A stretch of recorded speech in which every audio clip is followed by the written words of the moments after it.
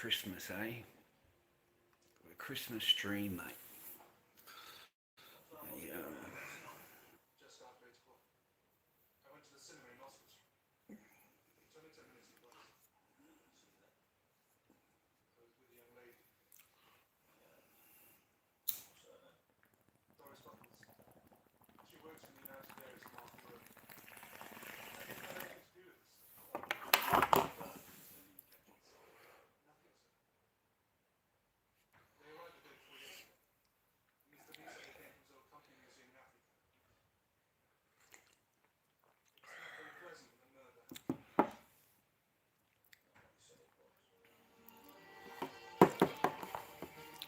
Don't really know what to tell you.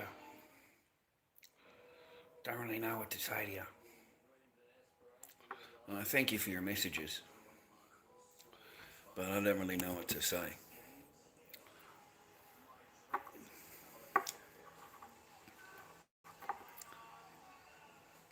Like my brain's pretty numb towards streaming nowadays. It's just numb. You know, what's it like for a guy that doesn't see his children, mate? You know, on the one day, you know, and you're supposed to forget about it, not think about it. Um, and it's very cruel, mate. It's very cruel, you know, coming from the perfect creature, which is the woman, because that's who does all this, is the woman. You know, she'll blame the child. Oh no, the child doesn't want to see you, rah rah, and that's all bullshit. That's absolute rubbish. Of course, your child wants to see you, mate. That's your child. So you know, you're lonely and you miss your kids. You know, I know what that's like, man. I know what that's like, dude. And then they grow up, and then they don't really need dad. They've got their own world, mate. They've got their own thing going on. You know, you only get that amount of time, and that's it. That chance to be a dad. You know, you're still a dad, but they don't really need you. You know.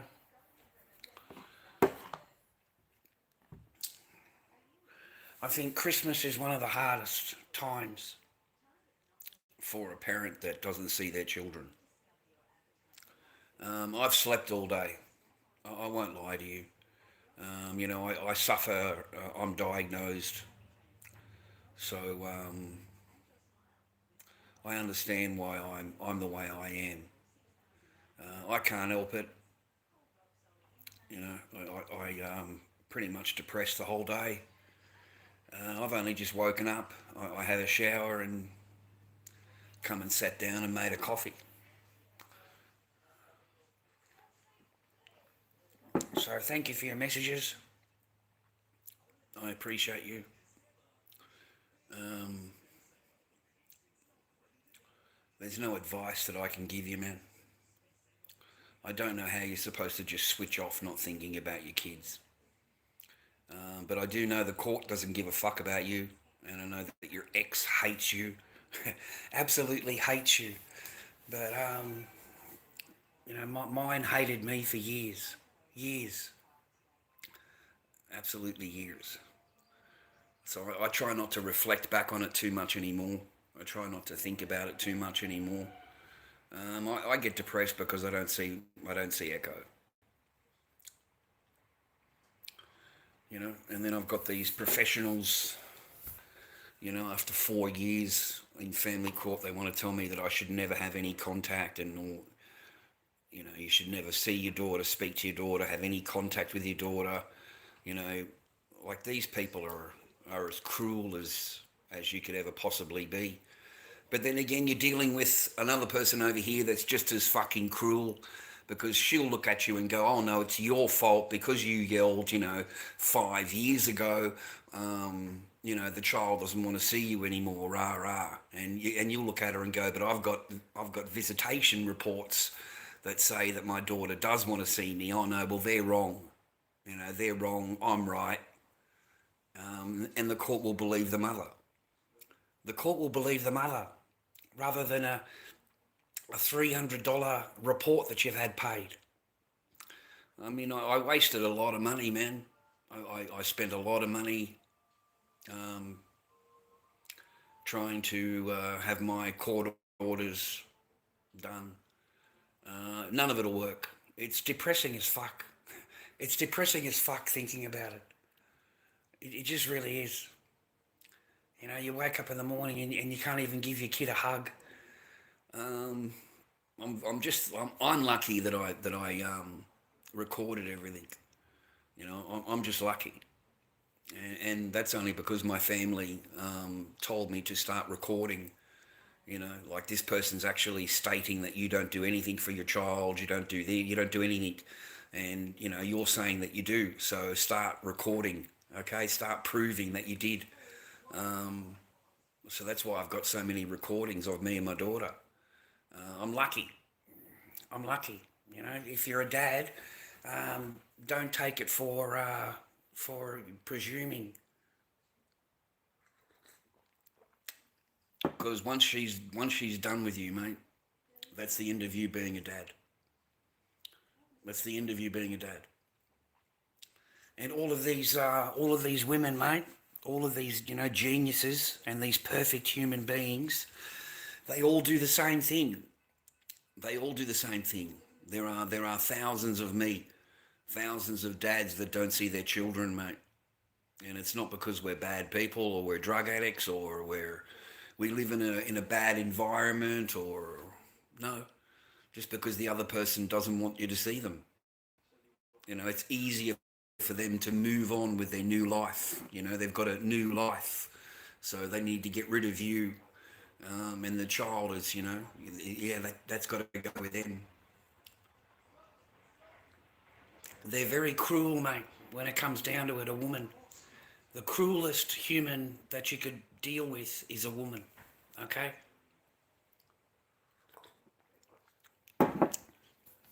And don't forget, all men are the same. All men are abusers, all men are this, all men are that. You know, we're all the same. And all the women are perfect. All the women are just fucking perfect, you know? Perfect human beings. So no, it's a day I battle to even get out of bed. Like I get up, I come out, have a couple of chongas, and go back to bed. I don't know what to tell you. There's no easy way of dealing with it. For me, it's just going back to bed. For a lot of people, it's gambling, drinking, more drugs, more, they go off. They go off, mate.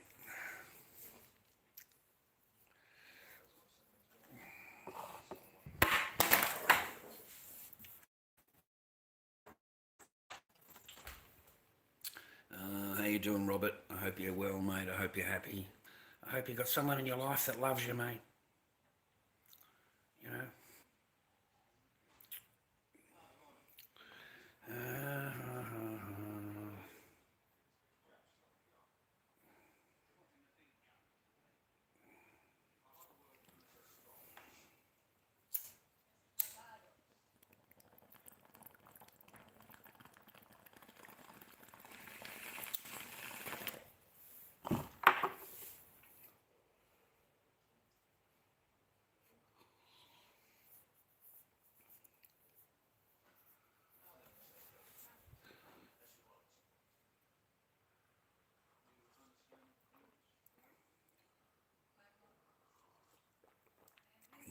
it's nice.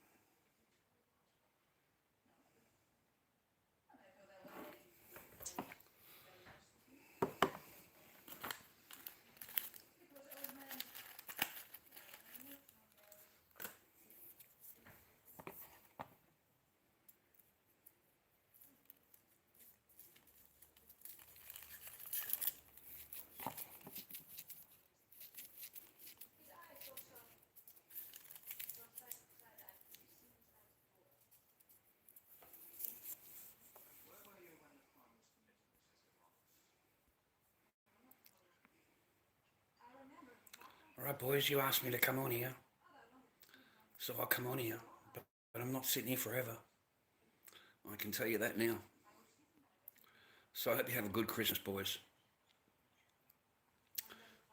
Not much reason to come online nowadays.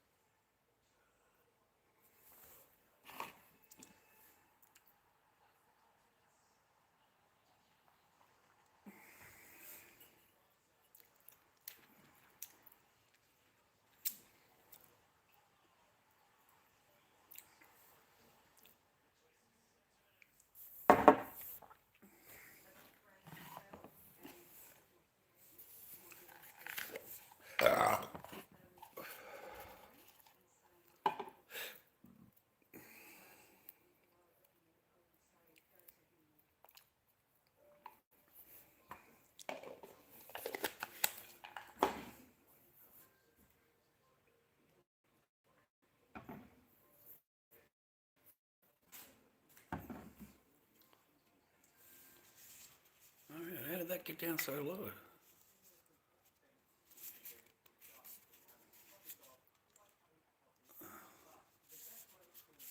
There's no hole in it.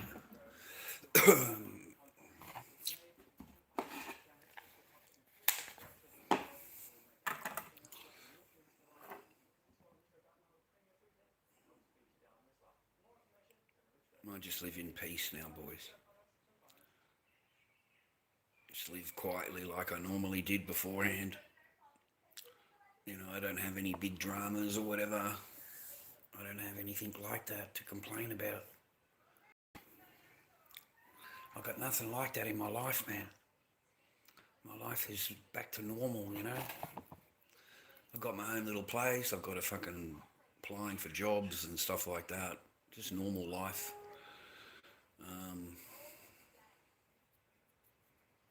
And I try not to think about things, man. It's hard not to. You know, I keep telling myself, you know, that the other side doesn't give a fuck about you. You know, they don't give a flying. They never have. They never have. Okay. Okay. They look what they were willing to do to you without any problem in the world. They were happy to do all that to you. You know, with a smile on their face and with a goal. You know, they've got a goal at the end of it, mate. You know, they've got the long con. They've got their plan. And, you know, they stick to their plan, mate. And it works. It works, man.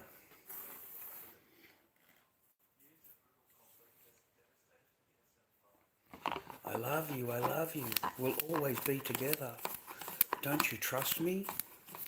I love you, I love you. We'll always be together.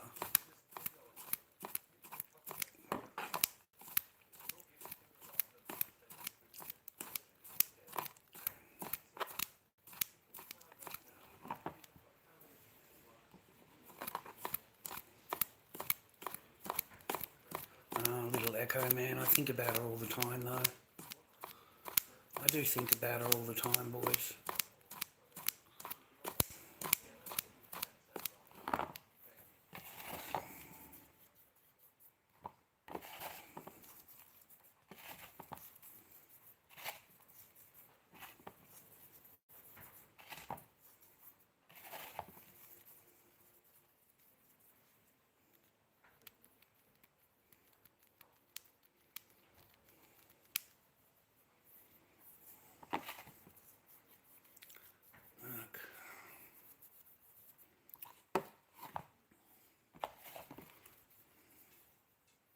hope you had a good Christmas, man. I hope you had someone around you that loves you.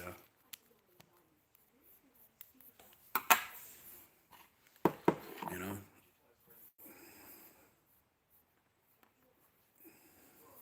my Christmas is the same as every other fucking Christmas, mate. You know, it's the same as any other day. Wednesday or Thursday, whatever the fuck it is. It's the same as every other day. There's not much difference, man. Except everything is closed. I can't go to the supermarket and get anything to eat. Um, but other than that, it's just a normal day. You know, you got to remember, man, that they would go early in the morning, and I would wake up and they're already gone, and then she would keep Echo out the entire day at her friend's house or whatever, and come home in the afternoon, and they don't want any dinner, they don't want anything to eat. Yeah, they're back to just ignoring you again, straight back to where they were yesterday, and the day before, and the day before, and the day before that. It just seems to be how they are used to treating you. You know, they don't know any different. Yeah. Just apply negative energy, negative, negative, negative. Apply negative energy all the time. You know, you just fuck, man. It's like post-traumatic stress disorder, whatever it is. Here I am years later, and it still affects me. It still affects me, bro. But I woke up. I read a funny article today, this morning, man. It did make me smile. You know, even that Cristiano Ronaldo, you know, the multi-billionaire football player, mate, I couldn't fucking laugh. I felt sorry for him, and I laughed at the same time. I mean, with the amount of information that's out there, with the amount of fucking men's channels, with the amount of things that happened in the football genre, period, right, where his friends have copped it straight up the fucking cheeks, mate, right? And then other friends have had their stuff in their mum's name and have saved everything, right? What does he do? He gets fucking married. Cristiano, I didn't even know he was married. I had no idea. And apparently they're his stepkids. They're his stepkids, right? And he got tricked into it, apparently. The daughter came with a ring and said, oh, are you going to marry my mum? And that's how he got that, you know, he was put on the spot by the kids. So he ended up marrying the woman. They stayed married for 16 months, okay? 16 fucking months, mate. It has cost him millions. Literally, look it up on Google. It has cost him millions and millions of dollars. Fancy houses, a car, fucking $100,000 a month in fucking child support. Fucking, mate, what a fucking joke. These women are a fucking joke. And the more wealthier you are, the bigger of a target you've got on your head. The bigger of a target. And it doesn't matter how many kids they are. To them, it's just like a paycheck. To them, it's like, well, I'm going to get more. You know, when I get rid of him, I'm going to get more, you know, because I need more money to take care of the kids. But have a look what happened to him. I don't know how many red flags there were. I don't know how many chances in the relationship he thought to himself, you know, this probably wasn't a good idea, because there was for me. There was for me. There was fucking heaps. There was heaps, bro. And I really kicked myself, man, because it wasn't the only person that I was talking to at the time. I could have met other people. You know, I could have had actually a person that loves me, actually fucking loved me, right? I could have had, you know, well, why did I have to spend fucking 6 years in a spare bedroom? Why did I have to wake up every fucking morning on my own? You know, who in the fuck do you think you are? You know, and these people, they think they're so clever and they think they're so fucking up themselves, mate, that they're ten times better than you. You know, they're just worth so much more than you are, you know. So you get to sleep in the spare room for fucking 6 years. And then when you complain about it, they fucking shovel you out to the fucking garage because they're in fear of you now. I'm in fear of you. And you're not paying enough towards the mortgage. Remember that saying, boys? If you don't pay, you don't stay. Like, I didn't make that shit up, okay? It was fucking told to me. You don't pay, you don't stay. And I instantly thought, well, fucking mate, I wish the rules applied to you. You fucking mate, you know what I mean? It's amazing how they only apply to me because you have to fucking pay something, right? Fuck. Man, that shit still haunts me. It still haunts me to the day. It'll still haunt you. But I really just miss my kid. I miss my little Echo, you know. Just like you miss your kids, mate. And they want me to be quiet, boys. They're fucking coming after my channel now. Not allowed to talk about this. Fuck you, I'm not allowed to talk about this. Fuck you and what you don't want me to talk about. Fuck you and the horse you fucking rode in on. What are you going to fucking do? You've taken everything from me. You've taken the whole... What the fuck are you going to do? What the fuck are you going to do? Go to the fucking and complain? Go and fucking complain. You're not going to fucking control me any more than fucking ever. That's it. You're fucking done with your control. Your control finished now. Okay? Fuck off back to your fucking country and fucking don't worry about what I'm fucking doing, okay? Fuck. I've still got all that on my shoulders. You get sick of the boys at my age. They take fucking everything and they give nothing. They give nothing. And they look at you with that entitled look in their face like, how dare you even question me? How dare you even, ask, you know what I mean? Like, who do you think you are, you fucking pleb? I'm the fucking a lot better than you. I'm richer than you and better than you and rah-rah than you, right? So no, man. I'm dealing with all of that in my own way. I live in peace, bro. I don't say shit to no one. But I found it really unfair. Really, really unfair, all these fucking people. And the only thing you want me for is to fucking yell and scream, and that's the only fucking thing you want me for, this fucking channel. That's it. You don't support anything that I do. You don't even give a like to a video. You don't watch a fucking ad. You don't do anything for my channel. You just want me to fucking moan and groan and fucking scream and yell and whatever. Over what? They're not worth it, boys. They're not worth it. They're simply not worth it. They're not worth it, bro. They're not worth it. They're not worth your time. They're not worth your energy. They're not worth your fucking money. I'm just glad I seen the flags. I seen the flags, and I wasn't going to waste my fucking paper. There's no fucking way you're going to have me sleeping in a spare fucking room and you want me paying for all the fucking bills, cleaning the fucking joint, cooking for you every fucking day. And you want me paying for everything every fucking month. But then you want to look at me and go, I own everything. You don't own anything. It's all mine. It's all mine. You didn't pay a fucking dime. Not a fucking penny did you pay towards anything. Nothing for fucking years. Like it's a joke, the entitlement of it, mate. The entitlement of these women are insane. It's like, look up the Ronaldo case. Like she wants everything. Everything. They're together fucking 17 months, mate. That's it. But she wants everything. Millions of dollars, millions, okay? Because the pussy is fucking gold. Okay, this is gold. Okay, I am perfect human being. Okay, you need to pay for this. All right, it's got a value. Okay, the value is everything that you've ever worked for. Okay, that's it. You can walk out with your clothing and your car, and I'll decide what else you can take. And then if you don't take it, then I'm going to throw it away. So they get to go through your shit, mate, before you've even met them, the stuff that you got before you met them, and they're able to throw away what they do and don't want. What suits in their life. The rest of it can go in the bin. No, mate, they're as cruel and nasty as you could possibly be, mate, as a woman.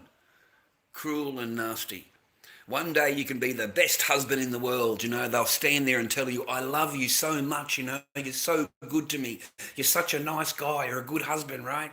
The following day, they can lay in their fucking bed and say to you, oh no, I don't want to be married anymore. I need you to get your clothes and go away in the car.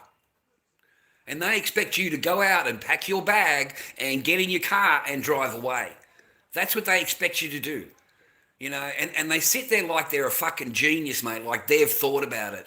Bitch, you've been on the phone for the last 2 fucking hours talking to every other fucking cunt in the world other than your fucking own husband. You sit there planning it with other people. You sit there talking it and discussing it with other people before you actually tell the fucking person what you want. You've already gone through it all. No, boys, don't fucking trust them. Don't trust them. You're fucking crazy. All right? And do you really think I'd have 1 silver ounce, mate, if I listened to these people? Do you really think I would have 1 fucking coin, mate, if you listened to a fucking woman? Huh? You wouldn't have shit. You wouldn't have nothing. Exactly what the plan, the long con fucking wanted, mate. Keep you fucking down, keep you broke, keep you hungry, and then when they're done with you, mate, when you're of no more use, they get rid of you. You are disposable to them. Disposable. You've got nothing more that they want. You've got nothing more that they can keep. So they get rid of you. Mate, if a bloke like Ronaldo, with all of his billions and he's a famous sportsman, and if he can't keep a woman happy, mate, you've got no fucking chance in the world. None. And the more money you've got, the more chance you're going to get dicked, mate, big time. Big time. Especially under our Western fucking democracy, mate, and our family law courts.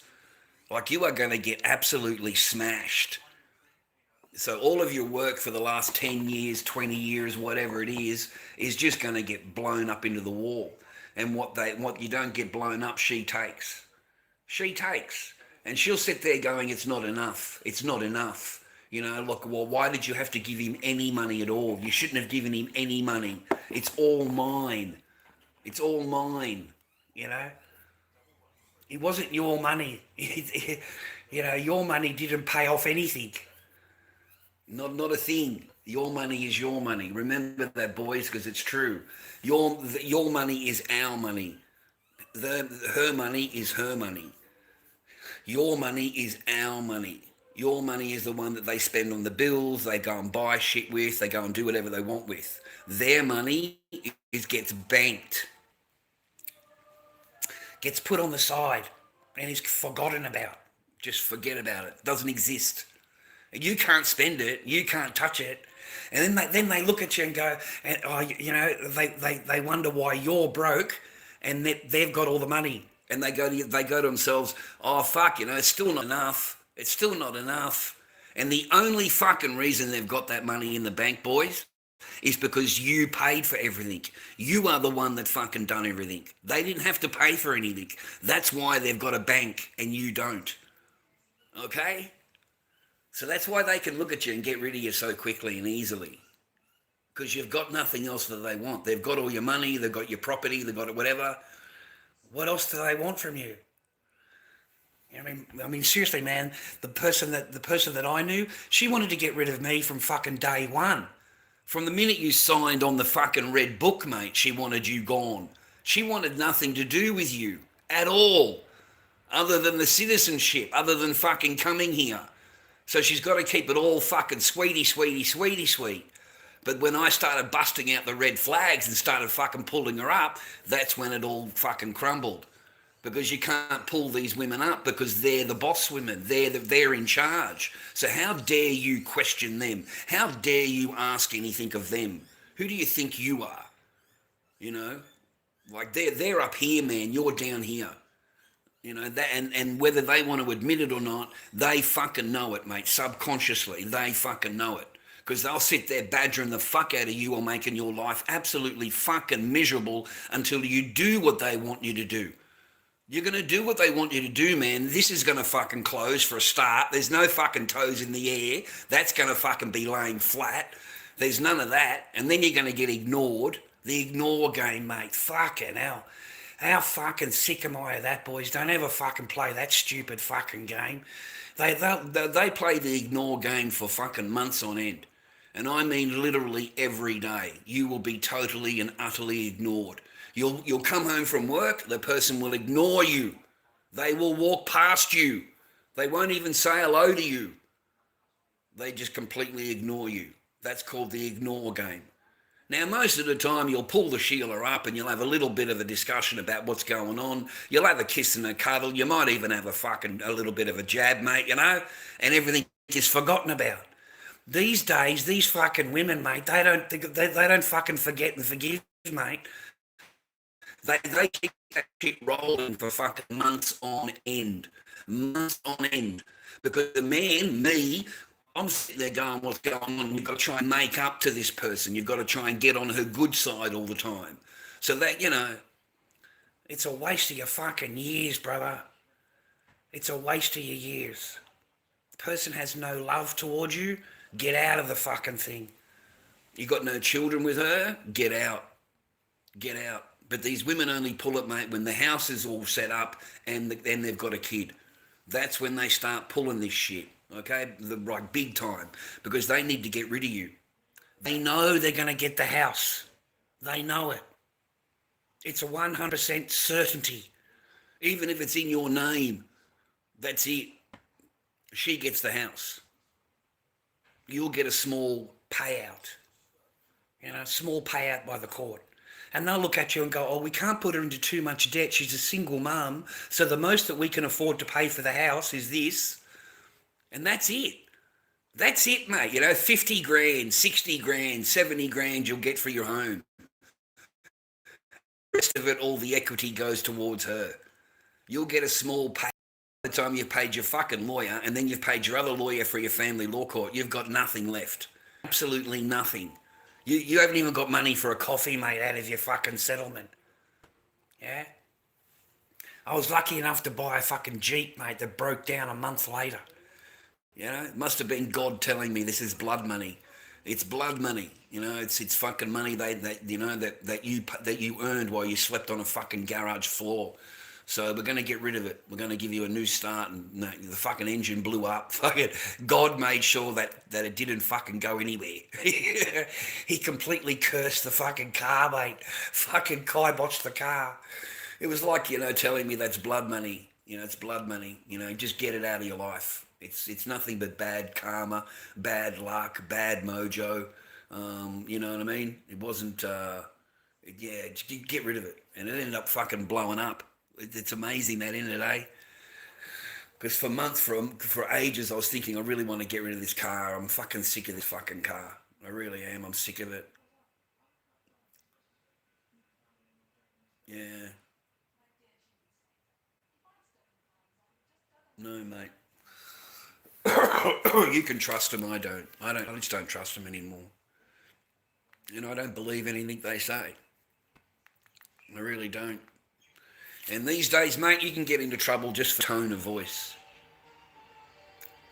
You're not saying anything wrong, but you can get into trouble for the tone of your voice. Tone of voice. Like, fucking hell. I don't like what you're saying. It's the wrong tone. You're making me feel fear. The tone in your voice. They don't listen to anything you've said. They don't fucking listen to nothing. They don't answer to anything. They're unaccountable to everything. They just say to you, oh, I don't like the tone. You're making me fear. Fucking tone. Fuck you and your fucking tone police, okay? We're not in fucking grammar school, all right? Answer the question, yeah? But they refuse to answer, mate. They'll refuse. Just don't marry a fucking foreigner, man. Don't marry a foreigner and bring him here and expect fucking whatever. Yeah, it's not worth taking the chance, man. You'll waste years of your life. You'll waste years of your life where you could have actually met someone that loves you, that's shown you love, gave you love. When you're walking down the street, they don't walk 10 feet in front of you because they're embarrassed. When you go to hold their hand, they don't like shake your hand away because, oh, don't touch me. You know what I mean? You're leaning to give them a kiss, they move their face, You know what I mean? They make it so fucking obvious, boys. So just don't waste your time with stuff like that. Yeah. The rest of it's a matter of getting up. Just keeping hold of your demons. That's all it is, boys. Keeping hold of your demons, man.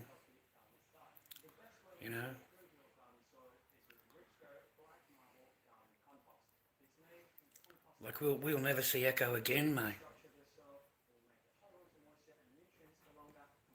Never have contact with Echo. Never talk to Echo. Never Like, how cruel can you possibly be? You know, and how many lies have they had to tell that child in order for that to be that way? You know, how many lies, how many straight out lies do you have to tell a child? You know, in order for you to be satisfied that they don't see their parent. You know, he's such a bad person. Fuck that, boys.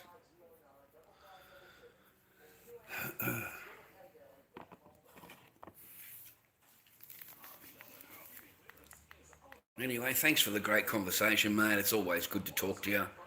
You know, it's always fucking sit here and have a conversation with your boys. You know, that's why I come on live so much, because you're just so fucking, you know. Uh,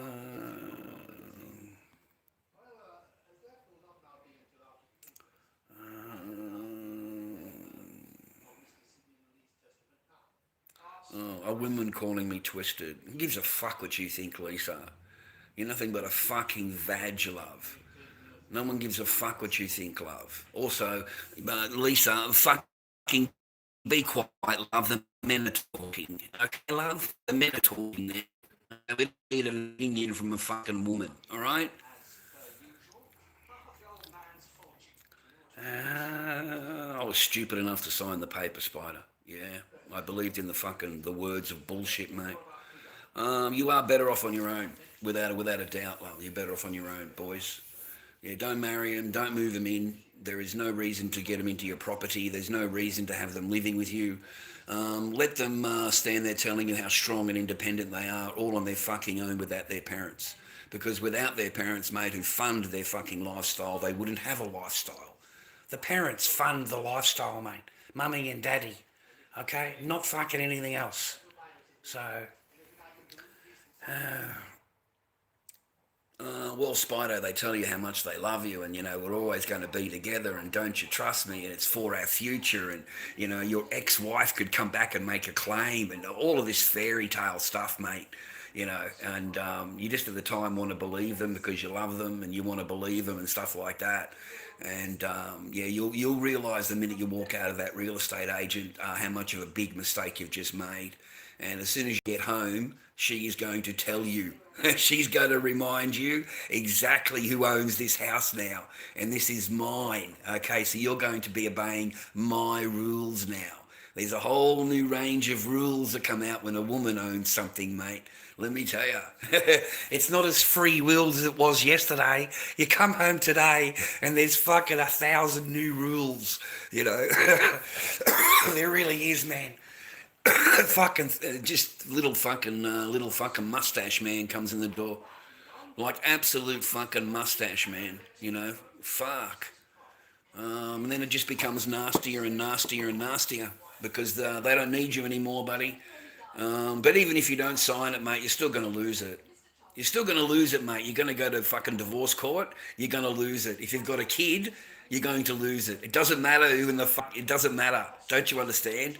It doesn't matter. Then you are not going to get your fucking house, okay? They will get the house. 100%. 100% they will get the house if there's a kid involved, okay? So don't be fooled, man. You know, a woman, mate, our laws in Victoria, a woman can live with you for 6 months. Your house, your name, your mortgage. 6 months, and she can make a claim against your property. She can make a claim and she'll get paid. When she takes you to court, she will get paid. Okay? So, you know, you're really taking, the more money you got, the more you will lose. And it really made me laugh, the Cristiano Ronaldo thing. Google it. Google Cristiano Ronaldo divorce and have a read. Because it's astronomical. It is ludicrously astronomical. And how they come to this kind of decision about a man's money is just amazing to me. Amazing. She had to do, they don't have to do anything, man, except, and they don't even have to do that. How dare you? How dare you expect to sleep with your wife? How dare you? That's abuse. That's abuse in under Victorian law. How dare you expect to sleep with your wife? Like, that's disgusting. That's sexual abuse. She's not your slave. That's how they put it down. If you want to sleep with your wife, well, she's not your slave. What the fuck? But it's your wife, right?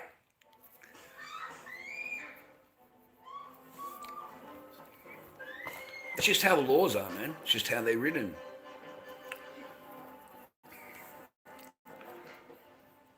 And you are definitely better off on your own. Except you wouldn't have had Echo.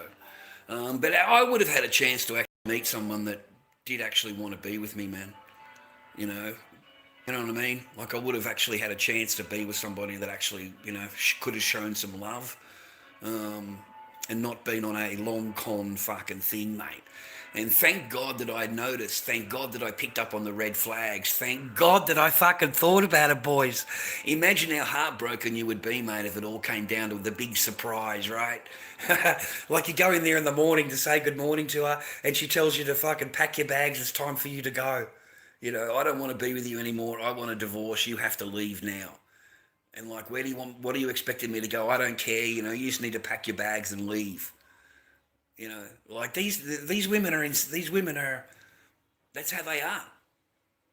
That's how they are. Okay? They're as cold as fucking ice, mate. And the reason is because they've already discussed it with everybody else.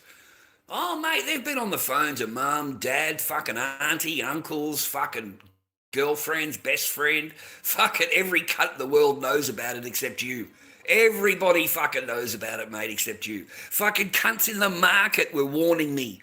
Cunts in the market, mate, were warning me months and months and months beforehand. She's going to divorce you the first chance she gets. The first chance she gets, she'll divorce you. Okay, it's a certainty. Sorry, Chad, it's an absolute certainty.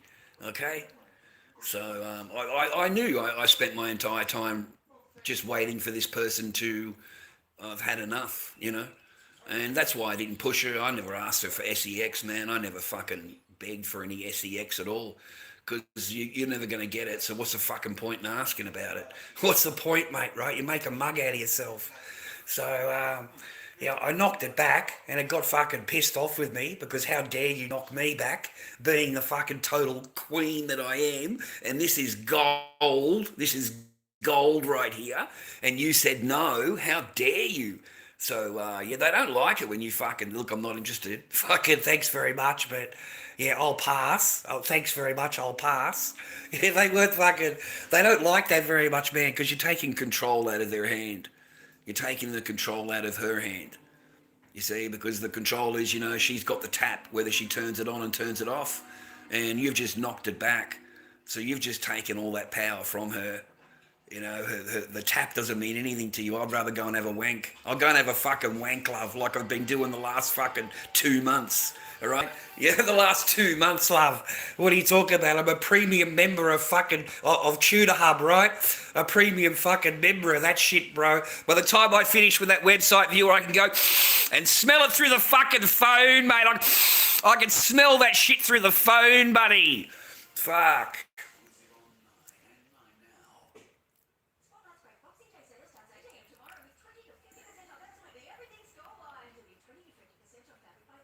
I get questioned about my live streams. I get questioned about MGTOW. Who in the fuck cares about MGTOW? Who in the fuck sits down and wants these lawyers and shit and judges, and I've got to sit there explaining MGTOW? I don't know what the fuck MGTOW is. I've got no idea. What the fuck? So I said to the judge, I don't know what MGTOW is. It stands for men going their own way, but I don't know how to explain it to you. Perhaps to not be under so much woman's power in the marriage, in the relationship, because they just seem to have so much power, As George Costanza would say, I've got no hand. Yeah, you know what I mean? That's what he'd say, I've got no hand. Fuck.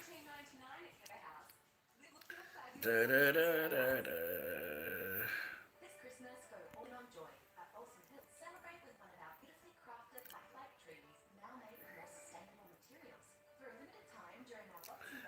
Plus it's shadow banned, yeah. Yeah, I'm shadow banned. That's why there's nobody in my chat. I'm shadow banned every time I go live, without a doubt. I've had many people tell me that they've been unsubscribed and that they don't get notification when I go live. So that's why there's only like fucking 10 people in my chat. You're totally, yeah, you're off the page, mate. Yeah, you're off the page, bro.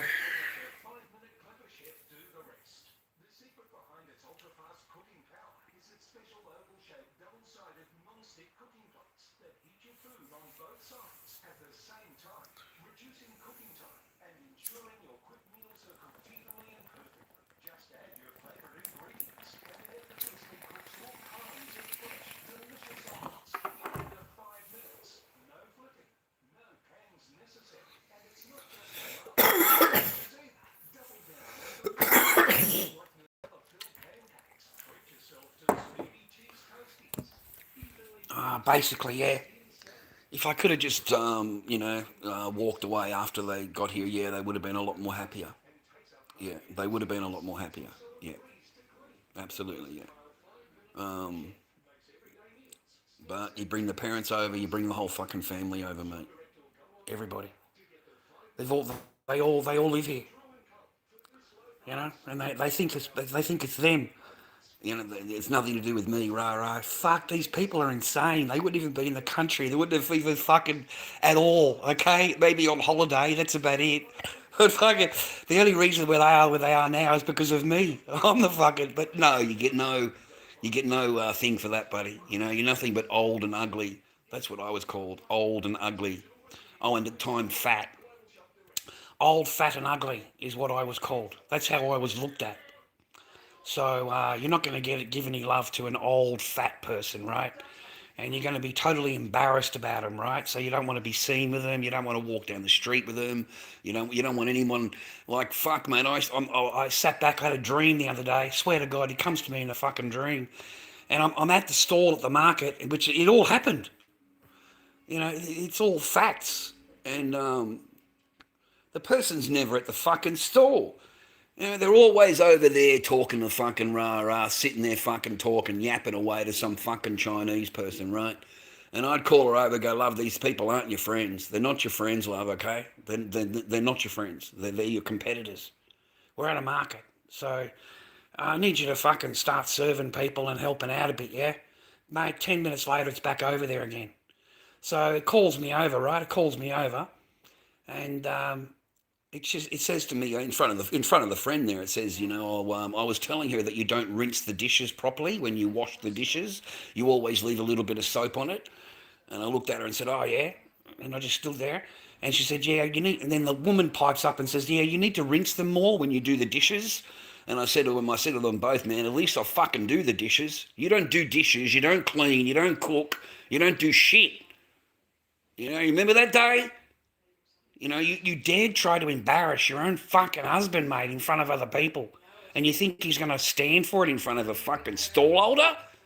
No, bitch, he ain't. After that day, we were never together. We weren't together. Because no fucking woman in mine would ever do that. No woman that loves me would ever try and show me up in front of a fucking stallholder. And that's when they all came to me after that. They all came to me, man. Fucking, you got no idea. Every one of these fucking Chinese people came to me and said, she is not with you. She will divorce you the first chance she gets. Okay? So, remember that I told you this. Remember that I told you that. So they all marked my card. You'll get warned. That's why I tell you that, because you'll get warned by your friends. And these people weren't even my friends. They just didn't like the way that this person was doing it. And they did know me for a longer. Working opposite me at the market. I just never talked to them, right? But I did say hello to them. So I was never rude. But they came to me and told me that. So the reason I tell you that is because you will be warned by your friends. You will be warned by your family, the people closest to you, your best friend. It's up to you whether you want to swallow the fucking pill or not. Okay? It really is. It's up to you. And sometimes it just comes back to you having children. You having children. Because I was always under the threat that once you leave, you're never going to see your children again. And that was the threat that I lived under every fucking day. It got into my head, and I used to tell my stream at the time that I'm on borrowed time, boys. I'm on borrowed time. It's a matter of time before this person works out how to get rid of me out of the house. And once I've done that, well, she's told me that I'll never see Echo again. Like, she's told me that. You know, once you leave, that's it. You'll never see your daughter again. You know. So you live underneath that threat. You know. So you try and be strong, and you try and keep it going, keep it going, keep it going. But then you're not even getting a shag, mate. You're not even getting a shag. You can't even get a hug out of the person, mate. Merry Christmas, Dawson. Merry Christmas, man. Merry Christmas, viewer. Merry Christmas to you, man. Merry Christmas, okay? I came on today because someone chucked me a couple of bucks in PayPal and asked me to come online. So thank you. I appreciate you. Thank you for your donation, your blessing in PayPal. lorddobby@gmail.com. Viewer is my PayPal if you want to help the old man out. That'd be, yeah. That's cool, but I never expect it, kind of thing. But yeah, thank you if you do.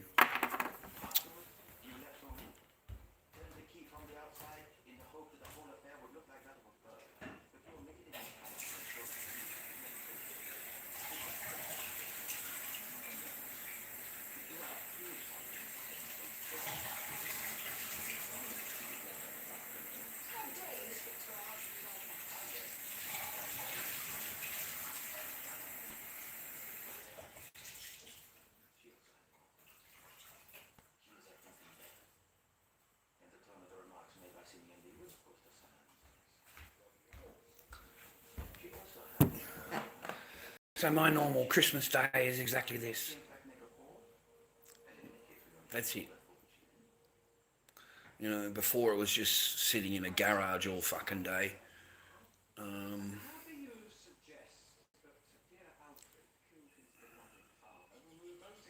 just sit there waiting for Echo to get home.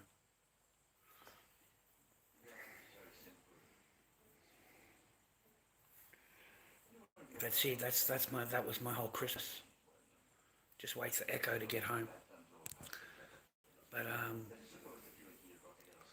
that was worth staying for, man. Okay, that was worth going through everything that I went through. All the cold mornings or whatever you want to in the garage. All the heartache and everything was worth it because you get to wake up to Echo in the morning. You know, that's what made it worthwhile. Spending another day with your daughter. Now, no contact. It's crazy, no contact. I don't even know where they are. I don't know anything. They're very cruel women, mate. Very, very cruel. And the whole time they'll blame you. I fucking laugh. Sorry for laughing, but I find it amusing how they just have no accountability. None. Just fucking none. It is your fault with everything. Whatever it is, it's gonna be your fault. Like, you gotta fucking laugh, man. Because these bitches will fucking do whatever they want in their relationship. Do whatever they fucking want, mate. And then the whole time it's your fault. It's your fault. It's fucking ludicrous, bro. It really is. It's ludicrous. Just look up Ronaldo case, man, and you won't feel so bad. Christian Ronaldo. They just got divorced, and just have a read of what this woman is walking away with. It's insane. It's criminal. You would look at it and just say that's impossible for fucking that's such a short amount of time married, and they were together really happy, and then as soon as they got married, dude, everything fucking changed. Okay, as soon as she got married, man.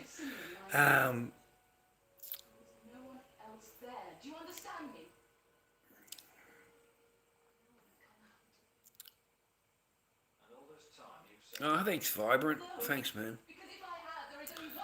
I'm okay, man. I'm okay. I'm not rich or anything, but I'm at peace. You know, I got my own little place, so I live in peace and quiet. I don't I don't really have any. I just miss being a dad, and I never wanted to. I've always wanted to have a family and be married and have a family and stuff like that. Yeah, so it kind of sucks that way, but I'm kind of used to it now because being married was the most horriblest thing. That the experience of the whole thing was just terrible, just absolutely fucking horrible. So yeah, no, I just yeah, I wish I'd chosen better. That's all, man. I wish I'd chosen better. You know, just don't be in any rush to marry these women, man. Just don't be in any rush.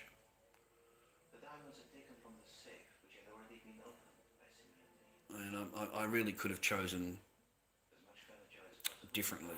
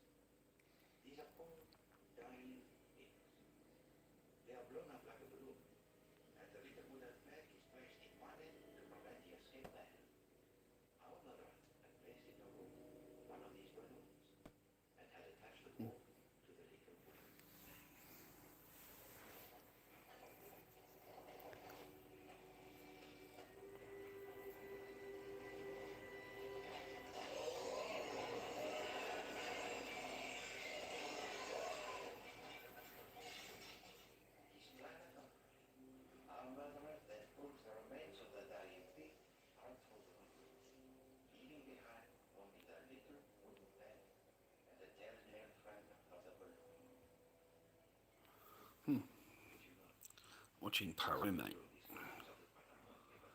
Fucking 20 past 6. Merry Christmas, boys. I hope you're happy, healthy, and well today. And I hope you're with someone that loves you and that it's not fake and it's not bullshit and that you can actually trust them and believe in what they tell you. And if you're not, I hope you're alone and I hope you enjoy your peace and quiet and your own fucking life and you're not bothered by any bullshit, okay, any drama. Yeah, you pretty much walk away from everything really, and you get to a point where you just you don't give an f anymore. You don't give an f anymore because they'll just take it off you. Whatever you acquire, I don't have a fucking thing, mate, that I worked for when I was young. I don't have anything. It's all been taken. Everything. Whatever I've got here is just stuff that I've already fucking made in the last couple of years or whatever it is, you know, the masks or stuff that I've collected. But absolutely nothing that I've had is all gone. And that's what I regret. I regret all the stuff that I did acquire. You know, I mean, I'm not rich or anything, man, but I had my photographs and my memories and of my family and all of that. and that's all been thrown away. And I collected things over the years, that's all been thrown away. So, I don't know, I mean, as far as I know, it's been thrown away. So your whole life gets taken from you, man. Everything. And they walk away completely whole. Completely whole. Not missing anything. You know, they can decide whether they want to throw away the furniture because, I don't like that furniture. Never liked this wall, so I'm going to repaint the wall now, Yeah, they get to do the refurbishment, mate, the new memories, okay? Got someone else coming, okay? Got a new guy to fucking, to entertain. But always remember, boys, when they break up with you or whatever, you're alone or whatever, the person that was telling you how much they love you and that you're a good guy and you're a great guy and the best person and the best husband and all of that kind of thing, they're now telling somebody else. They're now telling that same words, the same thing to somebody else. And somebody else is trusting their words, what they say. So good luck to that. Good luck to that, because you know what that person's "I love you" means. You know what that when they say to that person, "We'll always be together forever. Don't you trust me?" We know that what those words are fucking actually worth. You know what I mean? So, I don't know. I don't care, man. Nothing to do with me. Nothing to do with my channel. Nothing to do with me at all. Nothing. Yeah. Fucking. I don't care. I don't care. You shouldn't even be thinking about him like that, man. Like at all. It wasn't that fucking brilliant, bro. No chick is that brilliant, bro. You should be able to forget a chick pretty quick. Just open up fucking Cornhub, mate. Okay? Just open that up. You can pretty much forget about it. Okay? Yeah. What do you feel like tonight? A redhead, a fucking blonde, a fucking brunette? What do you feel like? Japanese, Asian, Korean, fucking Russian? Just fucking choose whatever you like, cunt. Fuck, it's a lot easier, man. You just go down there, man. They fucking come out. You've got 5 or 6 of them, 10 of them there. They come out and introduce themselves, different countries. What do you feel like, mate? What are you in the mood for?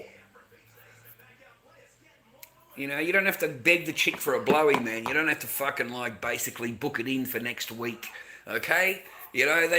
Fuck that shit, dude. These women have got total control in all relationships, man. How many times are you going to get told no?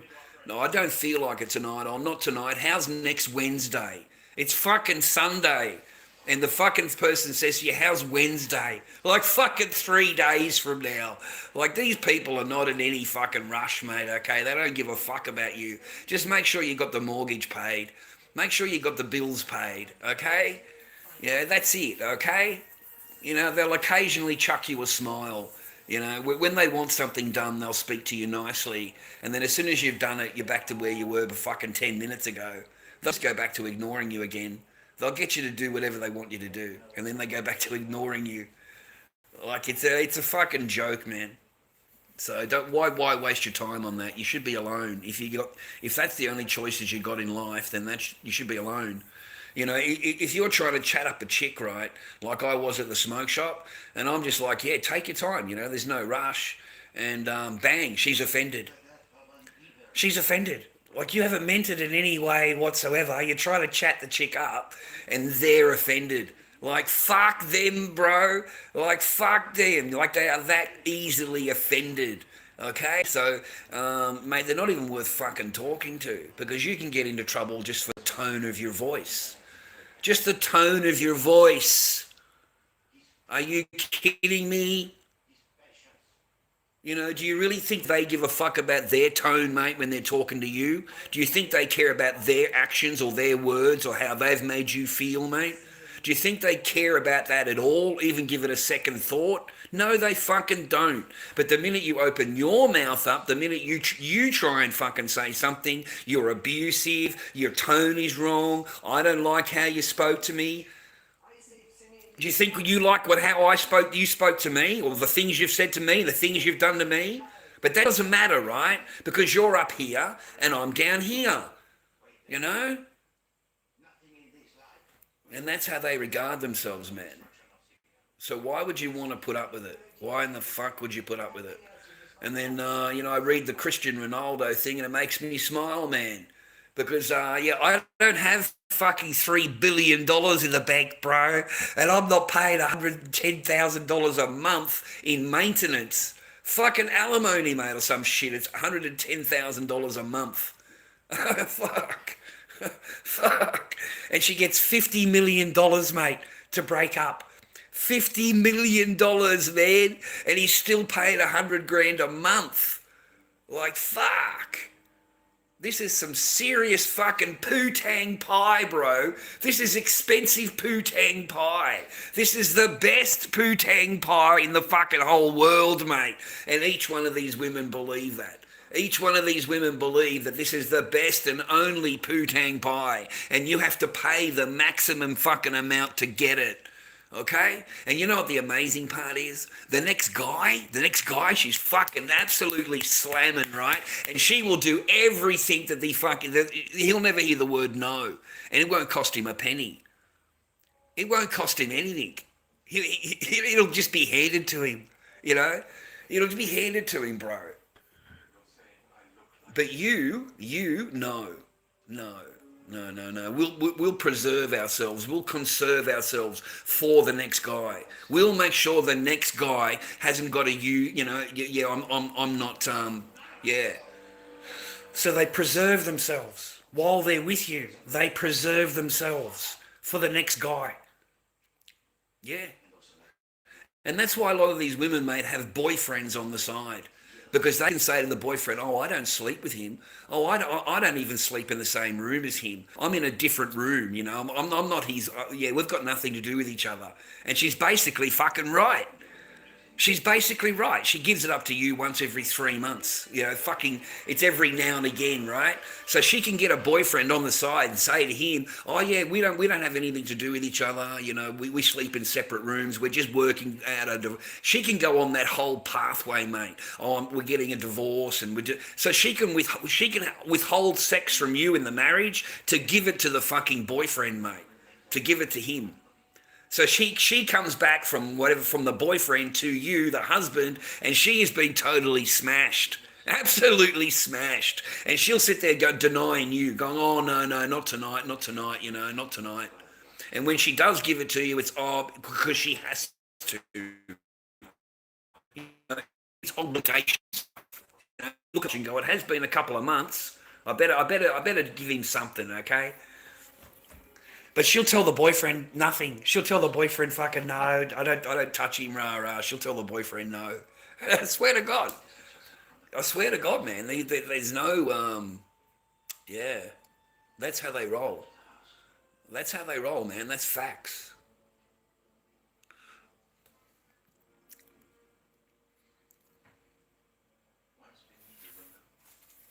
You activate the mechanism that creates the hideous sound of a murder that you had already committed.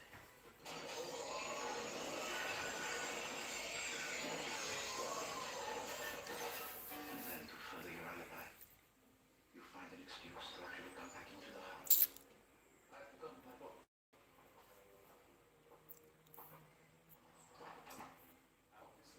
In this way, you are fortuitously present to investigate your own crime. These are mere ravings. Unsubstantiated ravings. No, Superintendent. Also like your father, you are prepared to stop at nothing to achieve your end. As the investigating officer, you are perfectly placed to put the diamonds where you know they will be found.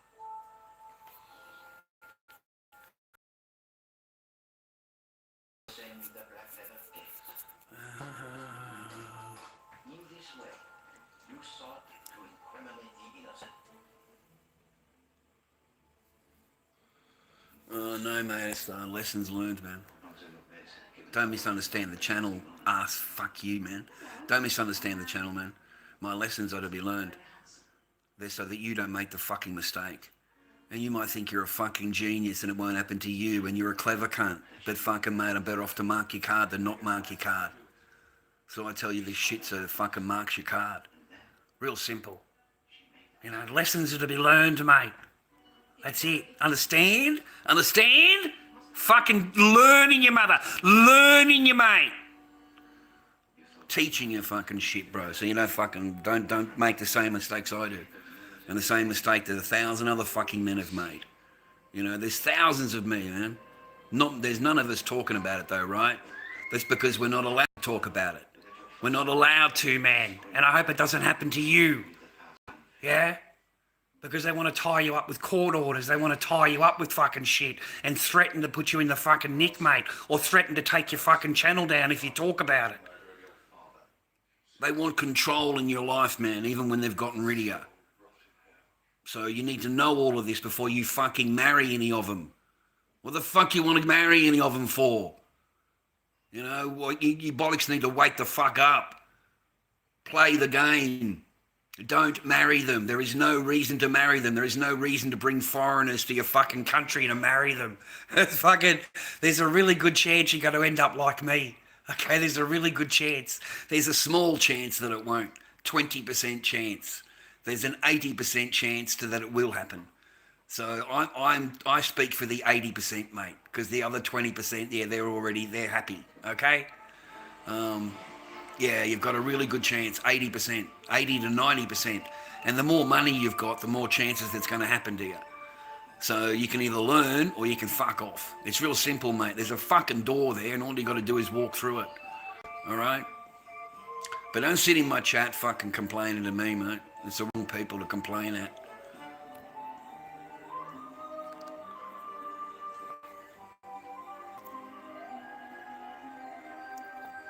And it's Christmas anyway. Merry Christmas, viewer. I hope you've had a good day, man. I hope you've got someone around you that loves you and that it's not fake. And I hope you've got someone around you that actually is real. Yeah, that's what I hope.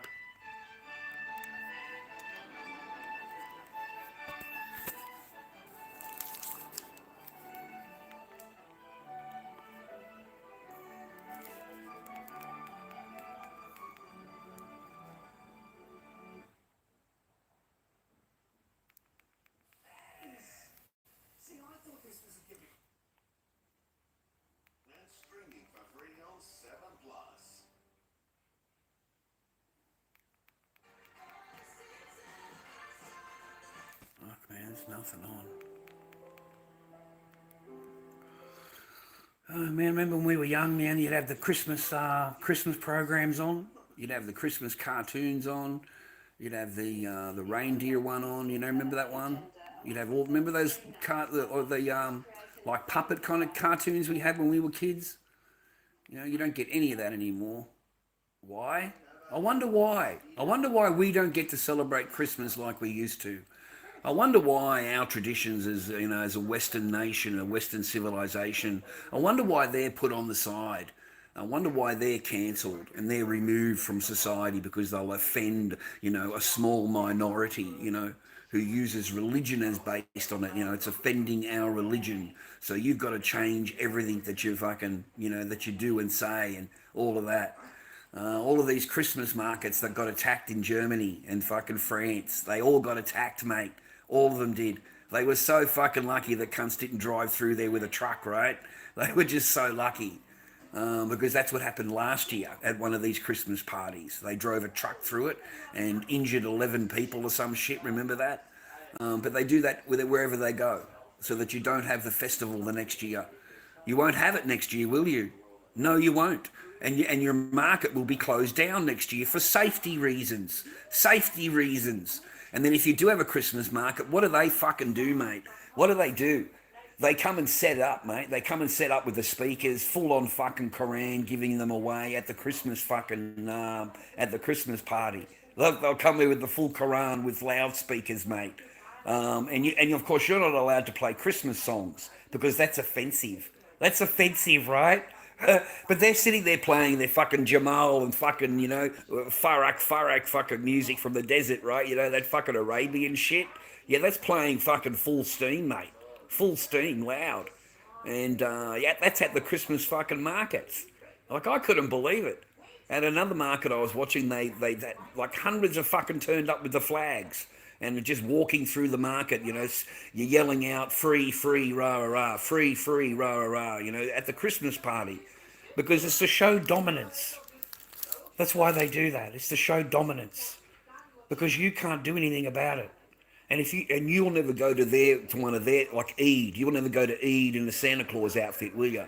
No, of course you won't, because that's offensive, right? But they'll turn up to the fucking Christmas party. Don't worry about that. You know, but you can't go near Eid, right? You know, you can't do that. You'll get arrested, right? So, you know, like, you know what I mean? Like, try going and doing a preaching thing outside of a mosque, mate, and see what happens. Fuck, you know? Yeah, it's a whole different ball game then, isn't it? Yeah. And I've watched these people on Tiki, mate. They are so offensive, man. These fucking lebo fucking Muslims on TikTok.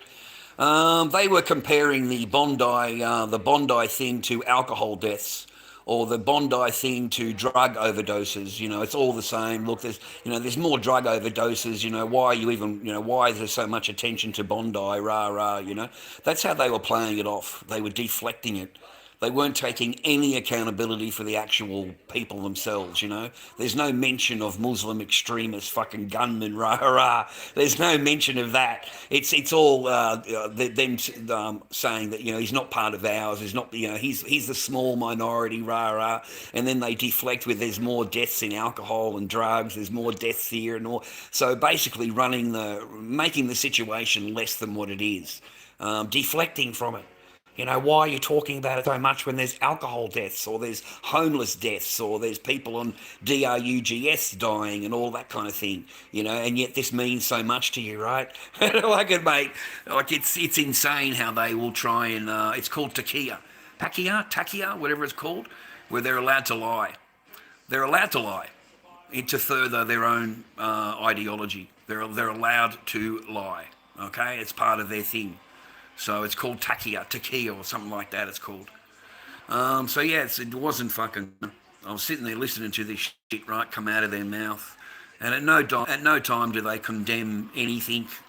They actually highlighted and tried to make fun of it, and the whole chat room's full, the boxes, and they're all lebs. There's no one there from any other denomination. They're all lebs, mate, fucking giving it their deflection, this is worse and this is worse, and deaths by alcohol and deaths by driving, and look how many deaths there were. Why are they so concerned about, but why is there such, you know what I mean? Like, they were really playing it down, because the only people that are on there are the lebs, mate. And so and the gifters, okay, so they've got to really smooth the gifters over and get the gifters back over there giving some money over. So that's why they acted that way. Because it's majoritively lebs, majority. Yeah. It was kind of disgusting, mate, to listen to be honest. The deflection. There's more deaths with drugs, there's more deaths with cars, why are you worried about Bondi? Why is it meaning so much? And, total deflection. Absolutely. Don't even bring up the actual guys themselves that did the damage. Don't talk about them at all. They're heroes, right?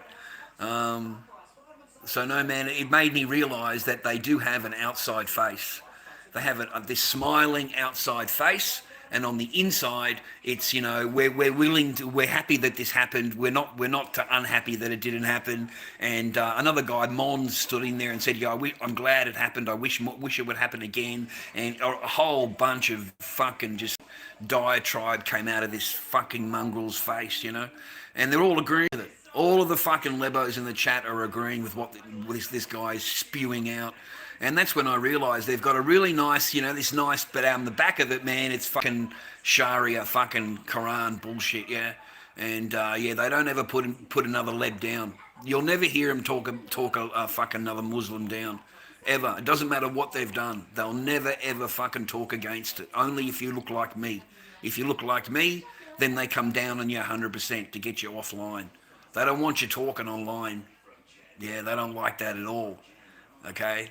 It's got to be the same. So they'll get you kicked off, man, really quick. Or they do for me anyway. I was booted 4 times last time I went live. 4 different times within a real short amount of time. So it's constantly report. As soon as you go live, report. As soon as you get booted off, come back on again, report, report, report. They just need to get you quiet. You don't even really get to go on there very long. It's pretty quick. It's pretty quick. As soon as I go live, yeah, I am restricted straight away. Straight away. So I go to restart, come back. Again, bang, I'm reported, but they haven't kicked you off, you've restarted, right? I restarted, I don't know, half a dozen times, because if I keep it going with the restriction on it, then they're going to get you booted off for a whole week. All they've got to do is keep filing reports and they'll get you booted off for longer. So it's always dangerous activities. I'm just sitting like I am now. Dangerous activities, I'm booted off. If I put a mask in the background, straight away booted off. Dangerous activities, dangerous situation, drugs and alcohol, abuse and harassment. Yeah, it's whatever you want it to be, and they just flood you with reports. Like they just flood you. They just bombard the fucking page, and I've got to sit there answering to each one of them. I don't have that in the chat. No, that didn't happen. So, and then you've got to restart again, okay? And the agency told me that once they've reported you and then you restart and then come in the report, once you've got 4 or 5 of those, they automatically kick you off for 7 days. They automatically do, whether you did or you didn't, because you've been reported so many times. And these streamers know it. These streamers know the rules, man. They know it, okay? So you don't have to necessarily be doing anything wrong. They can just fucking keep hammering you, and because of the TikTok the algorithm, it'll automatically kibosh you off. Yeah. It's a joke. It is absolutely, yeah. Dangerous activities, man, just for having a mask. Dangerous activities, because I'm white. Because I'm white boy. I'm white boy putting a mask on. So it's djinn. It's haram, whatever the fuck they call it. But they're allowed to wear a mask. They're allowed to. All of them have put masks on, mate. You've got fucking all of them have put a mask on. But they're part of the ideology, so it's okay. But the minute you put it on, it's djinn. The minute you put it on. And they're highly offended. Oh, mate, they're so offended, okay? So my agency has told me that there's so many reports when you put a mask on. It's just, yeah. So, you try not to wear a mask, don't have one in the background. I've got to obey all these fucking rules, mate, because of the Muslims. I've got to obey rules because of them, because they complain, Like, I said to the agency, I said, I'm on here to show my art. That's why I came on. I came on to show my masks. That's the reason I got a channel, So, what do you want me to do? I'm going to continue making my masks, and I'm going to continue putting them on TikTok, whether I get kicked off or not. I'm not going to kneel down to these fucks, man, because these fucking people will have you apologising for living. Okay, they'll have you apologising for everything. Whatever you say or do, they don't like. They want an apology for it. Fuck them and their apologies, mate, okay? None of these cunts have a fucking job, you realise that, right? None of these cunts have a job, mate. None of them. They're all on fucking Centrelink. Every fucking one of them are on Centrelink, mate. And their parents are on Centrelink, and their sister and their brother and their mother are on Centrelink. So fuck them. I don't know them fucking anything. I don't know them a fucking thing, mate. And the only power they've got is through their fucking reports. Report. You know what I mean? Like it's a drop-down menu on TikTok. It's literally a drop-down menu. Just choose whatever the fuck you want to complain about. And that's all you got to do. Just file a report and then open it up again, file another report. If you've got 3 different phones, let's make a report on each phone, because I'm highly offended. I need to get him off the internet. I need to get him closed down, right?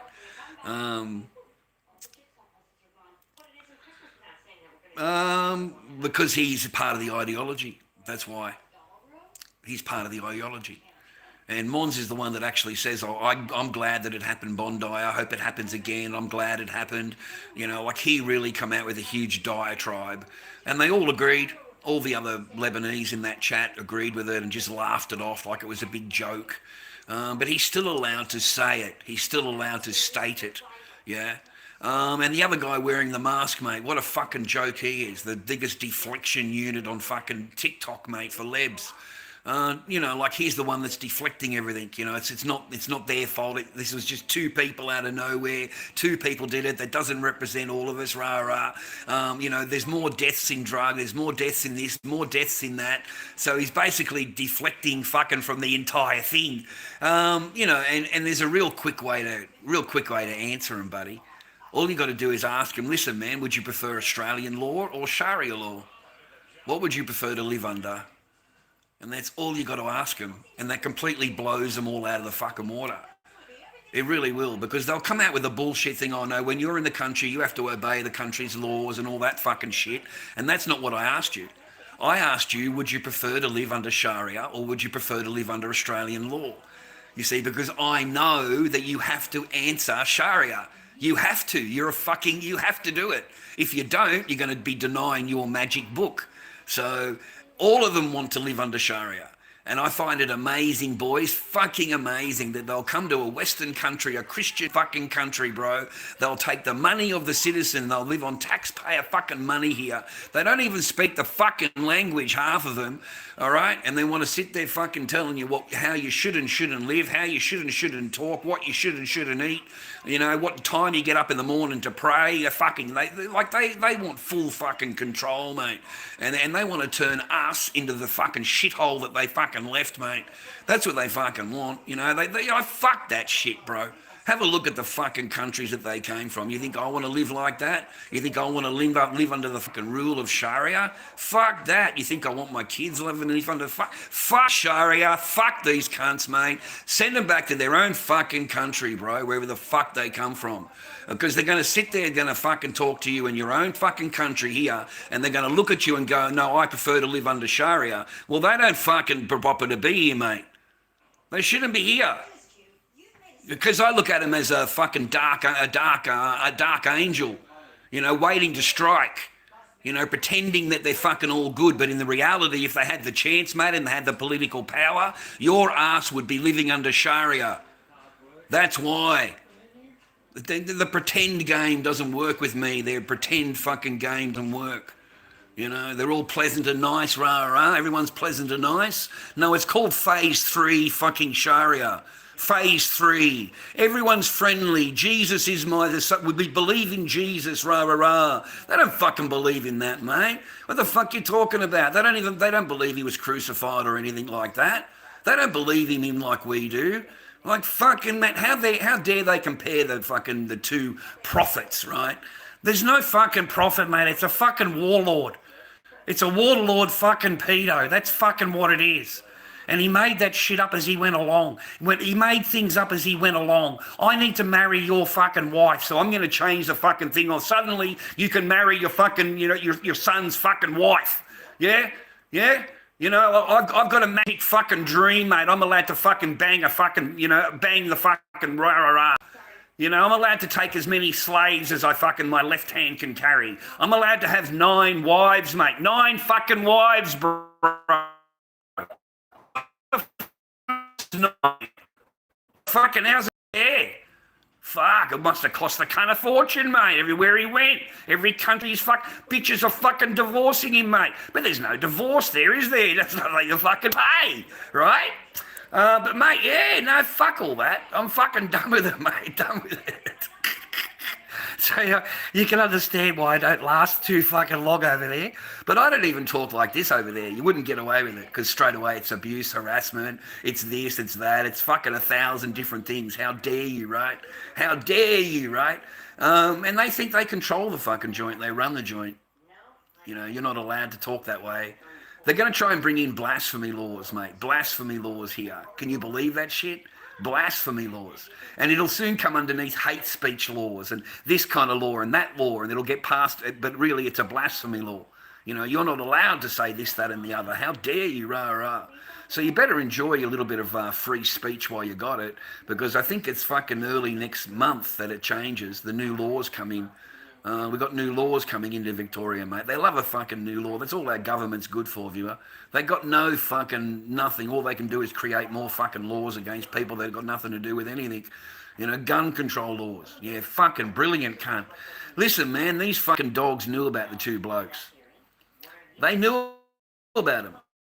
They knew about them for ages. Okay, the government lets things happen. They let things happen, man, for their own fucking political gain, their own thing, man. And I'm afraid that the blue flag is in control.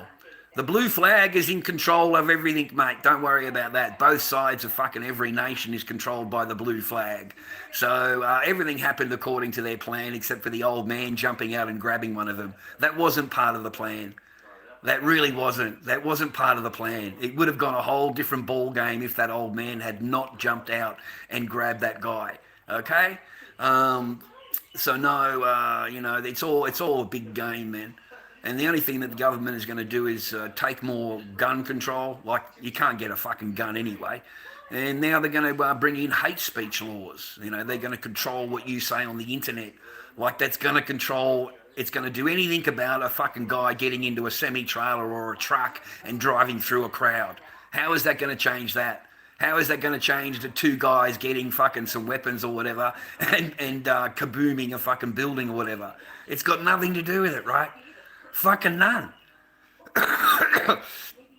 None. You've got muzzy fucking preachers on TikTok. There's a young kid there, Arja. Mate, when that guy gets on his high horse, dude, yeah, what he says is not good.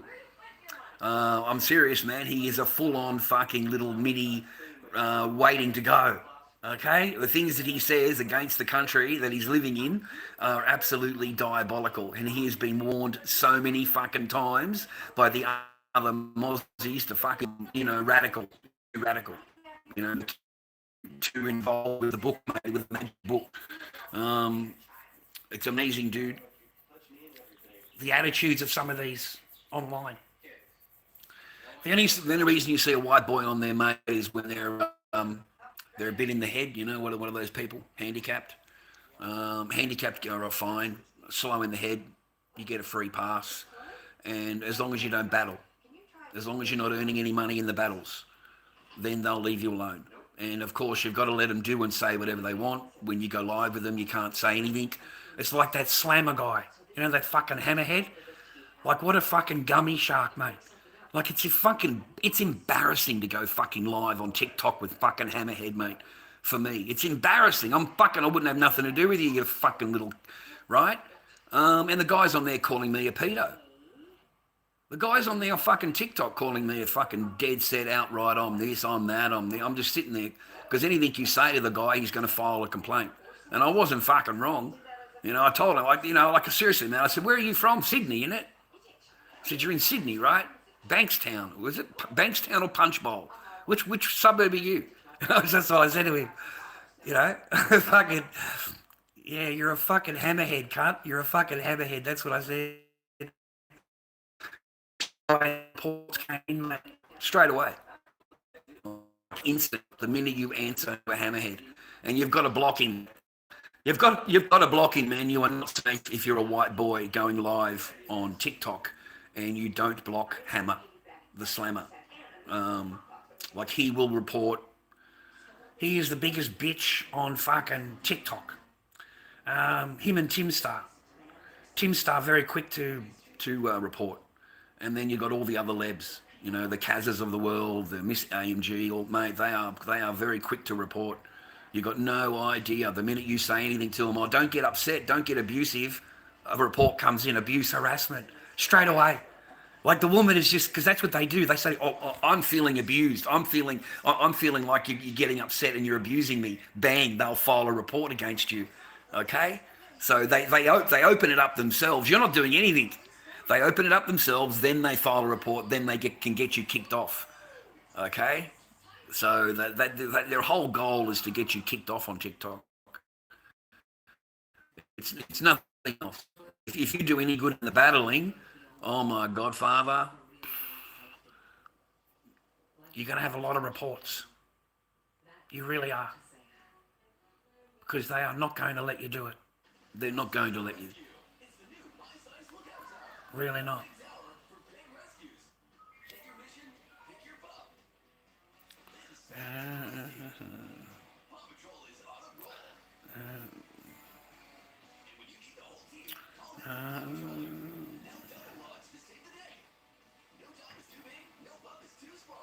I don't have any trouble, mate. Why don't you fuck right off, mate? Okay? Why don't you just fuck right off, mate?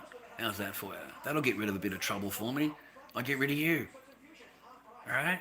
A fucking rat sitting there telling me how I feel and what I... Go fuck yourself. Don't fucking tell me how I think or feel, cunt. You don't fucking know me. Alright? This is my fucking chat, not yours. You don't like it? Get the fuck out. Stop running me down, man. I'm fucking telling you, cunt, I don't like fucking reading your comments. You can get fucked. Get on that fucking horse and fuck right off. How's that for you? Especially on a fucking Christmas.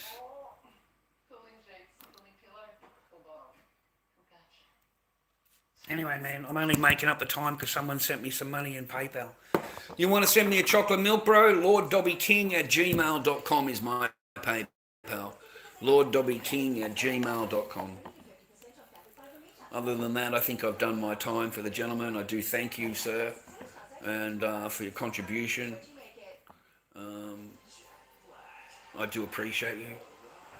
I won't dox you. I won't drop your name. But hopefully you get my message. And stay happy, healthy, and well, boys. Okay? Stay happy, healthy, and well, boys. I hope you got someone in your life that loves you. I really do. And I hope you got someone that loves you and it's real and it's not fake and you can actually believe in it and trust it and believe in what they tell you and trust what they tell you. Because it's horrible to be with someone that you know doesn't fucking love you. Okay? They can't stand you.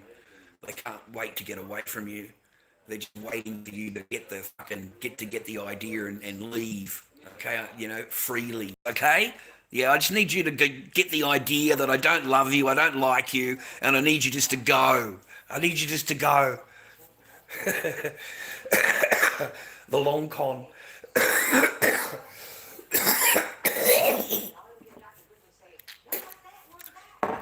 And they do it like that, boys, is because they're expecting you to be totally broken-hearted. That's why. They're expecting you to not have seen any red flags and not to have woken to anything and to have been totally fucking heartbroken. And then they can put that knife in your chest and fucking turn it and go, you'll need to pack your clothes and get in your car and go. Because they're expecting you just to be all heartbroken and crying and get in your car and leave. And then they can sit there smiling to themselves and how proud of themselves they are, that all their plans worked. You know what I mean? Because that's what they do. They don't sit there fucking heartbroken. They don't sit there crying. They don't fucking think about the marriage that they've destroyed. They pat themselves on the back and tell them how fucking clever they are. That's what they do. You know, I didn't have to sleep with him. I didn't have to do anything. I didn't have to cook for him, clean for him. I didn't have to sleep with him. I didn't have to kiss him, cuddle him, hold him. I didn't have to show him any affection at all. And look at what I got. Look at everything that I've acquired. Yeah? A real proud moment for them, mate. And it's the same with Ronaldo's fucking wife.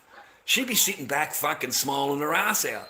You know, she got $100 million payout. Fucking cop that. Cop that.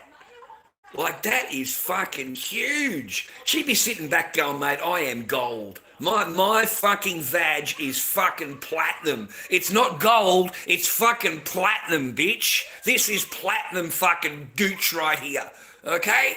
That's what she'd be fucking thinking, how platinum it is. You know, look at my big mansion that I've got. Look at the money that I've got. Look at all the things that I've got. And that's what she'd be telling herself, I got. Yeah? That's what they tell themselves, I got this and I got that. You know? Because they conquered it and they took it, mate. They didn't earn it. They didn't do anything. They fucking did nothing, mate, to get it. But they'll gladly fucking take whatever they can. You know? The Ronaldo thing should teach you. Ronaldo, just fucking look it up on Google. Ronaldo divorce. and have a fucking read, mate, of what this woman is walking away with for such a short amount of time that she was with him. And have a look at the story behind them getting married, because he got set up. He got set up fucking big time, bro, by the kids. Her children set him up. Her children set him up, bro. She gave the ring to the kids, man, and made the kids go in and ask him, are you going to marry mum now? Like the kids put it on him. Yeah? So she was real clever, man. And he did it without any prenup. No prenup. Like the guy's worth $1 billion fucking dollars or whatever, bro. And he doesn't do a prenup? Fuck. Where do these men live? They must live in a really small fucking world, man. You know what I mean? Like, fuck. You have no fucking, no outside world fucking thing, man. Just fucking, you're in some dream fucking land, fairy tale fucking dream world, Disneyland shit, right? I don't know, man. You must have come from the era that they're always going to be with you. Yeah, don't ever trust those words. Don't ever fucking trust them.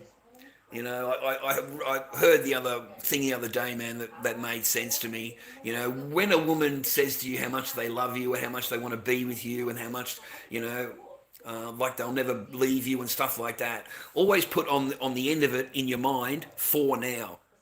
The words for now. Okay? Yeah, she loves you for now. She's happy to be with you for now. She's happy to live with you for now. But that's got that little thing in there, for now. Because the minute that she's unhappy with you, mate, you're fucking out of there, and she wants everything that you fucking got. Everything. Imagine a fucking going with this woman, man, Ronaldo, for this short amount of time, right? And fucking, next thing you know, she's got you into court, mate, and you're paying out fucking $50 million fucking dollars, mate. Like, fuck. Imagine that. Like, fuck. Imagine that. Fuck.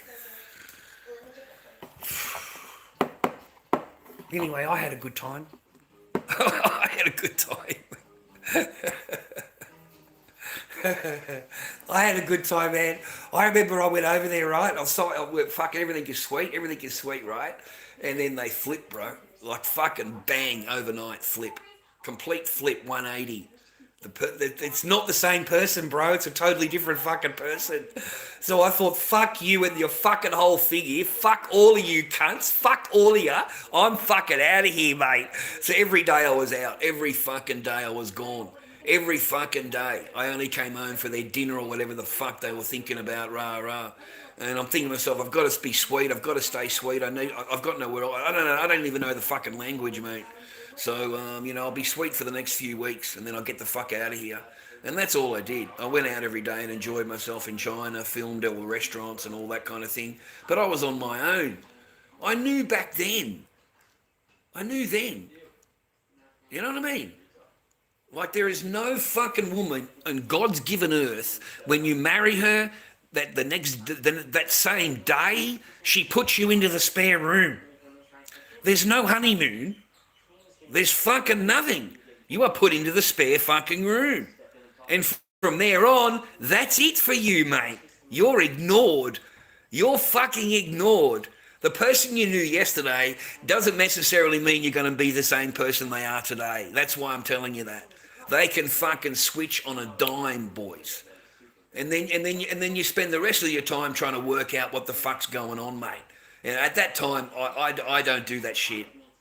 You know, yeah, you know what I mean? Like, I'm not going to waste my fucking small bit of vacation in a foreign country to worry about, and fuck that, mate. Like, you're sleeping in the spare room anyway. Like, and I would complain to her, like, this isn't right. It's not right. It's fucking wrong. Okay? This is not how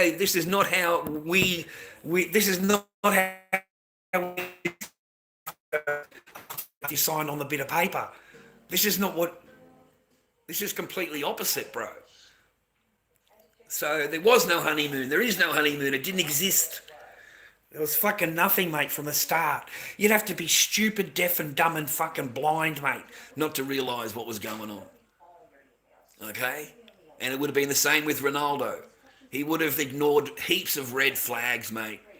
There would have been red flags coming out of everywhere, mate. And he ignored all of them. He ignored them all, mate. You know. Maybe he thought it wouldn't happen to him. Maybe he thought the person would be with him forever. Rah, rah, you know. Da, da, da, da, da, da.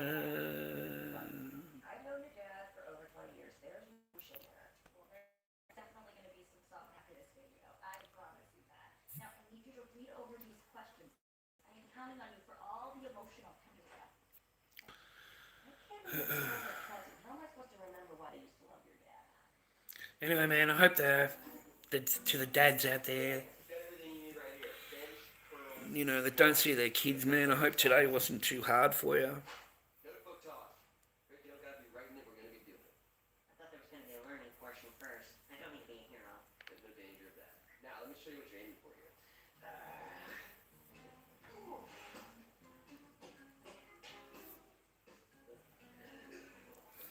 I slept a lot.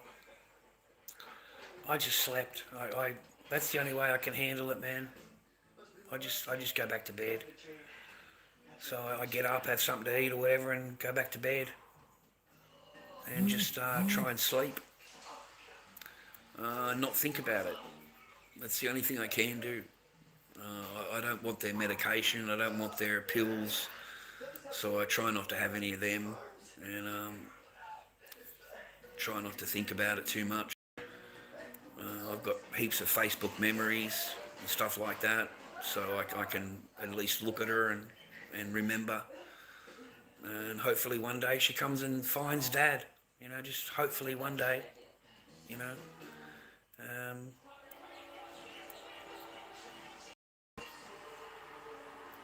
That's all I can hope. And that's all that you can hope for, mate. You know, one day you can come and find you, man. They come and see you for, you know, find out themselves or whatever. And hopefully that happens.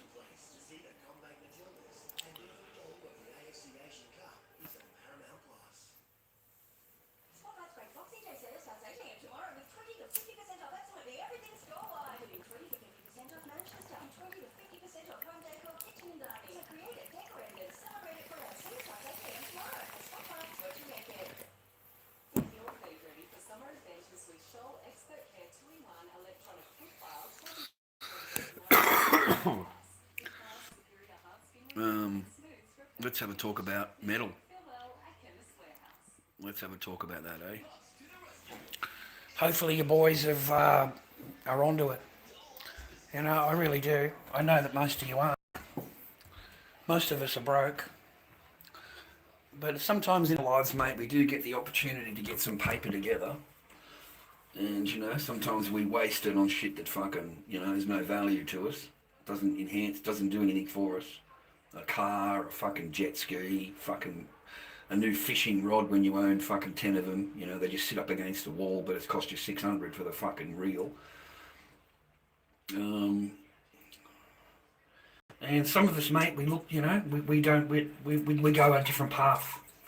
And a few years ago, I did tell you, man, like it was a few years ago, you know, I remember a silver ounce, mate, an eagle, was $24. For a silver eagle, man. Well, man, I'm just taking a piss, mate. Being an old man, I've got to concentrate on it, mate. Gotta sit there thinking about it. I'm fucking old, mate. What do you want? Jeez. I feel older than I am, to be honest. I feel older than I am. I do rest a lot. I do rest a lot. I like to have a sleep, mate. I don't feel bad having a sleep. When I wake up, I feel better. You know, I feel clearer. And I don't feel stressed, you know, because I go to bed stressed. But anyway, a few years back, boys, you used to get a silver there for $24 an ounce. That's what it was, $24 an ounce. Okay, on eBay. Everywhere you went was $24 an ounce.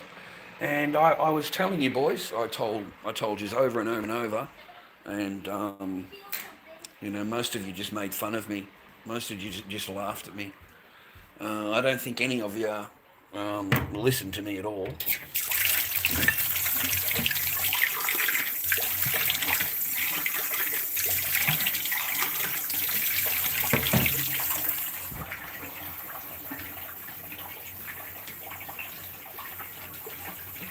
But now, look at what now we're look what's going on in the world right now, boys and girls. Okay? Look what's going on in the world, mate. You know, if you know anything about... Sorry, man, I'm just getting myself organised. If you know anything, because I'm not a professional or whatever, trader or whatever. This is not advice in any way. Okay? But yeah, I did tell you years and years ago, boys, and I watched it go up from $24 to $50, and then it got slammed, and then everybody shit themselves on eBay because it went from $24 to $50, and the same coins on eBay went from $24 to $50, and then it got slammed back down again, and they shit themselves on eBay, and they dumped their stock. They dumped it. They sold. Instead of it being an auction, it was buy it now at $24. So I tried telling you boys. I gave you the links on my thing. I gave you the where to go on. This is it. This is eBay. Buy it now. Rah rah. So I don't know if any of you actually went and done that.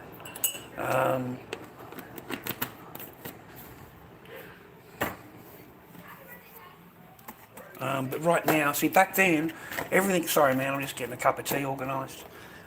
You know, I used to only talk about paper contracts. You know, that's why it's slammed, boys. That's why it goes from 24 to 50 and then back down to 26 or something. It got 32 or something like that. It got slammed to. So even if you bought in at 24, it got slammed again and went to 33. Well, you're still in front, okay? So it held its value and you gained, yeah? And then, you know, everyone's panicked because we're all human and we want a quick profit. You know, we've got to be able to get profit, like, you know, straight away.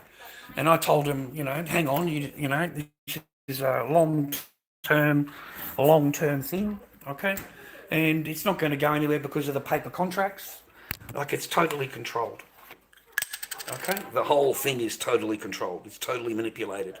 You know, the price you see is a fake price, okay? But it is the price that, you know, when you go to a shop to sell your metal, that they're going to obey. You know, it's worth whatever it is on the stock market, spot price. And this was done through paper contracts. And every single Monday, they had a phone call between New York, Paris, and England, London, the three exchanges, had a phone call every Monday. And they set the price for silver and gold through a meeting. And that's it. It doesn't move from the price that they're telling you that they make an agreement on.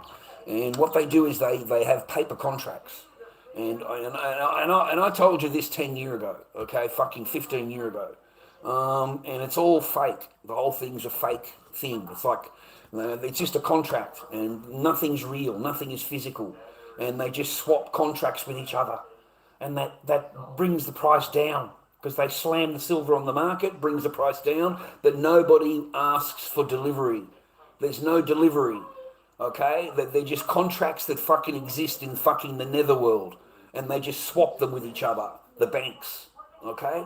And that keeps the price slammed down. Now, the paper contracts aren't worth anything, okay? There are too many paper contracts. There's too many. There's too many now that are asking for delivery. You know, back in the old days, mate, it was all done through the banks, as I've said, and that was it. Now, you've got corporations, mate. Corporations, bro. Tesla, fucking Samsung. You have got these big Toshiba. You've got these big corporations that have billions and billions of fucking dollars, man.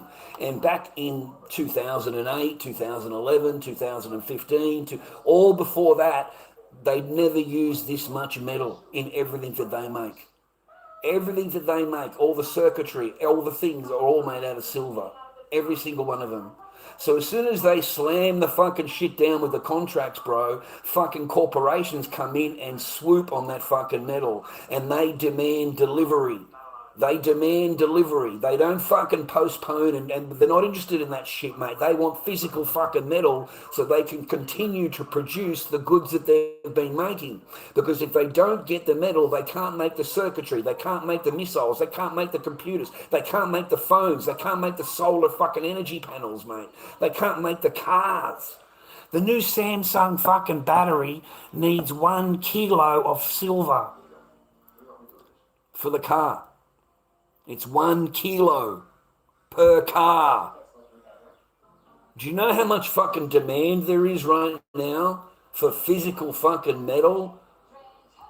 Like, you put all that together, all those companies are fucking in demand for their fucking raw materials, mate, in order to make and produce the fucking things that they sell. Okay? Now, you can't, you can, it's not there. They're putting the contracts in. They have to produce the metal, so they'll go and buy it at a fucking in another exchange for a little bit more, even if they have to cover the contract. You see, otherwise they're going to get done for fraud.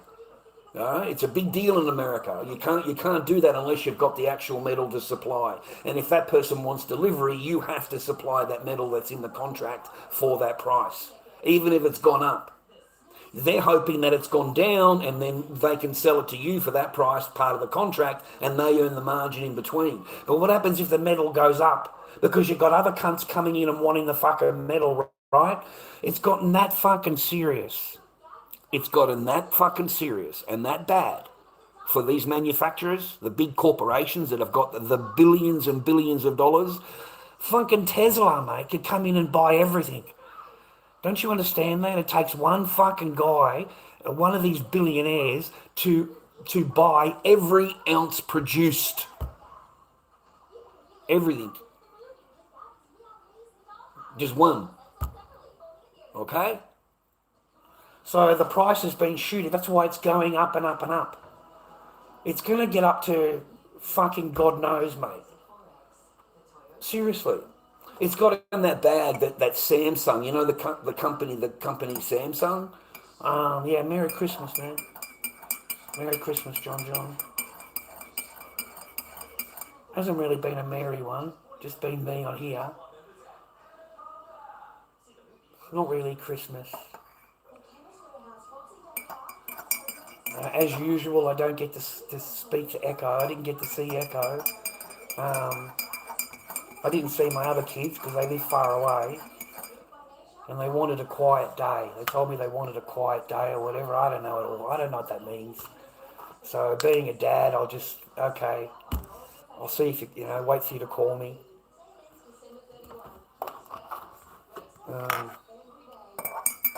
So there's nothing merry about it. We've got no Christmas dinner. We've got nothing like that. I'm sorry. I didn't realise that it was all closed. And I was too fucking tired to walk down the supermarket yesterday. So I've got to fucking... there's not a whole lot going on, bro. Yeah.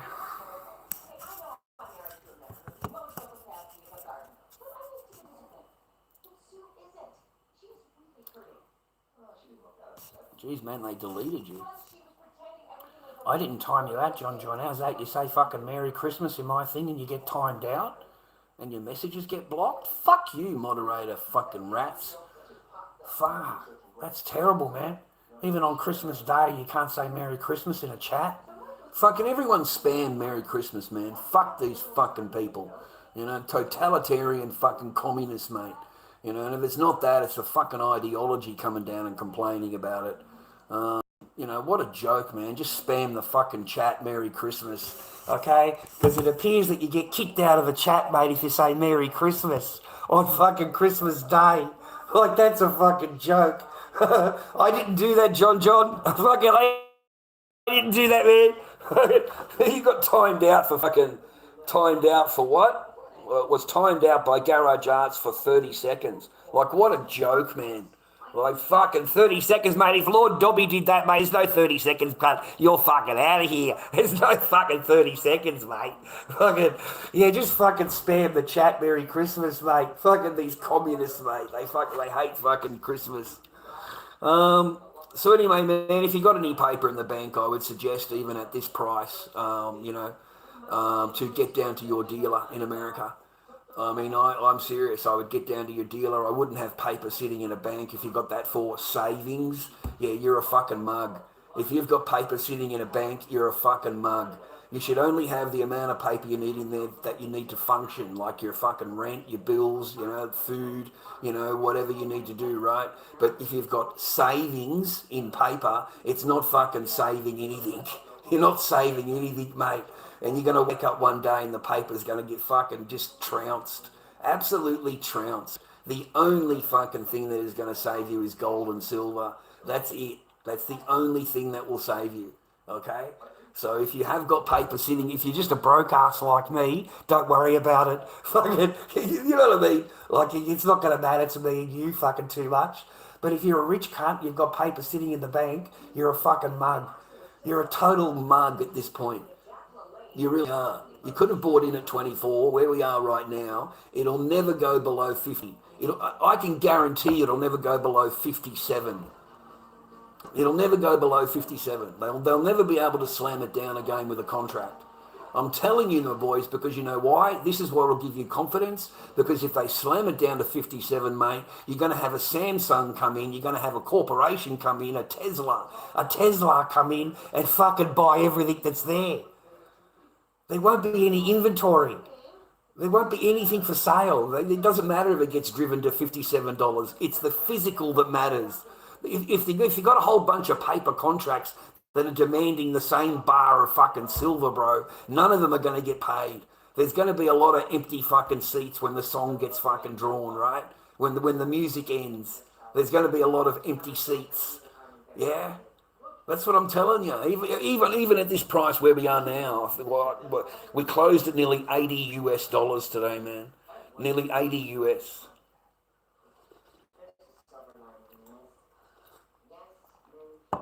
And they still can't slam it down. They're scared to slam it down. They're afraid of slamming it down, boys. It's gotten past the point of slamming it down. You know why?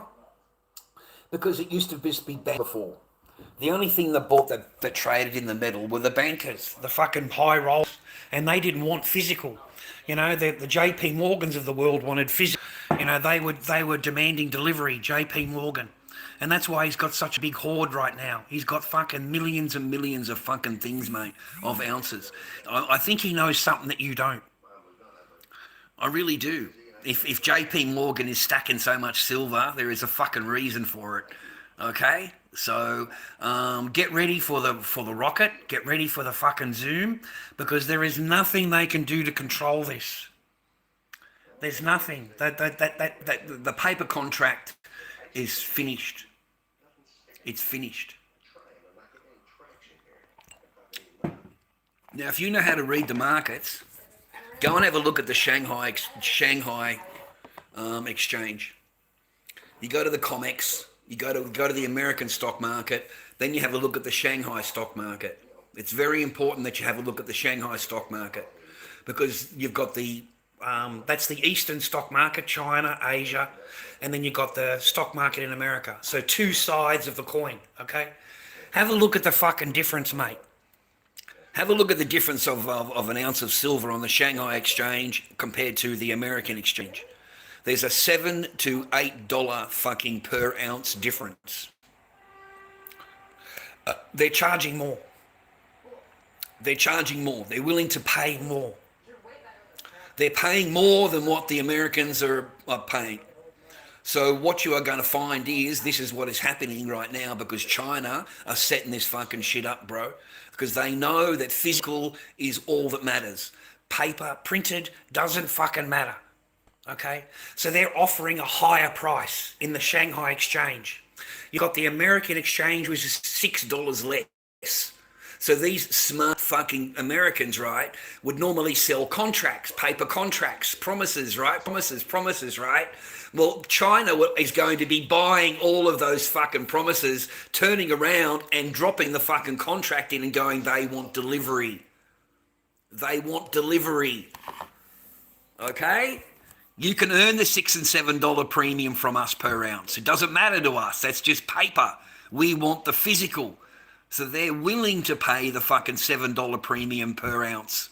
Don't you understand that it's automatically worth $6, $7, $8 more per ounce in fucking China than it is in America? So these dumb fucking American traders are selling their contracts to China, and China are cashing them in. They're not interested in driving the price down. They want the physical metal. Now, every time they get a contract and they get that fucking metal that's not in your fucking hold anymore. It's not in the American shit anymore. And I forgot to mention Samsung, the corporation. They went in and made a deal with a Mexican mine, and that mine has 5 mines. Okay? It supplies a huge amount, not 30 million ounces of silver every year, and they've been taken off the market. Those ounces have already been prepaid for. It's a 2-year contract. All metals from the mine go directly to that Samsung corporation because they need to make sure that they can do their manufacturing for the next 2 or 3 years, mate. All of their stuff is made out of silver. Everything is got circuitry in it with silver in it. It cannot be replaced. And once it's used on these appliances, it's gone. It's gone, man. When they throw that shit away, it goes into a fucking into the junkyard. You know, it's not recycled and pulled apart and all the metals are taken out and all of that. No, man, that shit's just thrown away. So once they've used it, it's gone. So there's 30 million ounces that aren't going to be there anymore. Okay, it's getting to a point now. The corporations have stepped in. It's quite fascinating to watch, man, because they can't do anything about it on the stock market. They won't be able to slam it down because they'll just buy the contracts up and demand delivery. That's all they do. They buy the contract up and demand delivery. Yeah, so we want our metal.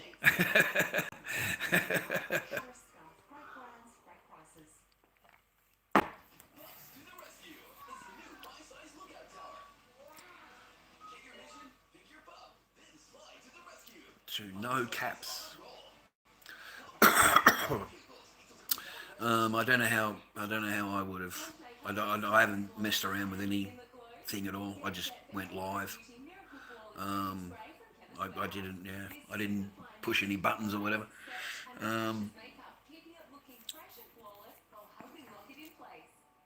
So that's why we're seeing where we are now. Gold will be over 5, mate, soon. Just give it a couple of weeks. We're on holiday right now till January the 1st. So there's only machines running the joint right now, you know, and a skeleton crew, you know. Everyone's on holiday. All the big boys are on holiday. But there's nothing stopping the algorithms, nothing stopping the machine. And the machine cannot drive it down. It just can't. So it's only just going to go up and up and up. I'm amazed. I'm amazed. I've been waiting for this for years and years and years, bro. And finally, they've lost control of the contracts. They really have. There's not hundreds and hundreds of millions of ounces of silver sitting in the Americans' vaults anymore.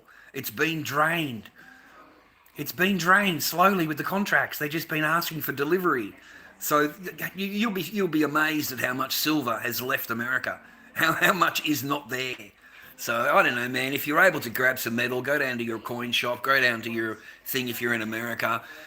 See if you can get hold of any mints in America and start turning some of that paper you've got sitting in a bank that's not fucking doing anything and turn it into your metal, because you know you can't really go wrong. You can never go wrong. Even if it does dip, mate, people are going to be buying it like you got no idea. You know, you're not going to find it on eBay for $55. I don't care what the internet says. You'll never see it again on internet for sale like that again, mate. Those days are finished. Okay, they can drive it down to whatever they want. It doesn't mean that anybody's going to sell at that price.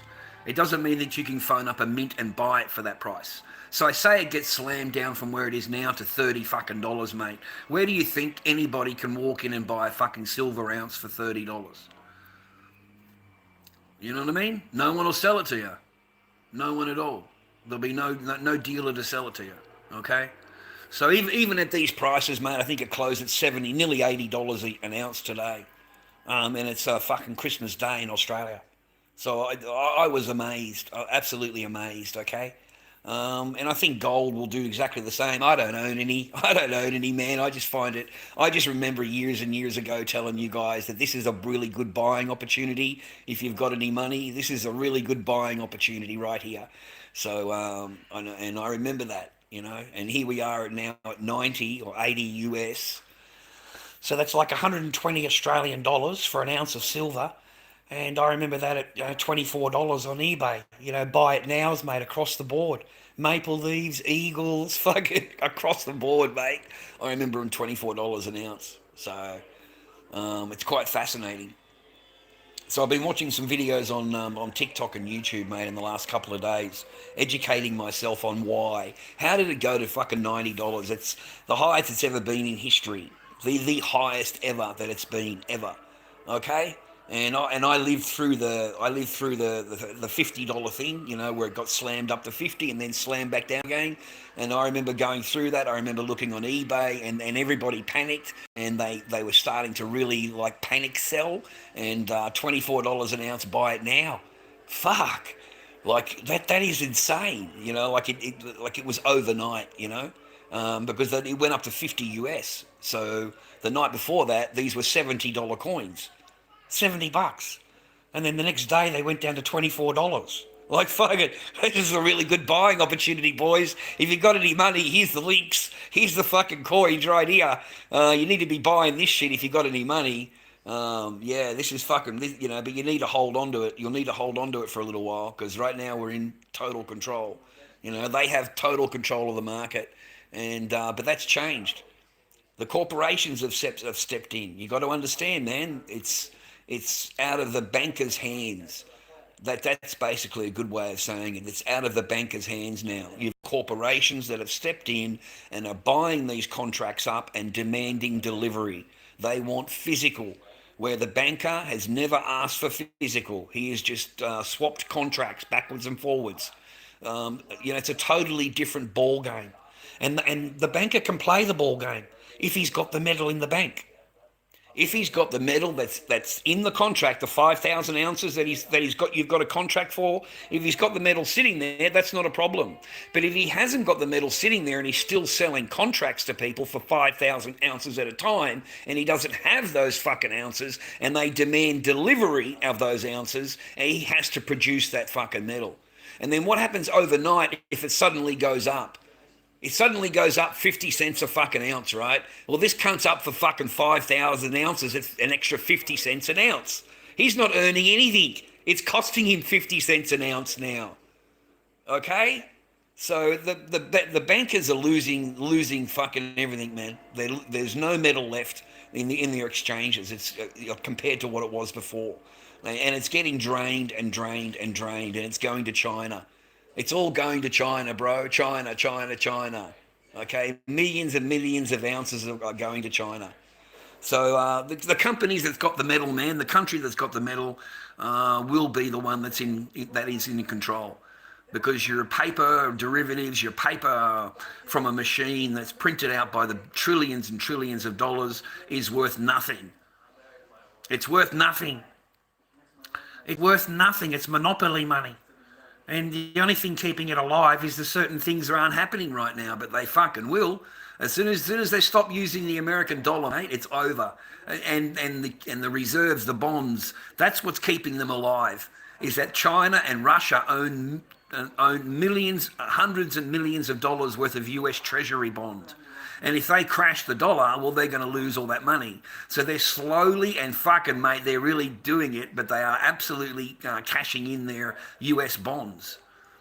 They're unloading the debt. That's what I'm saying to you. But they can't unload it all at once. They've got to do a little bit here, a little bit there, a little bit here. You know what I'm saying? And then that adds up over the year. But look up the fucking debt of China and Russia, of US debt that they hold. And then you'll understand why they're doing it this way, nice and slow, getting rid of the debt, cashing that debt in on fucking silver and gold, and getting something real and physical for that paper fucking magic note. Because that's all it is. It's just a paper fucking, it's worth nothing. So they've got to cash it in for actual resources, real things in the world.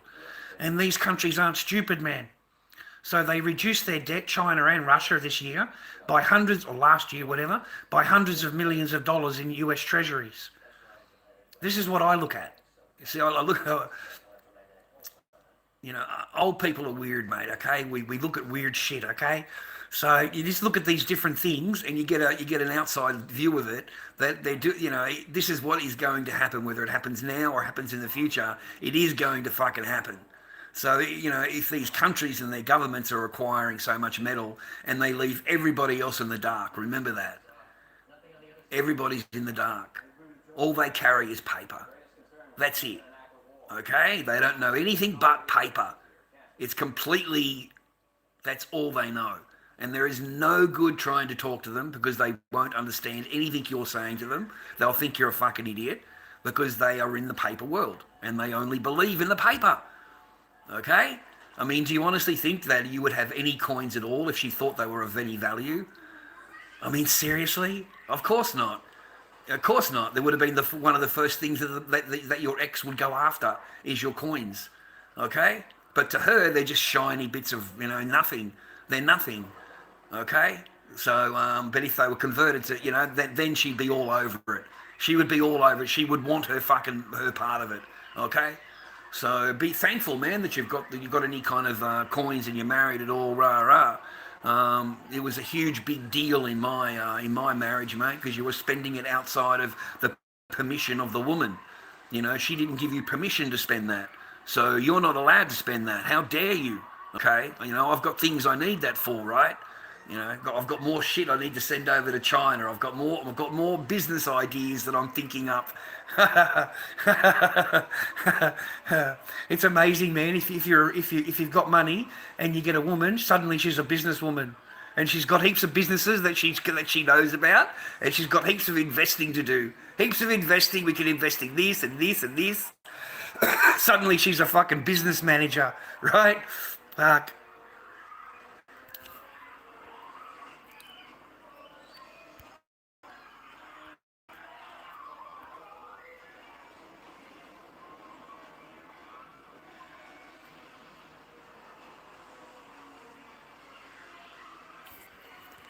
I don't know, man, the birds are dying or the birds are attacking or something.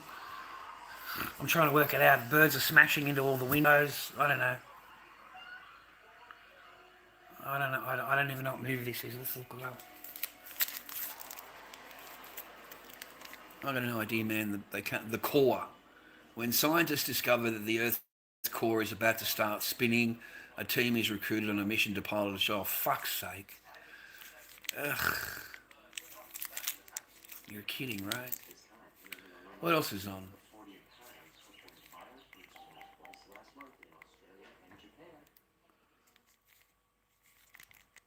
Wallace and Gromit's on later.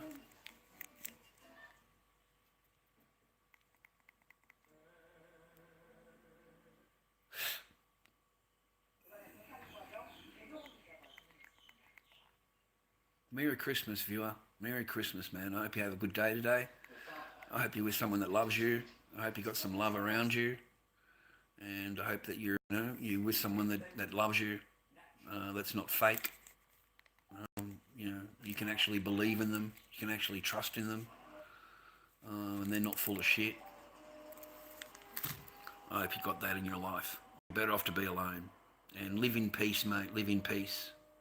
Yeah? Live in quiet peace. Yeah, you don't have that stress around you. You don't have a shadow fucking wandering around in front of you, ignoring you, Well, you don't have underwear and bras walking around in front of you that you're not allowed to touch. You're not allowed to. Of course not. How dare you? That's abuse. Yeah. Fucking pretty shit. Big fucking blue balls, mate. That's it, mate. Big fucking tees, bro. That's all.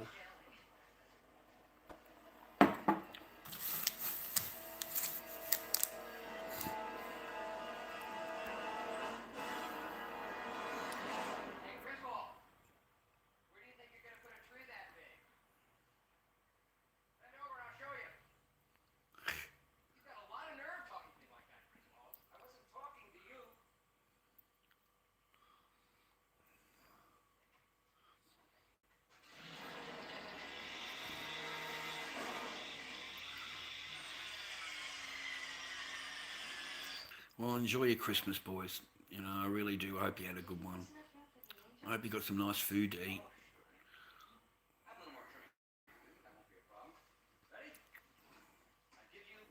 Yeah, Merry Christmas, Christopher. I appreciate you, man. Thank you very much. I appreciate you.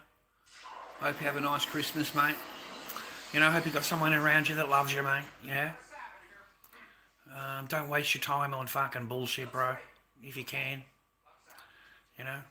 Try and have someone around you. If not, mate, you're better off alone. You really are better off alone. You're better off. Like, I'm so glad I had the youth that I did. I had my own little place like here. I was dating chicks, bringing them over, doing what I liked. They leave. You know what I mean? There was no... it's only when man wants to be a dad, he wants to be, he wants to get married and wants to fucking be a father and stuff. He opens himself up to that. And, man, what an absolute just fucking failure. What an absolute failure, man. Yeah. I got to father them, but I didn't get to be a dad. Does that make sense? I got to father them, but not be a dad. I got a certain amount of time with all of them until they were 5 years old. And then by that time, they're, the woman has decided that you shouldn't have any contact at all. It's harder on my life and it's easier if you don't see them. And, like seriously, you're interfering with my relationship. That's what they'll hit you with. You're interfering in my relationship. Like, fuck, like you're fucking kidding, aren't you? And then the guy gets out of the car and says, oh no, I'm their father now. I'm their father, so you need to ask me, and I don't want you to see your children, I'm their father now. Like, fuck, mate, they've got a lot of balls, these fucking people. So, and I was an idiot. I told what happened in my marriage to my second marriage. I actually told the person all about it, because they asked about it. And it's like I gave them a floor plan. I swear to God, it's like I gave them an entire blueprint to fucking what to do. You know what I mean? Because they did exactly the same. They did exactly the fucking same. They did it like a blueprint, bro. Like fucking, I felt like an idiot a few years later, thinking to myself, man, you basically just told her what to do. And she did exactly what you fucking said. Yeah.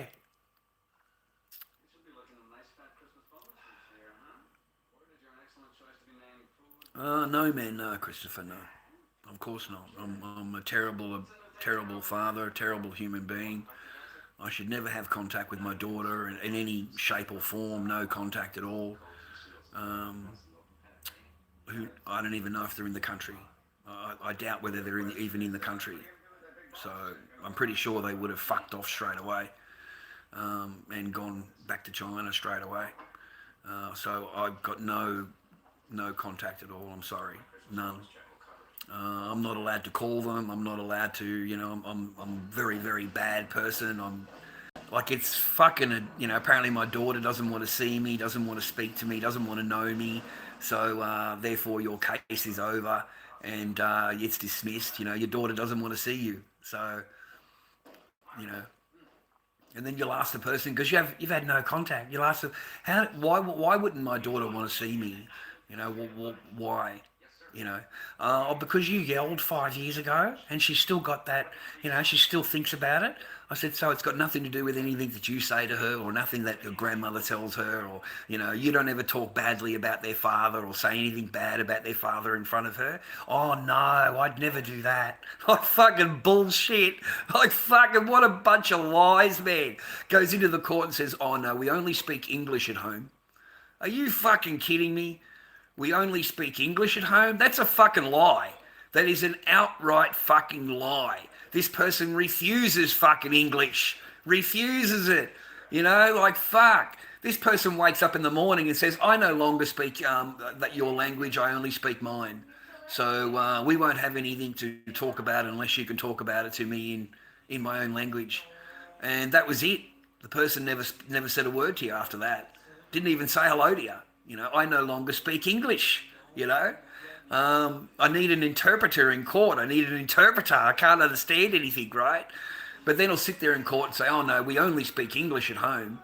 What a fucking... They just lie, man. They can lie and lie and lie and lie and lie. And, yeah. You know, fucking sat there telling the court that my sister asked her for money. Like, fucking, what an invention of fucking bullshit is that? You know, like, it never fucking happened. But this person's in the fucking dock, sworn in on the Bible, and saying that, you know, we asked her, like, they will fucking lie, mate. Lie. Okay? So, you can't win, man. You can't win. And I've got my contact reports, boys. That's what upset me about it. I paid for third party contact report, to see, and I had 2-hour visits, and then I get a report made, and that doesn't show that, man. That shows my daughter wanting to see her dad again and asking when he can see dad, and so we've gone from that to you telling me my daughter doesn't want to see or speak to me again, and that seems to make sense to the family law court. That makes sense to them. So they're going to use any reason they can to take your kids from you, man. They called not removing a picture off Facebook, years back when I had an order, and they give you 24 hours to remove everything from social media, and I forgot a picture. Okay, a picture. So you have to scroll 5 years down on my Facebook to find, and of course she found it. Of course, so I got a DV charge for that.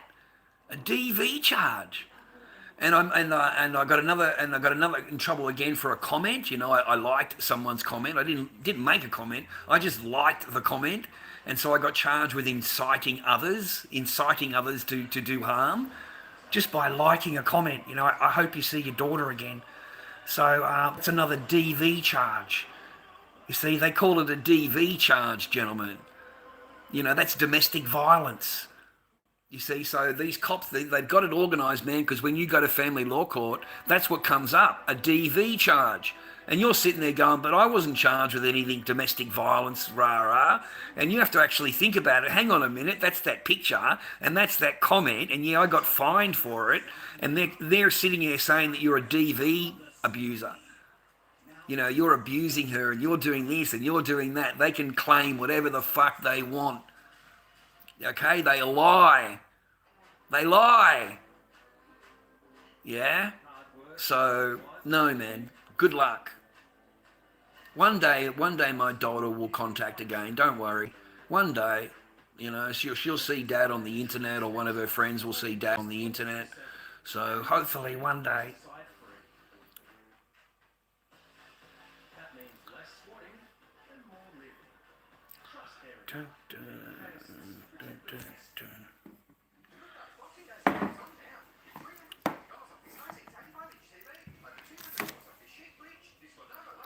Yeah, good Christmas to you too, Mr. Moffy.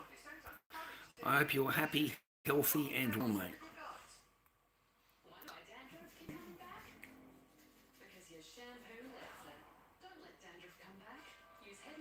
No, I wish I just said hello to him, mate. That'd be nice. But it's the same as every other bloody Christmas, mate. I never got to spend any time with my daughter at Christmas, man. Her presents and all that were in the afternoon, after they've fucking fucked off all day. Because they don't believe in Christmas. They don't believe in it. It's fucking China, mate. Communist China. They apparently they grew up, they didn't have Christmas, so why should they? Because we live in Australia. And, that's what are you talking about? Why? Like, fuck. So she would take her and fuck off in the morning and come back in the afternoon. She's gone the entire day. So yeah, my presents would come in the afternoon. I'd have to wait until the afternoon to see my daughter. Even when I was there with her, mate. Married. Are you fucking kidding? These versions of what they call marriage, mate, are fucking diabolical. What a woman calls a marriage, a man could sit back and just fucking scratch his head at. Because where's the marriage part of it? It's just you demanding fucking everything you can and want out of the man. And if he says anything to you, then he's the abuser. That's all it is. And if you don't do what I want you to do, you're not going to get any of this, any of this poo-tang pie here. And that's it. And then there's no love, mate. They don't even give you a cuddle. They wouldn't give you even a hug, mate. You know, they're offended that you hug them. Mine used to stand there like that. Like I'd go to hug her, and she would stand stiff as a doorbell. Stiff, mate. Wouldn't move a leg, wouldn't move an arm. Just like you could actually say to yourself, she doesn't fucking like you at all, mate. She's fucking disgusted that you've even touched her. Okay, so that was their latest trick, mate, to make you feel like a cunt. Okay, how dare you even touch me? So they would sit there, just freeze right up, mate, like you're gonna, you know.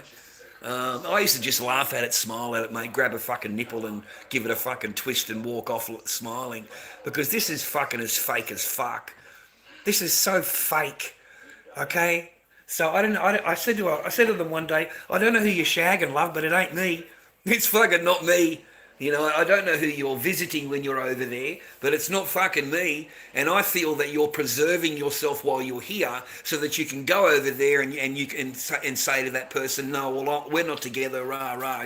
You know, that's what I feel is going on. You know what I mean? And they get really pissed off at that, bro.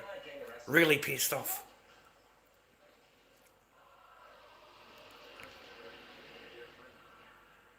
As fake as you can get, brother. As fake as a fucking Rolex watch at fucking Dandenong Market. That's how fake that shit is, mate. The purple Urkel, bro. Yeah, man, Sancho, we're partaking, mate. We've got a little bit of fucking Christmas fucking greenery, mate. That's what it's about, right? It's better than fucking sitting here lonely and sad, motherfucking depressed, motherfucker. I may as well have a couple of chongas and fucking go to bed, mate. Wake up in another day. You know, watch the comedy show here. You know, that's about fucking it, mate. I got no one to take care of, just me. So nothing really to. Yeah, Merry Christmas to you, man. Merry Christmas to you, man. Merry Christmas. I hope you have a good one. I hope you got people around you that love you, man. Okay. I hope you. You know, I really do. And if you got kids, man, I hope you get to see your children. I hope you're not like thousands of dads like me, mate, that, you know, you don't get to see your kids, mate. You know, the ex-wife has deemed you fucking, you know, no contact parent.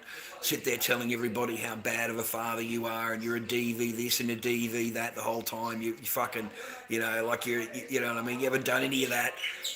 Just any excuse for you not to see your children, mate. It's everything but see your kids, everything but talk to your kids, you know, you're this, you're that. So your children never see you, man, which is a real shame for your children, because irregardless of what your ex thinks, mate, you're still their father.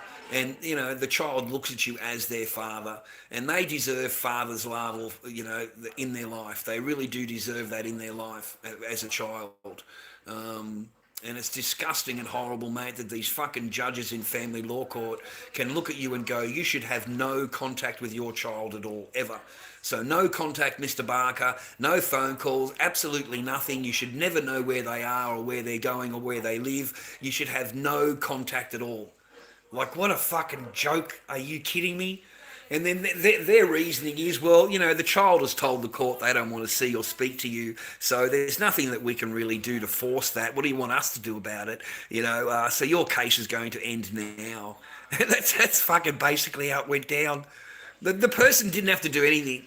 They just fucking, as normal, sit there fucking, you know, just don't say anything and ignore the court order. And if you're asked anything about it, just put it straight back on the man. Just put it straight back on me. You know, oh no, well, you didn't complete the form, and that's not how you do it. I'm supposed to complete it and send it on, and they just create their own fucking shit. But at the same time, they don't obey anything. They don't obey anything. And it'll be your fault that they don't obey. Like, you're so fucking sick of it, mate. You know, you can't stand to even look at these fucking people, mate. You know, I remember in the court, man, they're gone to walk past me. I just closed my eyes. I don't even want to fucking look at you. Okay, you don't need fucking protection. You're like fucking. I've got the fucking. I've got a cross in front of me, love. I'm fucking protecting me against the fucking evil in the world. I've fucking got the cross, mate. Yeah, you know what I mean? Like, these people think they are so fucking entitled and so up themselves, mate, that even after all of these fucking years, that you're just so much in love with them. You know, you just want them, right? They're just so fucking good, right? You know what I mean? Like, they are so fucking entitled, man, that they think that you're still madly in love with them and still madly after them. And are you fucking kidding me? But that's how entitled they are. You know?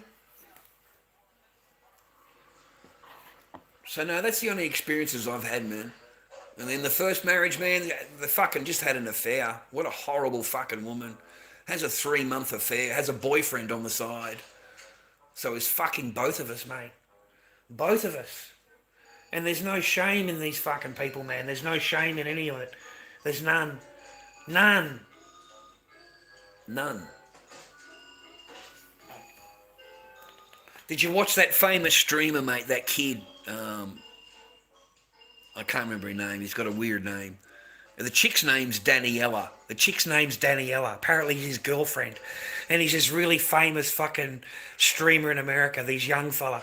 Why do these young people get so much money? I can't even get $5 in PayPal.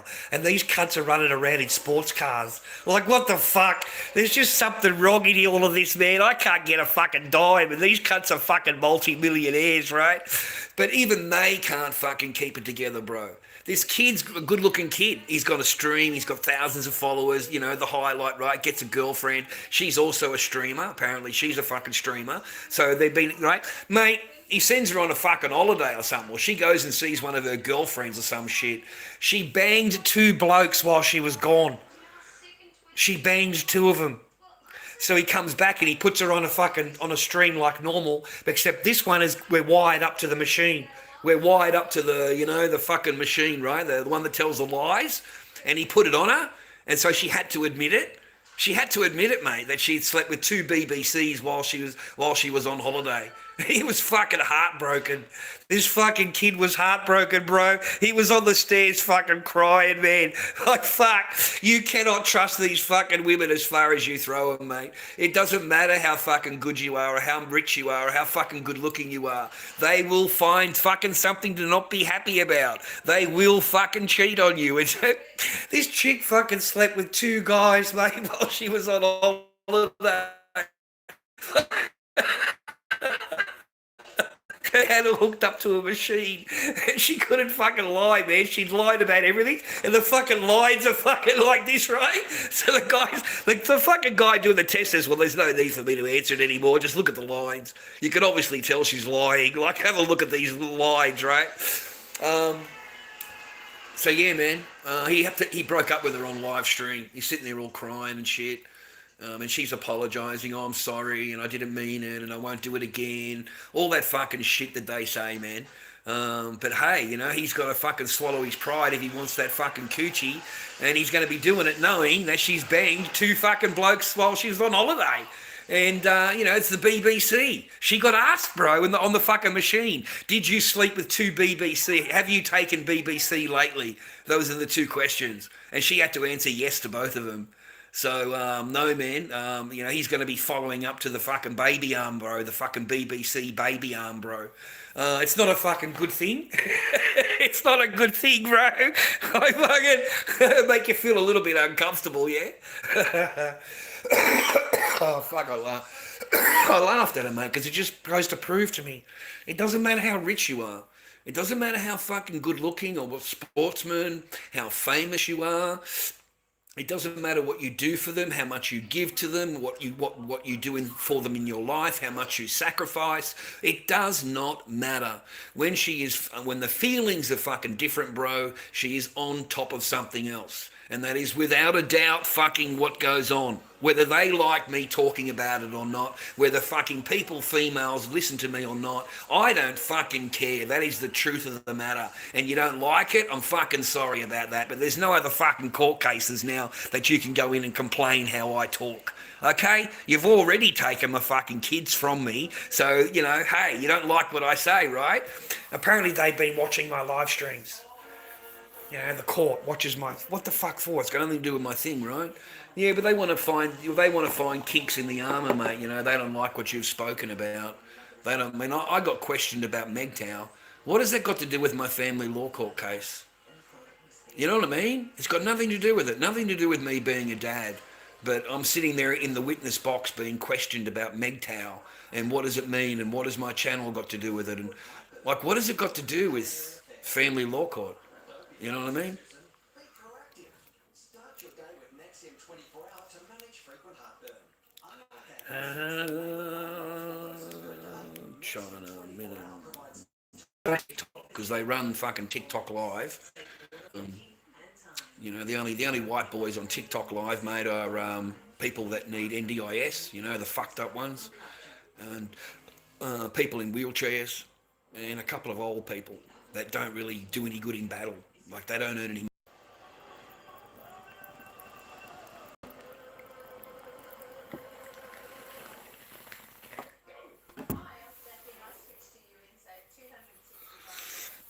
But I don't last very long on TikTok, man. I get booted off pretty quick. Within a few minutes, or yeah, within 20 minutes, I suppose, I get booted off. And I don't really talk. I just sit there and I get booted. If there's a mask in the background, they'll be for dangerous activities. That's how they got me last time, dangerous activities. If you say anything, whatever you say, they'll file abuse and harassment. Whatever you talk about, you can sit there talk about silver, and they'll file abuse and harassment, okay? And they'll get you taken down. The last time I was on there, well, I got booted off 4 times in a really short amount of time, like less than an hour. I got booted off 4 times. So it's 15 minutes or something to wait for them to clear it, and then you get to go back online again. And as soon as you go back online, straight away report it again. The same thing. What was it? Dangerous activities. Dangerous activities and drugs and alcohol. I'm just sitting here like this. Drugs and alcohol and abuse, harassment. It's just file report after report after report. You're just flooded with them. So they'll put restrictions on the channel. They'll put restrictions on the live, so you won't be seen by anybody. They'll take your gifting from you. You know, they'll file a complaint that you're trying to get people to give money. You're not allowed to ask for money. So they'll file a complaint saying that you're asking for money. So then they will take your gifting from you, the TikTok. Okay? They'll restrict your gifting for 15 minutes or whatever. You haven't said anything. You haven't asked for anything, mate. Okay? They can just say you did. And then they file abuse harassment. Okay? So there's 2 reports, bang. And then they'll get it, and then bang, as soon as they file that, they go back to the same phone, and then they file another report and another report. It's just constantly report, mate. You've got some really weak-ass people out there, and they're part of my own stream. They're part of my own YouTube channel. Don't think I don't fucking know. I don't think I don't know that it's you fucking people on here that go over there. As soon as I go live, you report me. Because I've caught you. I've caught you from here in my chat, and then I've caught you over there using the same name. And you're the only person in the chat. His name was Craig Daniels, I think, like from memory. And then he used to call himself Daniel Craig, was his second account. So that account would get me banned every fucking week. Every week, man, within minutes, straight away. So it was that one guy, just that one guy alone. And since then it's Slammer. You know Slammer? Oh, mate, he is the most pathetic the pathetic soul, and is embarrassing to go live with. Just sits there calling me a fucking pedo and all of this stuff, right? So as soon as you say anything to him, man, he files a report, bang, straight away, because you're not a leb. You're not leb, mate. Okay? If you go into any battle with these people at all, they are going to file a report against you because they want to get you off live. They don't want you getting gifts. They don't want you fucking getting any support. That's their money. That's their gifter. You know, they'll actually bring your gifter up while you're in battle with them. And they'll say to your gifter, why are you gifting him? You should be over here supporting my team, being part of a winning team over here. So they poach your fucking gifters from you. Like, they are fucking pretty relentless over there, man, because that's how they live. That's their own, that is how they get a living. Okay? That is how they earn money. And they earn a lot more money than you could possibly fucking imagine, mate. Like you don't think anything about it because you just come across the battle, right? You're sitting there, it's entertaining or whatever, rah. Well, this person's been doing that for the last 10 hours. For the last 10 hours, he's been live battling every 5 minutes for the last fucking 10 hours.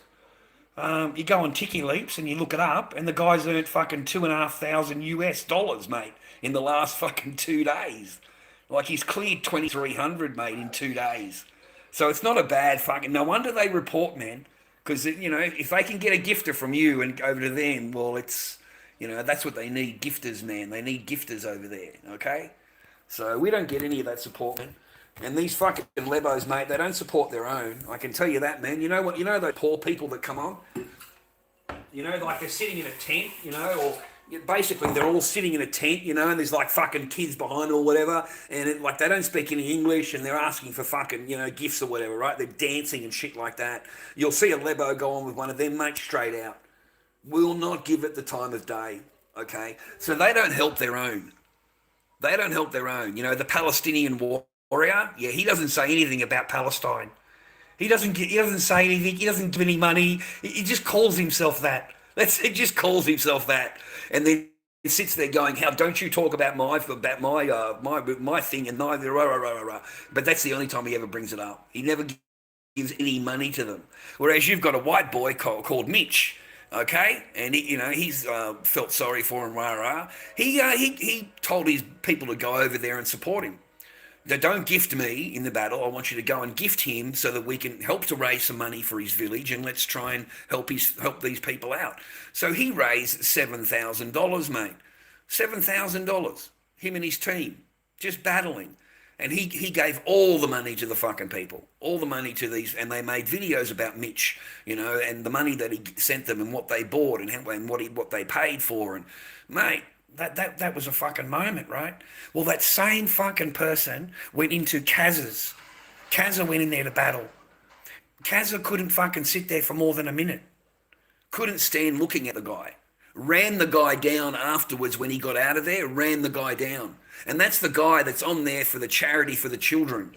That Kazza couldn't give him even one battle. Couldn't give him one battle. Just felt really bad. I had to get out of there. I don't feel right. That's because you're not like him, mate. You're after every fucking dime you can get. And you're not interested in your gifters giving him money because that's money that you would normally get. Okay? That's why. So they won't even fucking help their own, mate. They won't even help their own. But Mitch did. Mitch helped. So no, man, they're all nicey nice to the front, mate, and then behind the back they've got a big fucking dagger, and they can't wait to fucking put it in the back. And they're all as worse as each other. I don't feel sorry for them because they're fucking mugs. But the women, mate, these single women that come in there and give them money, like that shit's insane. These are single mothers, mate, single mothers with fucking 2 children or whatever. And they're in there giving these fucking grifters fucking all their paycheck, mate. It's every 2 weeks. Every 2 weeks the Johnny boys get paid. Every 2 weeks the Monzas and shit get paid. That's why they have one good week and one bad. Because the Centrelinks don't get paid, mate. And they rely on single mothers with fucking 2 children, really big women, like Lan the Whale. Like the fucking biggest women you've ever seen in your life, brother. You got no idea. Like one of the guys, can't remember, what was his name? The guy that's whacked his missus. Billy Abdullah. Yeah, he's whacked the missus up real good, mate. The videos are on TikTok. Busted up eye, busted up chin. This was his ex-missus. And this is the guy that's on battling, asking these single women for money. So he goes around there, right? Because he's run out of money. So he thought to himself, I'll go and meet one of them. Bro. He's fucking done it on live. Fucking that shit was embarrassing, man. Fucking, I was just watching and I'm embarrassed. I'm fucking embarrassed, bro. Like, this is fucking pretty bad. I felt fucking bad, man. And this cunt's got to fucking be there because he's got nowhere to live. And she picked him up from jail. He just got bailed, mate. Like, these fucking women are insane. They just got bailed. And they're in there giving him money. And, well, they can't give him money any now because he's living with them, right?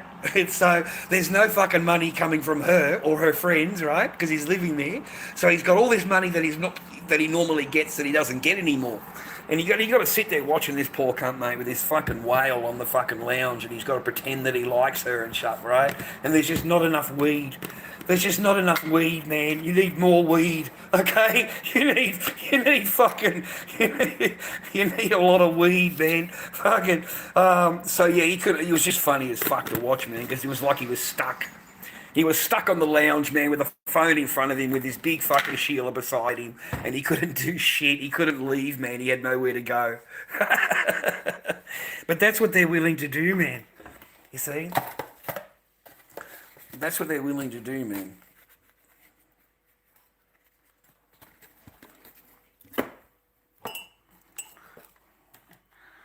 Merry Christmas, boys.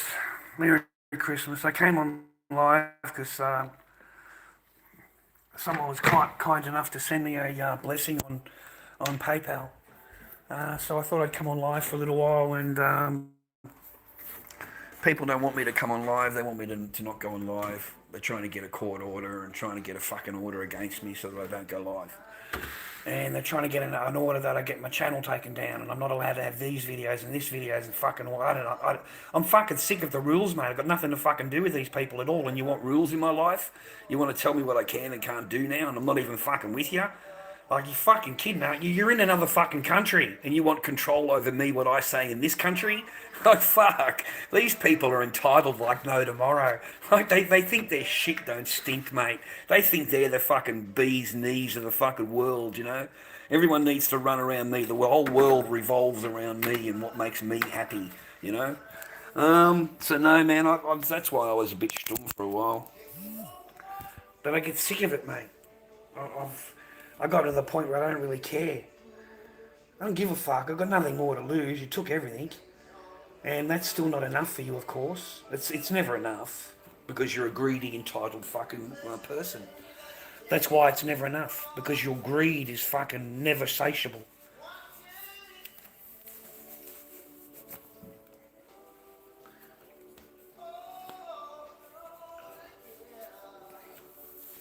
Oh, fuck. GSP.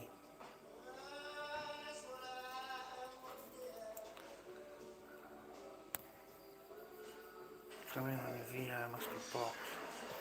Turning GSP on your eBay listings. It's impacting your sales not doing this. GSP. What the fuck's GSP, man? I don't know what you're talking about, mate.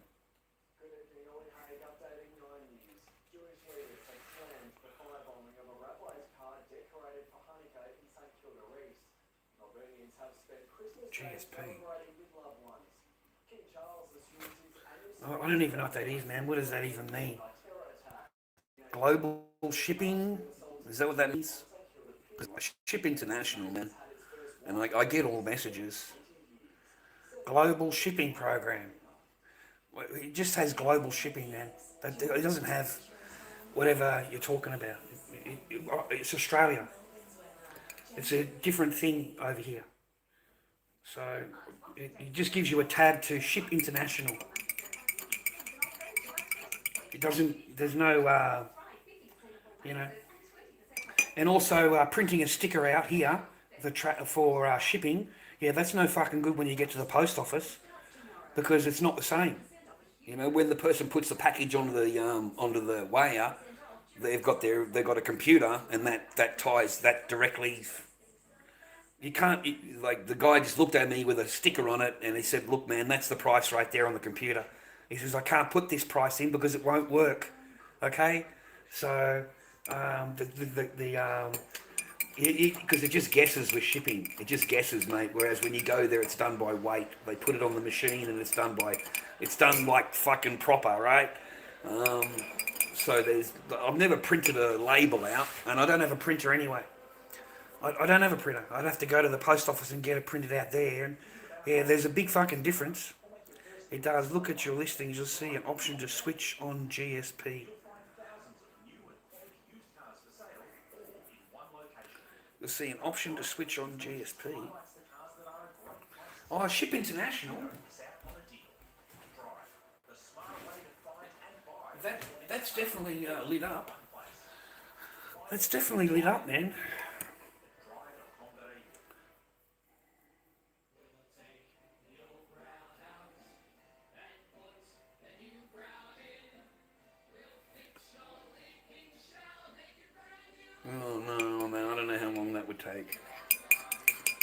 Yeah, I got, I don't know, man, my customers are pretty fucking, like you look at my comment section, it's like thanking me about the shipping, like it's fucking quick, right? As soon as you pay for the mask, it's mailed that day, and a receipt is given to you, a postal receipt, like an actual receipt. I send you a copy of it. So that's pretty quick to me, and it only takes a few days or whatever to get to you, even in America. It only takes a few days. And I've never missed a message. There's no messages on eBay that I don't get, man. There's nothing blocked. So yeah, I've got plenty of watchers, I've got plenty of viewers, I've got plenty of people that have seen the mask. I just put it down to the Christmas period, and I'm like, like it's holiday or whatever. It's not really mask. That's what I put it down to.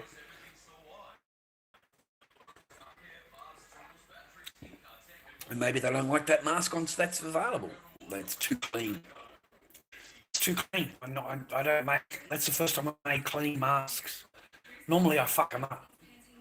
Stage used, abused, that kind of thing. Make them look like they're all fucked. But these two I did. That's the first time I ever did a clean.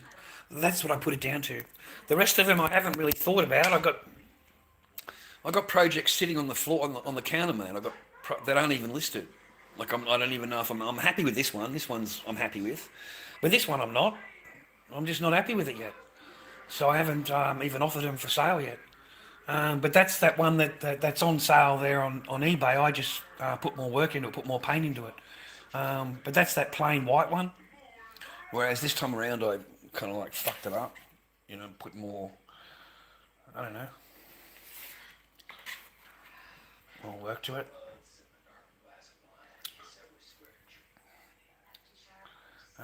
But that's that one that's on eBay right now. I just haven't changed the pictures.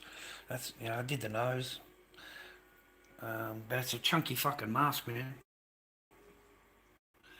That's that one. I haven't got this one listed yet. I'm happier with it than I was before. It's brighter, but I don't know if I'm still happy with it yet. I might like do it like that, fuck it up a bit more like that. Yeah, but it's holidays, so I mean, no one's punting for the masks that I've got there, so I thought I'll just work on these slowly, rah. We've got a clown there to work on. These are the masks that are available on eBay at the moment. That's the WG. It's a fucking solid, thick mask. That's the horror key. Big masks, man. They're not little masks. That's the Iowa. That's the Iowa. There's the bandage. And there's the quarryman. So I've got them on the floor ready to go, ready to crack. So 2, 4, 5. I've got 5 auctions on 5 things on eBay at the moment. Oh, I've got 6. I've got that one up there, but it's just plain white. I haven't updated the pictures. I haven't changed the pictures yet, but that's the white one that's available on eBay. So hopefully no one buys it off me because I've fucking repainted it, basically. Like, they're gonna buy a fucking white mask.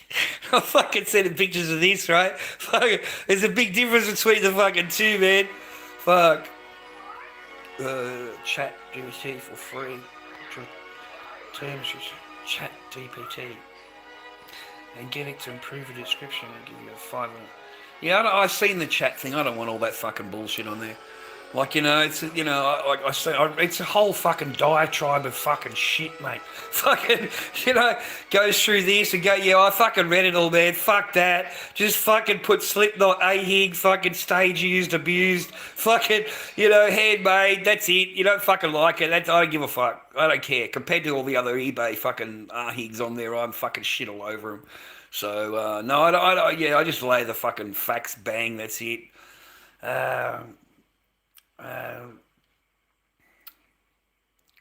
Probably. I don't know. I don't even know if I filled all that out, mate. I don't even know. I got no idea. I got a lot of repeat buyers. I know that much. I got a lot of people that like collect my fucking masks, man. So, they actually collect them.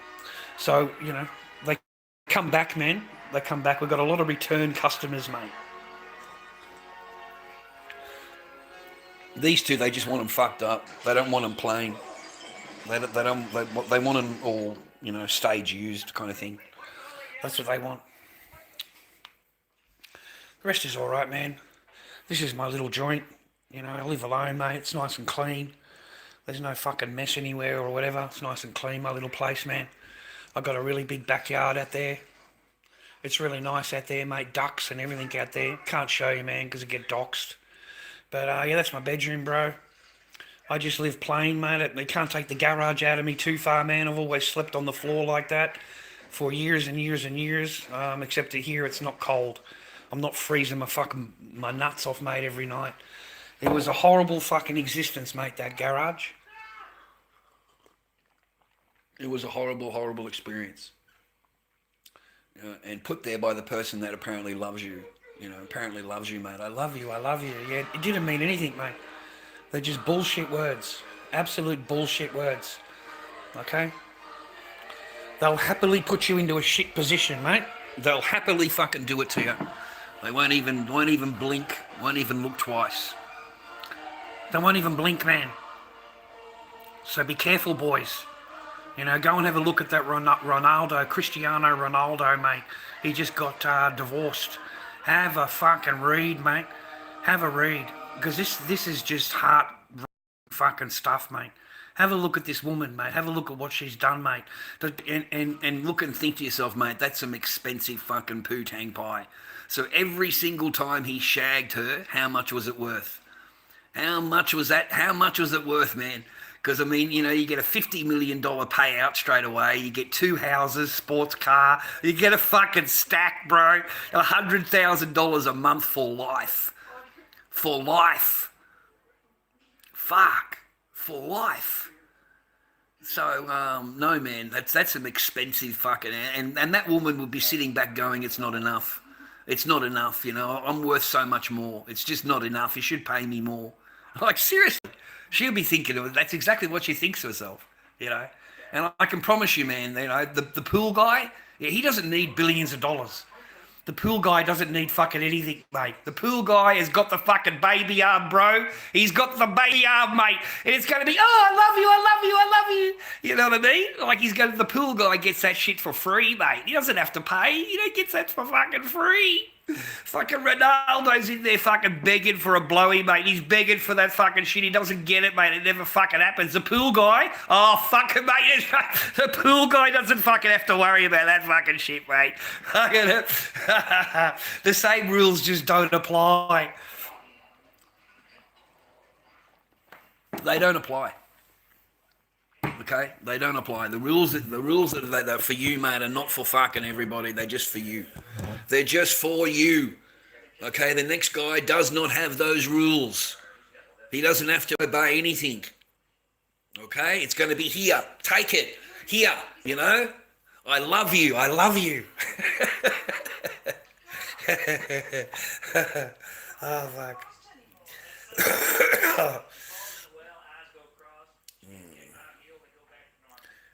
Yeah, no one wants to read a 500-word fucking essay, mate, about a fucking mask. Like, nobody.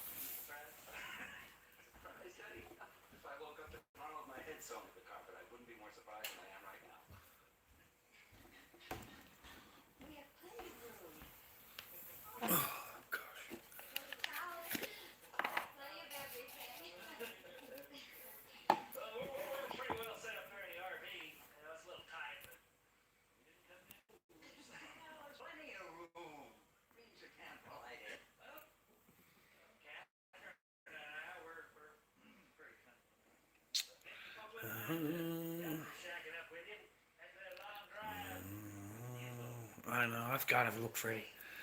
I'm pretty sure I filled it all out, man.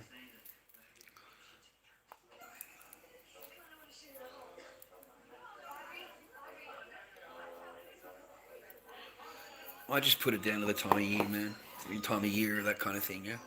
People have got a lot of cost of living and all that kind of stuff, dude. It's fucking terrible. Terrible, bro. Like, absolutely terrible. Supermarket, 3 potatoes, cost me $4.60 for 3 potatoes. Like, 3 potatoes, $4 fucking 60. So it was almost a kilo. What the fuck? I was stunned, man. I was like $4.20 or some shit, man. I was just stunned. 3 fucking potatoes. Like, what a joke. You got to buy a bag of potatoes, it's $9. $9 for 2 kilos of potatoes? What fucking world do we live in? $9? Like, fuck. Mate, I remember these was $2 a bag, bro. $2 a bag, you know, $4 a bag, right. $9 for a bag of potato, 2 kilo bag of potato. Like, so I just don't buy them. I fucking refuse to pay for it. Just refuse. It's like saying to the supermarket, yeah, that's fine. You know, charge whatever you like, right? If you don't buy it, well, you know, I come back in the next week or something, mate, and there's a couple of bags that are half price. Like, I swear to God, I do it every fucking time. I just look at the dates on the potato bag. You've got a date there. Mate, just come back a day before that, okay? And they'll be half price. Those bags will be half price because they run out of date tomorrow, okay? And all of that shit will be half price. Also at Woolworths, if you go there after 6 o'clock, I think it is, 6 o'clock at night, everything in the bakery is half price. Everything in the bakery. It may not be marked down half price, but when you go to the cash register, it's half price. Okay, it's after 7 o'clock. Okay, or after 6 o'clock, I think it is, something like that. I think it's 7 o'clock. It's half price. Other than that, I don't buy anything. I'm not spending. I'm not giving them any money, man. Fucking none. $4.8 billion last year profit, mate. Just Woolworths. $4.8 billion profit in 1 year. So, no, man, they're marking this shit up like no tomorrow. They are absolutely smashing it as much as they can, as hard as they can. And it's like you've got no choice, yeah? So it's either you go without or you have to spend that fucking money. And if you spend it, well, then that just justifies them charging it, and they'll just put the price up even more. Or they'll keep it at that same price and reduce the contents. You'll have less of the contents. You know, like, seriously, man. One day you'll wake up and a block of fucking chocolate will be $8, and all you're going to get is that fucking smell of the chocolate in the paper. When you unwrap it, you'll be able to smell it, and it smells like chocolate. Because there's no fucking chocolate in it. It's just that's how much it costs, mate. Like, these companies will gladly do that, don't worry. they'll happily do that. But it'll get to a point where it'll be really small servings, like the block or whatever you're paying for. It'll be fucking miniature, and you'll be paying the same amount or more because of the profit margin. And that's all it's about. It's about profit, okay? And that's the same thing that's going on with silver right now. That's why these companies, these Samsungs, they go into the mine, the actual mine itself, and they offer $87 an ounce. $87, locked in for the next 2 years. It's not on the stock market because they did it direct. But those 5 silver mines are offline now, okay, for the next 2 years. That company gets every single ounce of metal that comes out of those mines. You know, those mines are offline now. They're no longer available. So 30 million ounces instantly gone from the market, 30 million ounces. And that's just silver. Forget about all the other metals, the copper, all the other zinc, all the other stuff that they use, mate, that they've also bought, because they've bought all of that too. All of the material that come out of the mine, the metal, they've bought all the metals because they need it for their future, the company's future. Without these base metals, the company's going to go broke, isn't it? It can't make anything. It can't make anything. And everything's going EV, mate. They want electric vehicles, right? Mate, what a fucking most stupidest thing that I've ever seen in my life is these electric vehicles everywhere. Like, the amount of materials that has to go into making it, it's just insane. Like, the amount of fucking materials, mate, compared to a combustible engine is a lot more. So they all need circuitry, man. And apparently the new car battery, there's some new car battery Samsung are producing, and it can travel, hundreds of kilometres, easily charged, but it uses 1 kilo of silver per car. 1 kilo. So when that comes online and they need 1 kilo of fucking silver per car, what do you think they're willing to pay? Do you think it really matters if they're paying $200 an ounce or $300 an ounce when they're selling a $100,000 car and it needs 30 grams of silver? Do you think they're going to hesitate in spending a couple of $100 in materials to get that fucking car on the road? Of course not. Of course not. It's just part of doing business. But you've got a lot of corporations that are hunting after that same fucking metal bar. They've all got fucking shit they need to build. What about the fucking electric grid things? What are they? For the solar energy panels. They're 30 grams each panel, 30 grams. So an ounce of silver in every panel, and that's tied up for the next 30 years. And they don't break down. But when they get rid of them, they don't break them down and get the silver out of them. So that silver's gone. It's finished. Once they've made a panel or put it into a circuit, that's the end of that silver, mate. It's finished. Okay? Because they've used it. Yeah?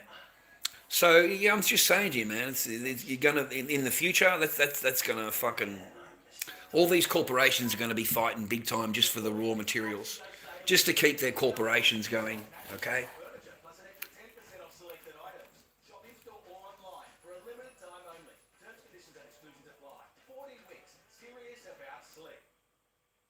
Amelie's gonna be living with us? He's a dream, isn't he? She wants to destroy my life.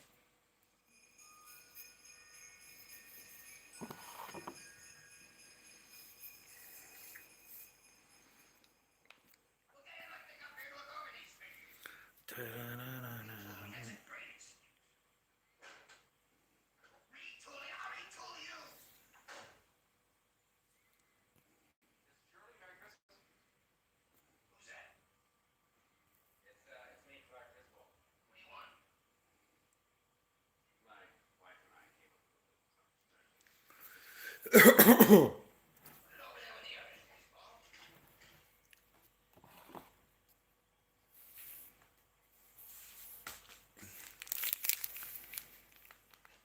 Oh, by the way, I hope my report helped out at the trade show.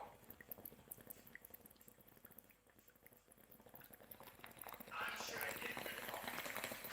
If you'll excuse me, I'm in the middle of an important call. Get me somebody. Anybody. And get me somebody while I'm waiting. There you go, John. It all adds up, man. It all adds up, man. One house has what, 12 panels, 10 panels? That would be 200 grams. 10 panels, 200 grams. That's 6 ounces, man. 7 ounces of thing per household. So it adds up. Does anyone ever used to have a sled? So if you've got paper, boys, I just recommend just still jumping in. Don't be shy. Even if you can get into your local shop down there, if you're in America, and you can still get some coin. Don't think about it, because right now you're still at the base price. The only thing they can do is try and take it down, bring it down. And the only thing they can use, the bankers and the stock market, is paper contracts. And that time is over. It is over for paper contract. It's over. Okay, you've got to understand that they cannot fucking do anything with the paper contract anymore. If they drive the price down from where it is now, these corporations come in and buy those contracts. And they ask for delivery. They don't fuck around, mate. They're after the resources. So they slam the contract back again and demand delivery. Okay? So that's 5,000 ounces per contract. So if they haven't got it in their stock, in the back, well, then they've got to go out and buy it at the open market. Well, Shanghai is $6 to $7 above the fucking American market.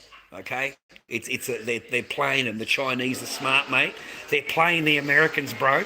They're offering more in China than they are in Australia, England, and America. They're offering a $6 premium. So they're buying all. They're sending their metal to China. They're selling all of their metal. Okay, so any metal that gets produced over there, which is what the trader would do. He wouldn't think about it, you see. If he knows that there's a price difference between the two countries, the two stock exchanges, he'll buy one set of metal from America for a set price, say, I don't know, $70. And then he knows that Shanghai is offering $77. So he sells that contract to Shanghai. Okay, and they buy it for 77. Well, in his mind, on paper, he's going to get paid, right? On paper, because it's on paper. He's got an extra $7 per ounce, and he'll get paid out on that deal. But then, because normally they don't ask for delivery. They don't ask for it, bro. It's just a paper fucking thing, backwards and forwards for them. Well, now China are demanding fucking delivery. Okay, they're no longer fucking around, bro.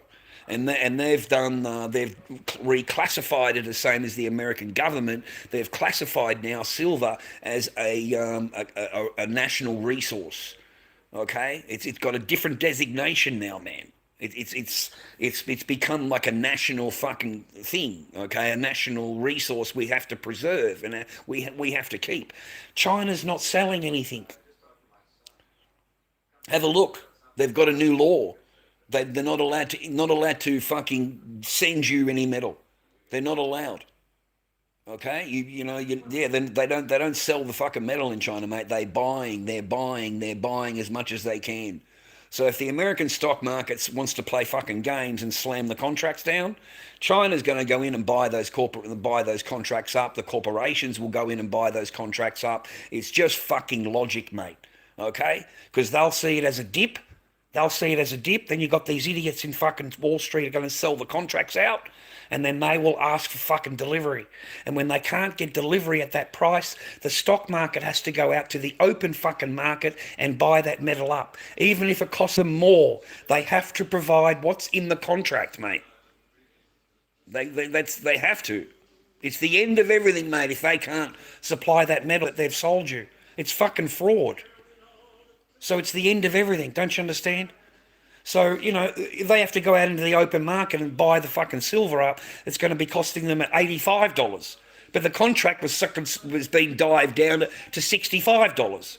So it's costing them an extra $20 per ounce to replace that contract. That is just facts. That is what they have to do. And now you've got corporations, man. You've got Samsung. You've got fucking Tesla. Like, the big boys are in there, mate. And they're trying to secure their resources for the materials and things that they make in the future. Okay? So they'll buy it now. They've got billions of dollars sitting in the bank, bro. They're not going to hesitate on fucking buy. There's one guy, man, I watched a video this morning, spent $4.8 billion on the silver market over the weekend. $4.8 billion. And he did it through 7 or 8 different brokers all around the world, 7 or 8 different brokers. And he bought the contracts up and he demanded delivery. So they don't know who it is. What government, they don't know if it's a private individual. They just don't know. Somebody with very deep pockets has come in and fucking bought all those contracts up. If it goes to 100, mate, if it goes to 120 an ounce, he has saved fucking $60 a fucking ounce. He's saved. He's already in front. So no, mate, things are going to change over the next few months in regards to all of this metal. I'm just fascinated by it, man. You know that. For years and years, I've been telling people that, it's one day it's all gonna come fucking crashing, and that'll be the end of it. And this is the crash, but it's the silent crash. It's the one behind the doors crash. It's the crash that happens for the big boys. This is the crash that happens before the little plebs find out what's going on. And the big boys are able to get in and cash in. And they're able to get in and fucking get some resources before it all fucks up. They're able to walk away with resources. And that's what it's about. Because these companies, man, these Teslas shit, dude, what happens if they've got analysts sitting back and they know more information than we do? And in their mind, it's going to go to $500 an ounce. What happens then? Okay? This would seem like a bargain, wouldn't it? At $70 or $80 an ounce, it would seem like a bargain. If they pump this shit up to $200, mate, by New Year's, then you could obviously there is something going on here. Okay? There is something big going on. And then you've got the US that owes so much debt, mate. So much fucking debt. $37 trillion in debt. They pay $1 trillion a year just in interest. Just in interest alone. $1 trillion in interest alone. And that's just America. And all the countries are in debt. All of them are. So I think they're hedging themselves. I think that they see what's going to happen in the future. They know it's all going to fuck up. They know that it's a matter of time, right? And they know that digital currency is going to get pushed, and we're going to be pushed into the new paradigm as the pleb. So what would be the main thing that would be worth so fucking much, mate, in the future? Right? And the corporations, man, forget it. It's a total wipeout. Between the governments and the corporations, yeah.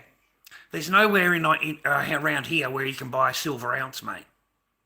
None of them. None of these shops down here in Frankston have one silver ounce. They can offer a couple of round 50-cent pieces, and they're fit $40 each now. They were $25 when we walked in there, and I showed you on live stream just a few months ago. They were $25. They're now $40 each. And that's all that he had. He didn't have anything else. There is none for sale. He doesn't offer any. He hasn't got anything for sale. He said, I've got silver, but I'm not offering it. I'm not selling it right now. I'm just not selling. All right? Why don't you want to sell? Because I think it's going to go a lot higher. I think there's, and I just smiled at him,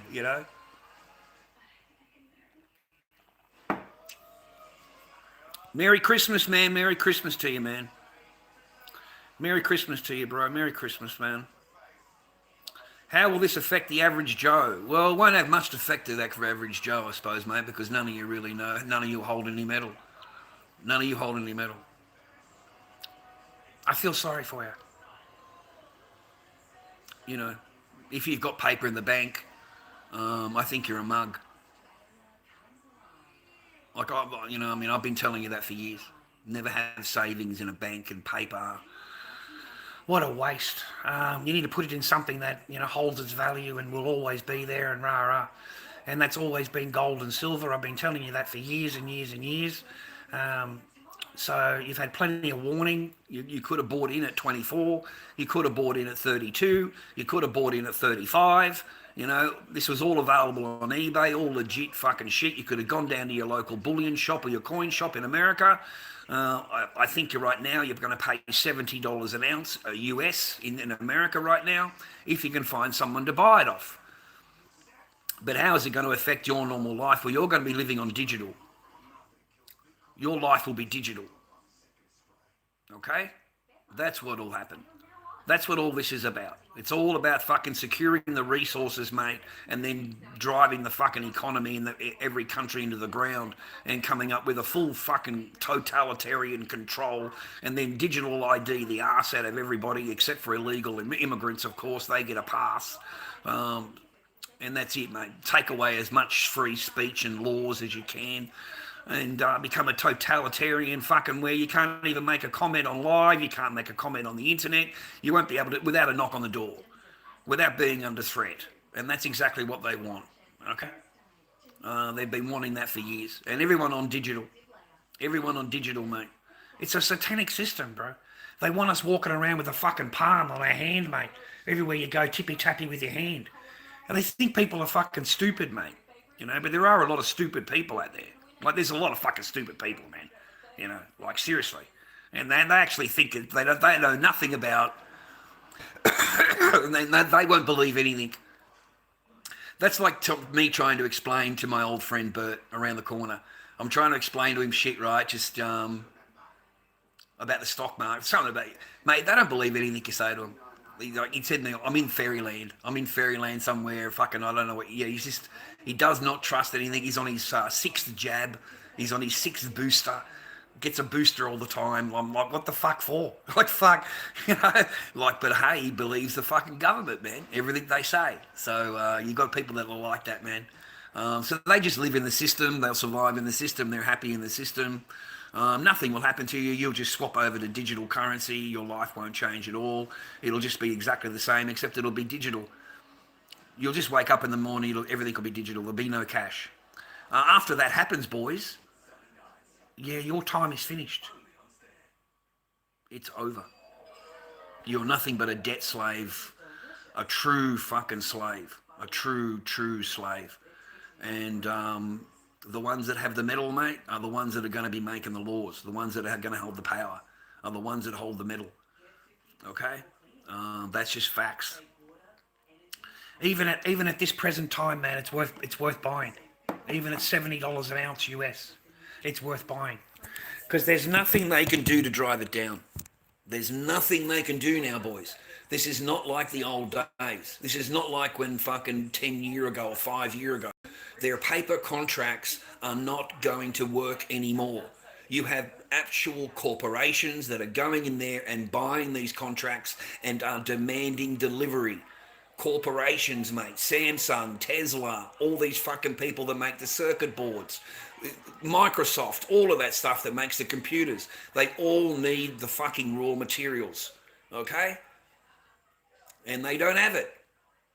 They don't have it, mate. They've outsold their... They reckon that there are 6 contracts for every 1 bar of silver. There are 6 paper contracts. Each contract, 5,000 ounces. So 30,000 invisible fucking ounces for 1 ounce of real. What happens if those people call that in and they want their metal? What happens? There's no fucking metal. You've got 1 bar. So now those people that sold you that contract, they've now got to go to the open market and buy it for what the price it fucking is. They're all going to go broke, mate. As soon as that shit gets called in. You know, don't you realise they're in complete panic right now? These bankers, mate, complete panic. I can promise you, man, in complete and utter fucking panic. Because they can't control it. For the last 50 fucking years, mate, they've had total control. But in all of that time, you didn't have these corporations that were using those raw materials. You see, they need it for the cars, the paneling, the circuitry. You've got to get it in your head that they need it. They need these raw materials to earn their fucking money. Or the company gets, that's it, no more goods. Nothing more to sell. So you've got all of this stuff driving it up, mate, driving it up and driving it up. And China have played a smart move. They've offered $6 an ounce over the price of the fucking stock market. $6 an ounce more. Look it up, Shanghai fucking exchange, mate. I'm not fucking lying. Okay, so they're offering more than the US stock market. And you know why? Because they want the Americans to sell them the contracts. They want the Americans to sell them the fucking metal. And the Americans walk away thinking, oh, we've had a really good profit with it, $6 an ounce, right? But they've bought all the fucking materials, man. And it doesn't leave China. It doesn't go back to fucking US because China need all those materials, mate. All of its fucking farms and all the shit that it makes over in China. It's a major fucking production fucking hub. It needs silver like a fucking breath of fresh air. That's how much materials it uses. So when that metal goes to them, mate, it doesn't go back to the US. So again, you've got that driving force. And then you've got these corporations coming in that are buying the fucking mines, man. The actual mines. Like, we're cutting out the middleman. We're cutting out the stock market. We're going straight for the fucking mine. And we'll make a fucking actual contract with them. So they've locked their contract in, Samsung, with the fucking Mexican thing. $87 US an ounce. $87 a US. That's why they got it locked in for 2 years. That's why the company was happy to sign up, because they're already in front, fucking plenty of fucking per ounce at the moment. They're in front. Not only that, but they're buying all of the raw materials, the copper, zinc, all of the fucking stuff. They have a whole range of stuff that they get there. They own 5 mines. This one company owns 5 mines, and all of them in full production. They produced 30 million ounces of silver last year alone. 30 million. You know, it supplies, you know, a certain percentage of the world's fucking silver, mate, these mines. Okay? They're big time fucking shit. So when you've got an actual corporation now going directly to the fucking miner, directly to the producer of it, and offering fucking this so much money over the spot price, what do you think's going to happen, man? Because it's all done on the sly, man. It's done on the fucking sly. It's got nothing to do with the stock market. The executives got on a plane, went to Mexico and met the fucking boss and bought the fucking mine. Or didn't buy it, but for 2 years they've got a license on everything. For 2 years. So the mine will be offline for 2 years. Okay? So they offered more than what was being offered on the stock market to lock it in. Why do you think they would do that? Why do you think Samsung would go to a fucking mine in Mexico with all of its executives on its private jet, champagne and fucking Sheilas and cocaine everywhere? And next thing you know, they're signing a fucking agreement for 20 something odd dollars over the fucking stock market price. All on the sly, mate. You know, all on the fucking sly. You know, we're going to keep this agreement nice and fucking stum, mate. We're not going to tell anybody. But they've already offered $87 an ounce, US. Okay? So that's where we're heading, buddy. Because that's where the corporations are. That's where they're willing to go. The next corporation that comes in will offer even more. He'll go up to fucking $88. He'll go up to $90 an ounce to secure those fucking resources, man. What scares me, man, is it only takes one fucking, what's that rich guy, you know, the richest guy in the world, what's his name? The Tesla guy. A real rich one. Anyway, that guy. All it takes is that guy to come in, mate. He could buy the entire world's supply of fucking every metal that's produced. That's a scary thought. Just one guy alone. He could buy every bit of resource that comes out of the ground. There would be nothing available for anything else. That's scary. Okay? So Tesla are in there, Samsung are in there, the corporations are in there. They're doing deals directly with the miners. So this won't affect the price on the stock market, okay? The only thing that fucks up the stock market, mate, is the contracts. Okay? They have lost control. And there is no control. And they're not going to be able to get control. And if they want to slam it down again, they want to use their fake paper contracts, well, they're going to be dealing with people and corporations now, not just banks, not just equity firms, you know, not just fucking retirement funds where they just swap the contracts. That's all they do. They don't do anything. They just swap contracts back and forth, and this brings the price down. Okay, and now those people are going in and just buying those contracts.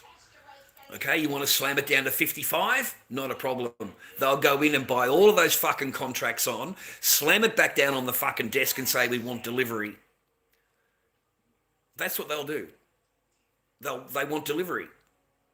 So what are they going to do? What is the stock market going to do? What is the fucking banker going to do that's slammed it down at 55 and has sold you contracts? And yet, reality, they're $85 an ounce on fucking Shanghai Stock Exchange.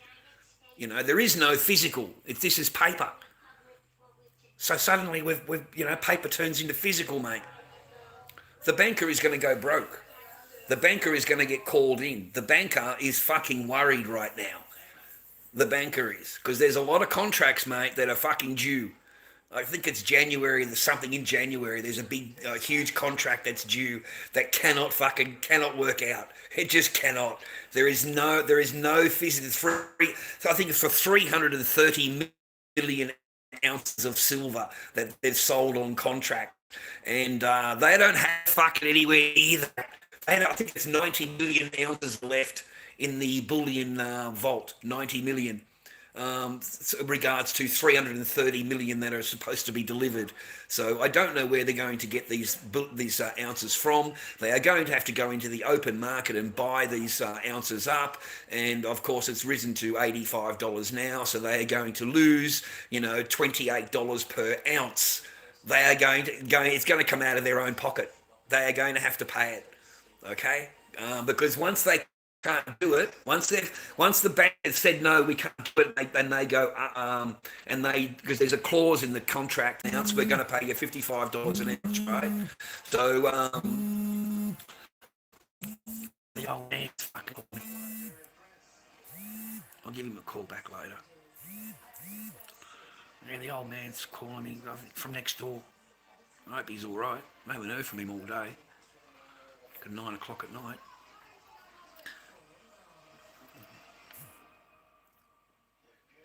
Yeah, he's had 6. Yeah, Bert's had 6 fucking jabs, man. Yeah, he's had 6. It blows me away. I tried telling him what for, but they don't listen to me, and they have full trust in the government. Like old people have full trust in the government. They want to believe in what the government stands for. Not the government. They just want to believe in the idea of the government, because he went to war. He went to war, man. His friends, he's seen his friend die. You know what I mean? So to him, he's fought for it all. He's fought for it, So he's got a different way of thinking, mate.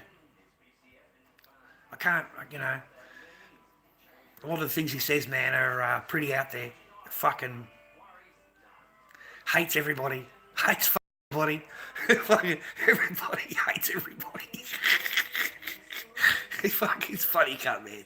He's a funny cunt, though. He's funny, but he hates everybody. Just everybody. Doesn't matter. Fucking doesn't matter. A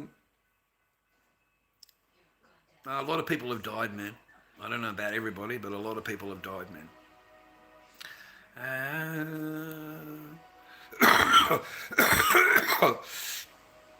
Of course, Moffy. I believe the reset is coming here. The plan, part of the bigger picture, all part of what they're planning. But it's too late for that now. It's gone beyond. It's gone beyond the reset reason. It's gone beyond it. Because you've got real corporations, real money, not bankers with fake fucking contracts. You've got real money stepping into the gap and saying, I'll buy all those contracts, I'll buy that. Now I want delivery. So he's demanding delivery, mate. That $4.8 billion fucking fella, yeah, he's demanded delivery. He doesn't want your fucking fake contract, man. He wants your fucking physical. Okay? So he has demanded delivery, mate. $4.8 billion worth of fucking silver. Just one big whale came in, mate. And they can't find out who it is.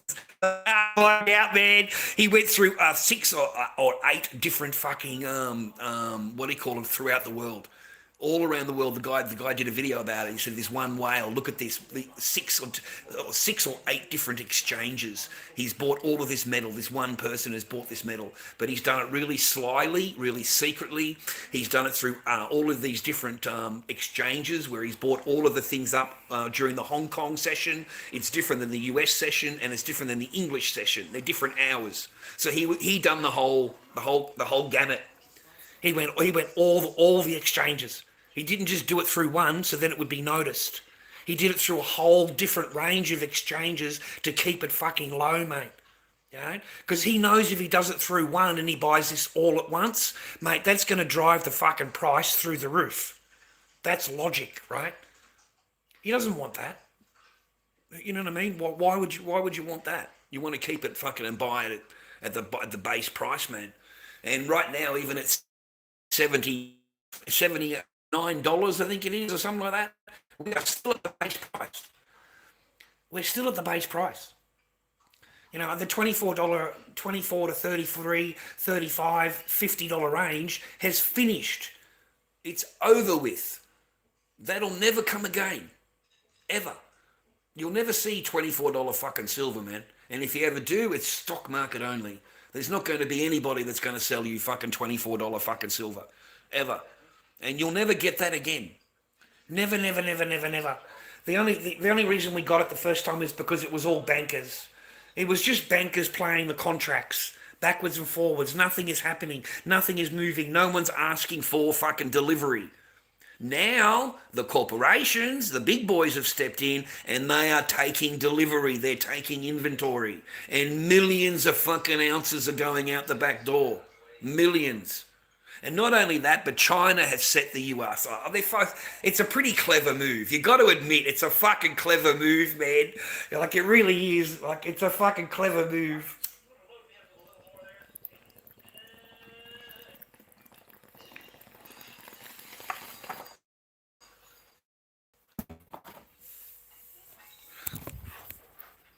China have banned export of metal. It's a national resource. America have designated silver a national resource. China a national resource. It has been designated like gold, okay? It is no longer a shit fucking thing that everybody can just look over. It has been designated a fucking a national reserve.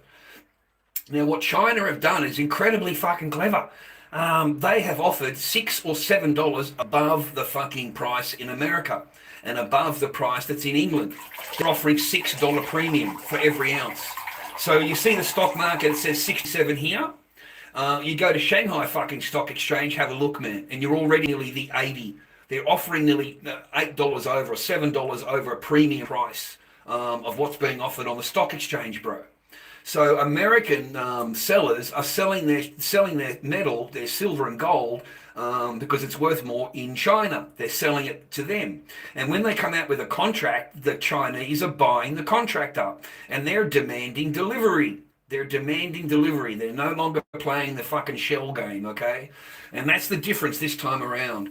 And the reason they've done that is because their law in the China, they don't export fucking silver, mate. Have a look it up, mate. They've come out with a law in the last 3 days, I think it was, last 2 days.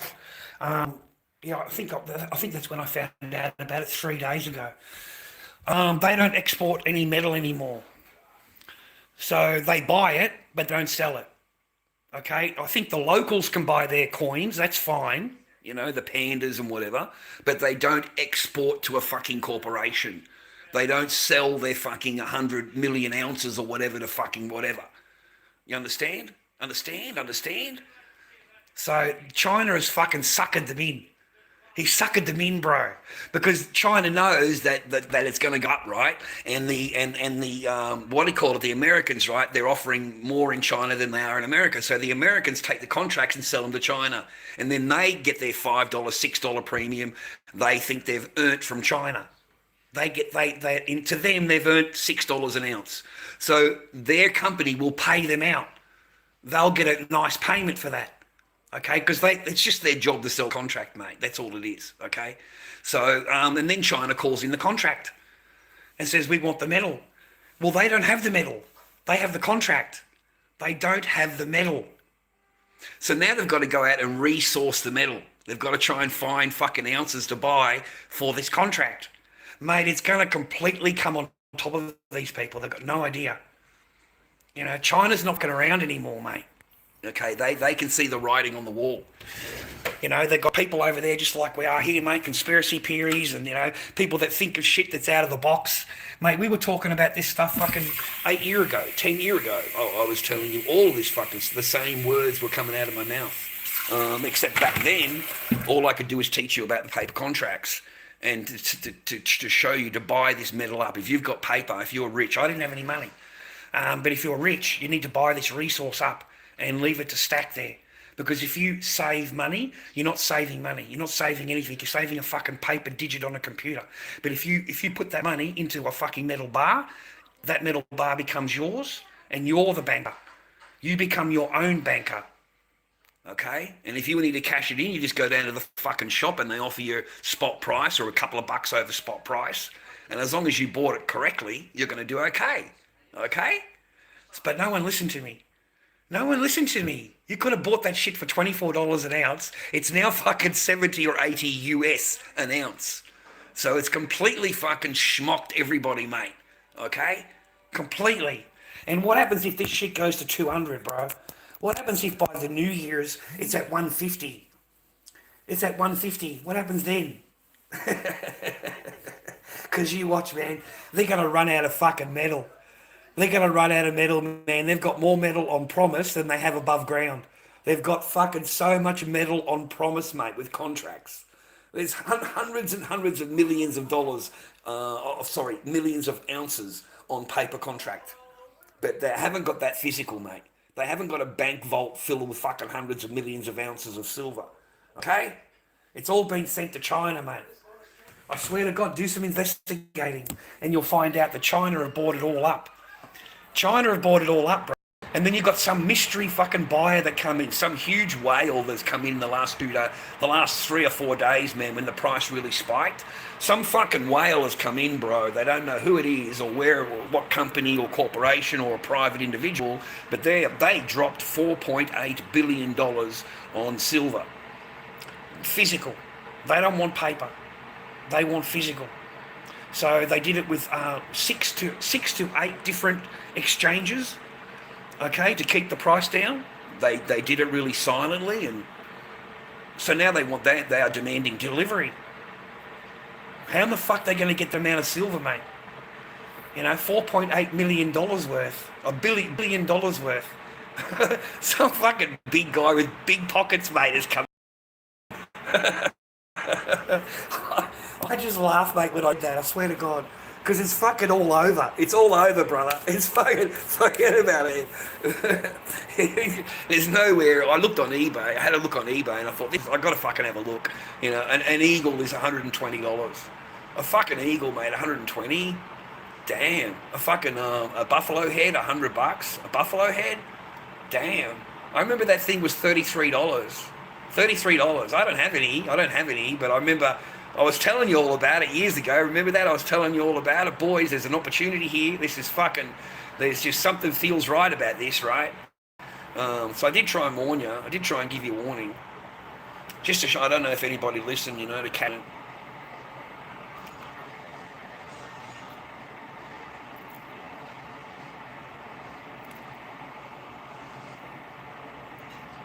Yeah, Merry Christmas, Braz. Merry Christmas, man. I hope you had a good day.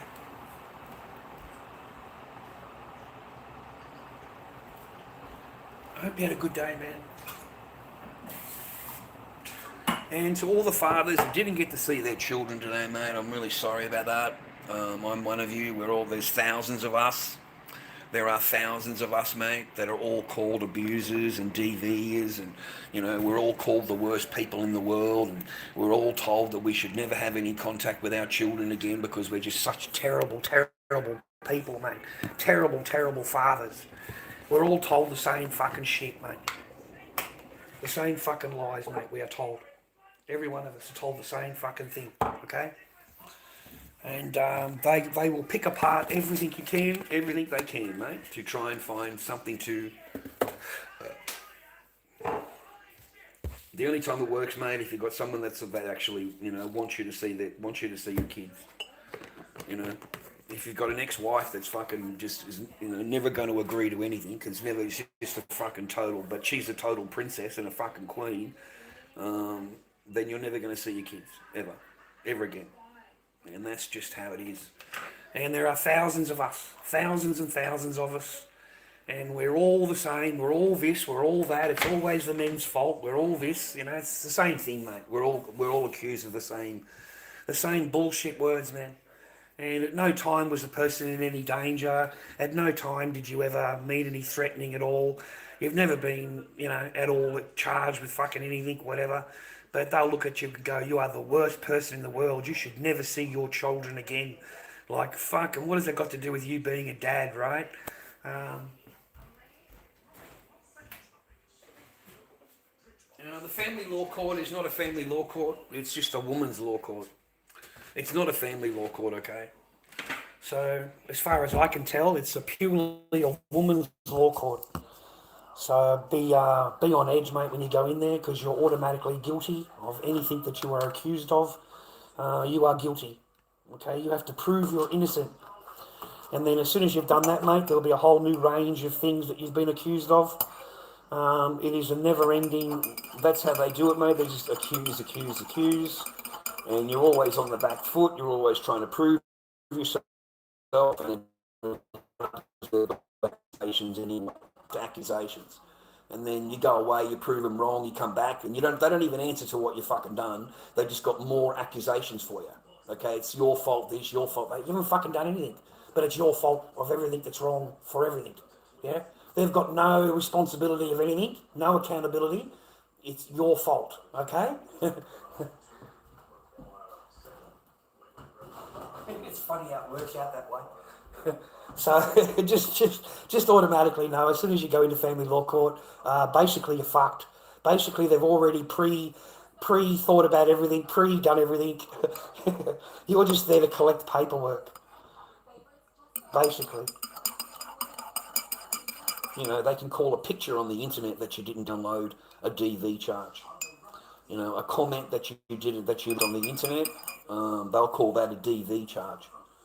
A DV charge, because you liked a comment. You didn't do anything. You just liked a comment. But they'll use that in court, family law court, as a DV charge. And then they'll look at you and go like you're some kind of fucking rapist or something. You know, you did something major criminally wrong. You know, like you know what I mean? And you sit there scratching your head like it's a picture on the internet. But hey, they don't give a fuck about that. That's not the point. It's a DV charge. It's very, very fucking serious, okay? Yeah, so that's what they rely on. You're basically screwed. Yeah, you're basically screwed. That's what I worked out. And then they just tell you that your child said they don't want to see you. They don't want to see or speak to you. You haven't seen them or spoken to them in 4 years, but it's your fault. Okay, it's your fault, of course.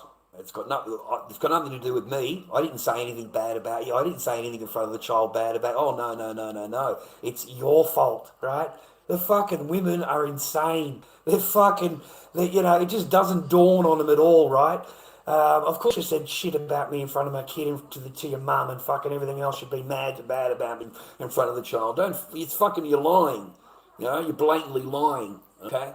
So, but they cannot take accountability or responsibility for their own words and actions, mate. Only you do. And you'll be reminded of that when you go and do the men's behaviour course. You know, you'll be reminded of that. I found that amazing. That was the first question I was asked. Are you responsible for your words and actions? You know, of course, you've got to say, of course I am, Ra. If you say, no, not really, sometimes it's not my fault, well, you're not going to get in there, okay? Because they only accept people that are responsible for their words and actions. But it only applies to fucking you. It only applies to you, mate. There's no behaviour course for a woman. A woman is perfect. There's only a behaviour course for men, because men are all bad. Men are all this, and this, and this, and they all need to be retaught. Okay, they're all abusers. They're all that's all men, blanket across the board. But if you say all women, they're offended. Not me, I'm special. Not all women. I would never do that. I would never treat you that way. Fucking bullshit. Fuck.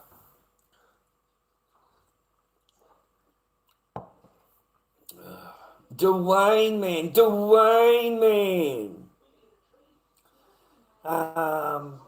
Yeah, you'll get totally fucking destroyed.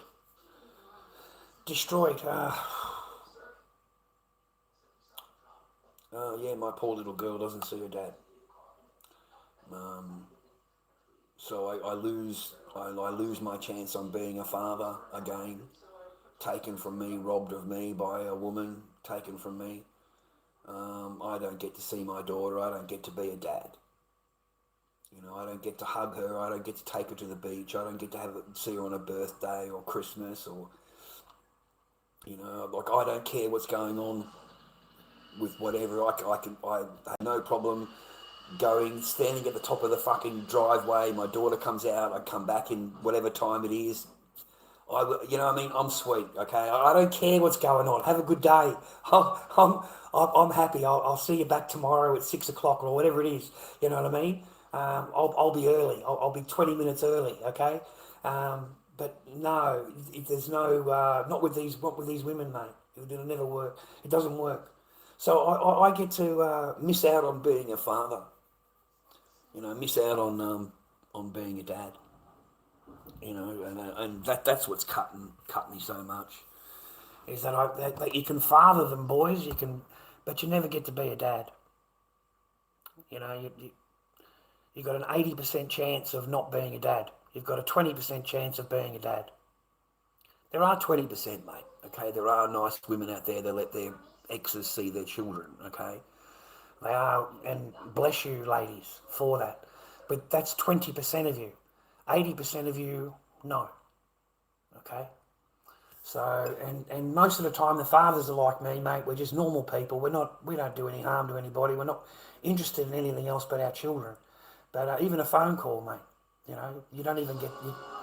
the woman thinks you don't even deserve a phone call, It's amazing, dude. They will treat you and talk to you like shit the entire fucking time you're with them.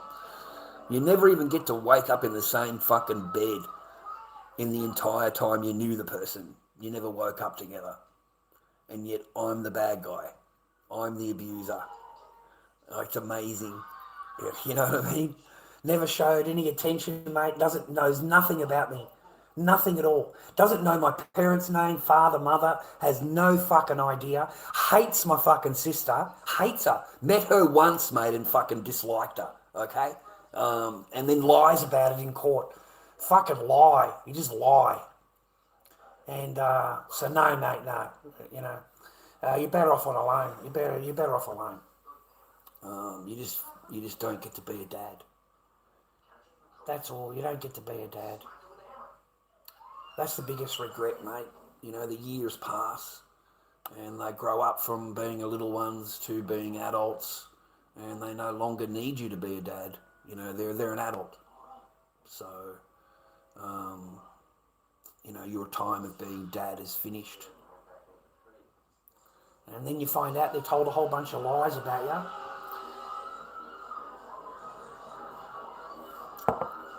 Like just lies. You're in jail, you're on DRUGSs, you're this, you're that. Just lie to the child. Yeah? Dwayne, man, that's Dwayne, okay? You show a bit of respect for Dwayne, man. Okay? Fucking Dwayne's in the house, man. You gotta fucking watch out, brother. Okay? He's got a fucking shirt, mate. It's got Dwayne across the fucking top of it, mate. And so every cunt fucking knows, mate, alright? That's it. In case you get confused, okay? It's Dwayne. Dwayne. Don't get confused. Alright? You gotta fucking string that shit out. Okay? You can't just say it quick. Need respect. Gotta fucking put the fucking tone in there, mate. Have a fucking look at this, mate. It's a winner. Alright? It's a fucking winner right there. Fucking tasty.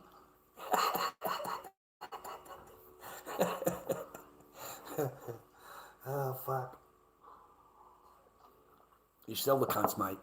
Fucking sell them. Put your ugly head on it. Put your ugly fucking mother head on it, mate. Fucking. Fucking sell the cunt, mate. Bright pink. Bright pink fucking shirts. You'll be surprised how many you sell. Because it's bright fucking pink.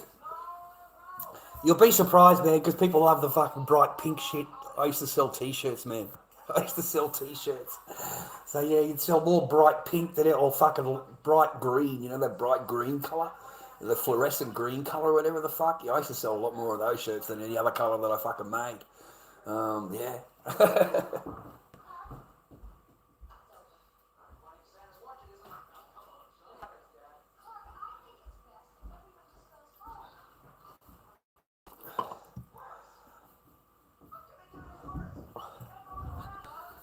All right, man. So for your message today, I appreciate it, boys. Merry Christmas to you. Okay, it's Christmas night in Australia, and it's the night before Christmas in America. So I hope you have a good Christmas, boys, and I hope you got some love in your life. I hope you got some reality and someone that actually loves you, and that you're not in turmoil this holiday season. You're not in fucking blackness and turmoil. And I hope you're not living underneath a shroud of fucking negative energy that surrounds you, and it just beats you down and beats you down and wears you down and wears you down. And at that time, you've got no oasis. You've got no one fucking helping you. No oasis, man. Everyone, the person you do rely on is the one rubbing it in and getting their fucking teeth into you as much as they can. So I hope you don't have to live with that. It'll age you. It'll age. I'm only 25. Look at me. My wrinkles are not as bad. If you remember the garage, they were really bad because of the stress that I was under. So my life is a bit easier than what it, a whole lot better and easier and a lot fucking better. I got to admit that. But I'm glad that I hung on as long as I did. I wanted to be with my daughter, and I didn't just want to leave. I was being told that if I left, I'd never see her again. So I didn't want to leave, and so I lived the way I did, mate, in order to see my daughter. And they had only just come back. They'd been on holiday for 2 fucking months, mate. 2 fucking months they'd been away. There's no hello. There's no conversation. We are back to ignore in the bedroom. Totally back to where we were 2 months ago. Nothing has changed. And you sit there in the living room, you're thinking, what have I fucking done wrong now? Like, you can't even have enough fucking manners and enough courtesy and enough fucking just manners, right, to come out and even say hello. It's even, I'm below you at, rah-rah, But you expect everything to be done when you get back. You expect everything to be done for you when you walk in, and the person just fucking ignores you, man. Yeah. So, lived with that for 3 days. I got to be with the kid. And it got to the 3rd day, I think it was. And I got the old I love you from the kitchen. And I'm in the living room. So it's another fucking room, like always. And I got the I love you, you're so good, rah, rah. That speech, right? That speech that women give you. Yeah, I got that little speech, right? And at the end of it, I just thought, fuck it, man. I'll just test her. I'll put it to the test, okay? And I yelled out, bullshit. That's what I yelled out. I said that bullshit, okay? You don't have to play any games anymore. You don't have to pretend anymore. It's quite obvious that you don't love me, okay? So you don't have to pretend anymore. So there's 2 paths, gentlemen, when you put it to the test. There's 2 paths that you could have taken. First path, storm into the bedroom, slam the door, you're in the bad books. Second path, comes over and says, don't be silly, I love you, you're being silly, gives you a kiss, gives you a cuddle, you know what I mean? Reassures her fucking love to you. Those are the 2 paths. Those 2 paths will tell you exactly what you're dealing with. And of course I got door A. Why wouldn't I, right? Well, why would I be worth, okay? So what just happened was all bullshit. And that's when I knew that this is all a fucking game. This is the bullshit game, the whole thing. And that's it, man. Woke up in the morning and straight away it's been put on me, you've got to get in the car and move out. I need you to leave now. And I'm just like, well, I haven't got anywhere to go. I've got no money. I can't just leave. But the person intends you to just go now. So from that point onwards, of course, they want everything locked up. They can't trust you anymore. You're going to be a grapist at night. Suddenly I'm a grapist, right? This is fucking... So the door's locked at 7 o'clock at night and you're locked out of the house and you can't go in and go to the toilet. You can't get anything to eat or drink or anything. And that is what they are willing to do to you, boys. That is what a woman is willing to do to you. Don't ever fucking forget it, mate. Okay? They can tell you how much they love you and all the rest of it, mate, and that an hour later, they got you living in a fucking garage, bro. Okay? And then a couple of hours after that, they lock the fucking back door because suddenly you're a grapist. Suddenly, you just can't keep your hands off them, right? Like, fuck, are you kidding or what? You know, yesterday you knocked it back. You knocked it back, bro. You knocked it back and said, "Nah, it's okay." You know, aren't you a bit tired? As I said, aren't you a bit tired? Like, it's okay. You know, it's all right. We can put it off for a couple more days. Fuck.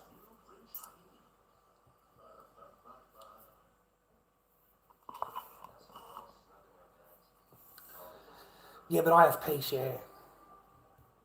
Stay strong, stay safe, man. Thank you, John. You too, man. Thank you, man. You all stay strong and stay safe, boys. And if you don't have someone that loves you, mate, be at peace. Be at peace in your life, man, and enjoy your own space. Enjoy your own thing. Sometimes it takes a little bit to get used to, you know, of being on your own kind of thing. But, you know, you wake up in the morning and you do feel a bit better, you know. My sleep is, I've got to concentrate on that a bit. I wake up really early and go to bed pretty early and wake up pretty early. And I don't know, man, this morning, 6 o'clock in the morning, I'm up. Stay up for a little while, then go back to bed, you know. But that's how I have to get through it. I think about Echo first thing in the morning. I think about Kyra. I think about Mia. You know, I have dreams about them when they were children and stuff like that. I still have dreams about them. I can't help that. That's my dreams. So I'll wake up and they're the first thing I think about, mate. So I get a little bit fucking depressed, rah. So no, it's not easy. It isn't easy to keep, you know. But don't give up on yourself, mate, and don't do anything to harm yourself. I don't drink. I don't have any DRUGSs. You know, I'm trying to just coast through it, man, and try and just survive. I don't know what'll happen in the future, man. I've no interest in. I'm happy to be on my own. I live in peace, mate, on my own. And I don't want anything to mess with that anymore. I'm not going to have someone come in and I'll never be treated like that again, ever. I'll never be treated like that again. So that's the main thing that I strive for. And I do meet them, I do pull them, you know, but all they do is say a couple of words to me, man, and it's fucking done in my mind. It's finished. It's time for you to go. Because I'm not putting up with shit no more, you know. Like, it only takes a couple of questions and that's it, we're done. I don't care about your fucking gold. I don't care about your fucking whatever, okay?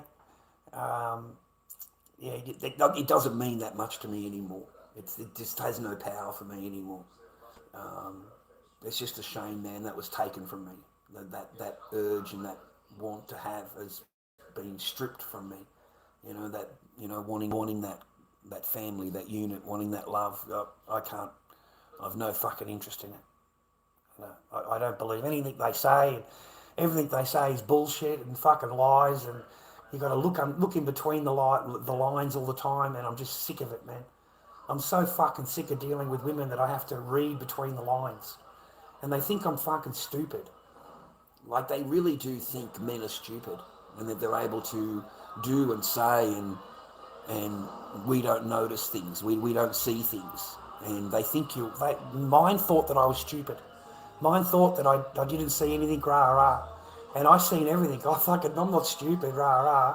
And yeah, I made sure that I got my paper out. Okay? Otherwise, you know what I mean? I wouldn't have, it wouldn't have existed, mate. Don't forget that. You know, every coin, everything, mate, I had to argue. Because they wanted to send over to China. You know, they've got shit to buy in China. So they're fucking dirty on me, mate, for spending anything that's outside of their paradigm. And I've just taken it fucking straight out. And it got to a point for me, boys, I'm not explaining to you anymore. I'm not fucking I'd rather apologise than explain. Okay?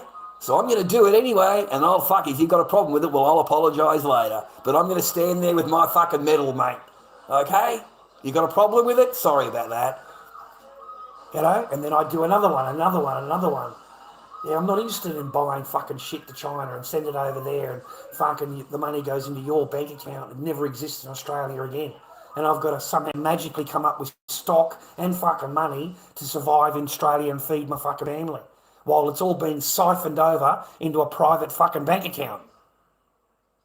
How am I going to do that? Of course there's no Christmas decorations in Frankston, mate. You've got a few poles with fucking a couple of fucking bells on it, but you don't want to interfere in fucking, you know, this fucking ideology cunt fucking Turka running around fucking Frankston, mate. You know, Turka gets very fucking offended, mate. All right? The little walking fucking talking letterboxes, mate, get fucking offended, mate. You're not allowed to have fucking Santa. You know, fuck you and your Santa, all right? We like Eid, mate. We want Eid. Okay, if we want Eid, we want a Main Street fucking parade, mate. Everything else, mate, is banned. It's banned, bro. It's fucking not allowed. And especially if there's any Muslim council members. I don't know if there's any on Frankston, man. You'd have to check it out. I don't know. But if there's any council members or the mayor is fucking Muslim, yeah, forget it. Everything, whatever you celebrate will be cancelled. Absolutely fucking cancelled. And if it's not cancelled, you get it. They'll also give a permit for the opposite team, the Islam team, to come down and put a table up with speakers and giving away Quran. And they'll have 4 fucking speakers behind them, full blare.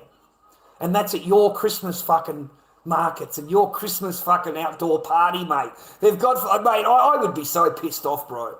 I would be fucking max pissed off if you go to a Christmas fucking event and then cunts have walked in and set up a Quran fucking exhibit with fucking speakers of fucking Jar Jar Binks in the fucking back fucking screen out fucking shit you've never even heard in your life, mate. Fucking morning prayer fucking stuff, right? No, man. Fucking top of the range fucking speakers, man. Full blast. No, fuck that. You know, these people are fucking incredible, man. But that's what they've done at the markets in Germany. And then they went in and destroyed the fucking, in Paris, they went in and destroyed the Christmas trees. You know, the big Christmas trees? Yeah, they went in and destroyed them. Totally destroyed them. They just went in and ripped the fucking trees down, mate. The Islam people went in and ripped the fucking trees down. But you're very lucky, man. Like, you're incredibly lucky. No one's fucking been run over. It's the first fucking year, mate, that no cunt's been run over and no cunt's been blown up. I think Muslims need a fucking medal, mate. They need a fucking trophy for this year, mate. A fucking trophy, mate. A superhero fucking trophy. You didn't blow any cunt up. You didn't fucking run anybody over this Christmas. You need to be fucking congratulated, mate. On the way back over to your fucking own country, mate.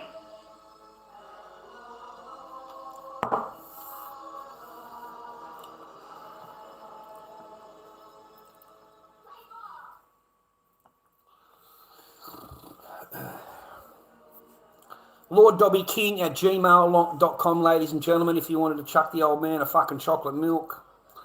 Thank you very much for Christmas. I appreciate ya. Lord Dobby King at gmail.com. We don't really have any of the original fucking viewers anymore. Most of them are fucked off on me. I've heard that a few of them have been unsubscribed and a few of them don't get the notifications. I've been sent messages saying, I haven't had a notification of your channel for years. I'm you know, subscribe, follower, whatever they call it. So I think I'm blacklisted or whatever you call it, you know, on here. We don't get recommended on the fucking FYP or whatever it's called. Yeah.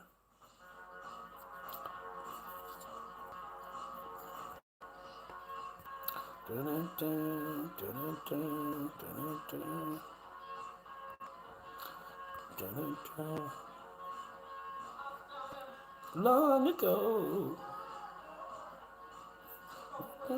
Thank you, Phoenix. You too, man. I hope you're well and happy, man. Okay?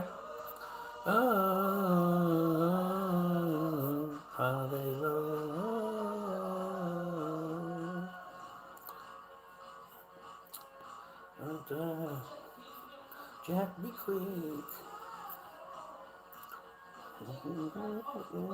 Please.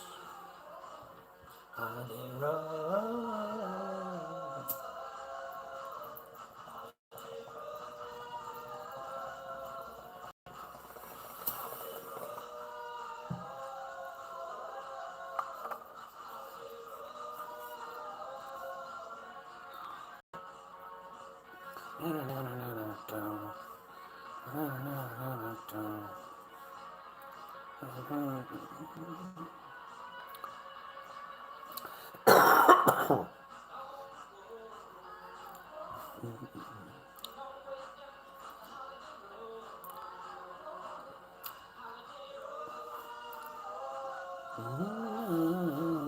Holiday road.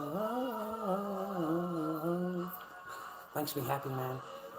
Hey, I'll tell you a cool story. Happened a couple of days ago. Like I was totally skint, had no fucking paper. I want to try and keep my medal. I don't want to plunder it, boys. I've got to fucking keep it. You don't hold it, you don't fucking fold it, you don't fucking own it, right? You got to hold it. So, even if shit things going in your life, that's what you got to do. So, no paper, I'm walking down the fucking thing down here, right? I want a packet of smokes. And I think, well, I got $5 here, I got $8 there, that's 13, I get a packet of smokes. So I go down and get a packet of smokes, right? And I'm walking down to the shop, and I fucking look down, and I kick a fucking packet of smokes. The fucking deck's full, mate. Still got the plastic on it. Like, I can't believe it. I really can't. I'm at the hairdressers, at the fucking, near the flower shop. So I'm a few paces away from any smoke shop, mate. That's down by the bakery. So I scored a fucking packet of smokes, a fucking packet of Manchester, fucking lights. And I think, fucking shit, I don't have to pay anything, right? So I've got no money, so I head back home, start walking back home again, right? And I'm walking up the road because I took the beach path down like I normally do and took the street home. And as I'm walking up, I look over and there's a fucking, like a wallet sitting there, bro, on the fucking street. There's a wallet there. I didn't fuck it, right? I pick it up, mate. There's no casheroony in it, just ID. I left the fucking wallet. Didn't touch the wallet. And then I look over to the side, mate, and there's a packet of fucking $2 coins, mate. There's a packet of fucking, in a plastic bag, there's a packet of $2 coins. I don't know what the fuck happened. This guy must have emptied his entire pocket walking, getting into the car or something. I don't know. But I didn't touch the wallet. I left that alone. And I just took the fucking coins, mate. So I ended up going down to get a packet of smokes, come home with a packet of smokes plus $10. I thought, fucking brilliant. What a great day. Fucking brilliant, mate. So I thought to myself a bit later, I'm a bit hungry. I'll go down to the supermarket, right? I'll get some fucking dinner. So I'm walking down the road here, down the main road. And right, there's a set of apartments, a huge big set of apartments, mate, but they're right on the main road, right on the footpath. The gate is right on the footpath. So as I'm walking past, man, there's a fucking bag sitting there, an Uber delivery fucking bag, right? So okay, I leave it there. I go down to the shop, come back again. It's still fucking sitting there. It's still sitting there. Now it's on the footpath. It's fallen over. It's on the footpath. So fucking, mate, I hooked that shit up, fucking, get it fucking home, mate. Some poor bastards bought a fucking hot dog and fucking chips, mate. Some poor bastards. I don't know. It's on the footpath, man. I can't get into any fucking trouble at all, okay? So I just put it into the microwave, man, and heated the fucking food up. And I had the hot dog with fucking, and chips, man. They were pretty shit. I got to admit, man, I don't know how people pay for this stuff. I look, there's no name on it, no address on it, man. There's just a number. There's no details of anything. There's nothing on it, just a fucking number. And there's no way I would want to pay $16 for this bit of shit. $16 fucking dollars for a fucking hot dog with fucking tomato sauce and shit on it, and over fried fucking chips, mate. They looked like they'd been absolutely smashed. Like they were fucking horrible. So I ate a couple of, I ate the hot dog. I mean, I put it in the microwave, mate, softened the bun up and shit, right? Because you can't fucking, it was rock hard, man. So I thought, fuck that, I'll just stick it in the micro. I'm a fucking pezzo cunt, povo. Straight in the micro, that solves all the fucking germs. Don't worry about that, we'll cook that shit off. Fucking heated up the fucking tomato sauce and fucking mustard. So it was a good hot dog. It was a good hot dog. Yeah, I fucking didn't mind the hot dog, but fucking didn't want the chips, man. The chips were shit. So I did pretty good out of that. Merry Christmas, man. Merry Christmas to you, man. I hope you're well. I hope you're happy, dude. No, they handed me, Gus. They totally hammered me as much as they could. I spent, 3 hours in the witness box under oath, 3 hours. I got questioned about everything. Everything. You know, I got questioned even what MGTOW is. What the fuck's that got to do with my case? I don't know. But even, you know, questioned about that. They were looking for anything they could, man. You know, in my eyes, you know, I haven't been in any huge trouble in my entire life. But to these people, you're a major criminal. Okay, you're a big time fucking criminal. Mate, I grew some chuff and I fucking sold pirate movies. Okay? That's it. That's all they got me for. Okay? You know what I mean? But then 3 DV charges have appeared. And I'm thinking, that's domestic violence, mate. We've never done anything like that. What the fuck is that about, right? So that's what they hammered me for. You've got 3 of these DVs here. You're a dangerous guy. You're going to do this. You're going to do that. They were great telling me what I'm going to do. Like, I had no intentions of doing it, but they're really good at telling me what I am and not going to do, right? So I defended myself as much as I could. And then it comes down to, you know, your daughter doesn't want to see you anymore. Your daughter doesn't want to see you or speak to you, doesn't want to know you. So that's the end of your case. You know, what are you expecting us to do? You know, we can't force the child to come and see you. We can't do anything against the, you know, the child doesn't want to see you. So that's the end of your case. And basically that's it. That's it. My case ended. And she got full parenting. Everything. I'm not even allowed to see my child, not allowed to have any contact with my child, no phone calls, no nothing. I'm not allowed to have any contact at all with Echo. So I was completely stripped of all parenting rights, father rights, and I fought for 4 years.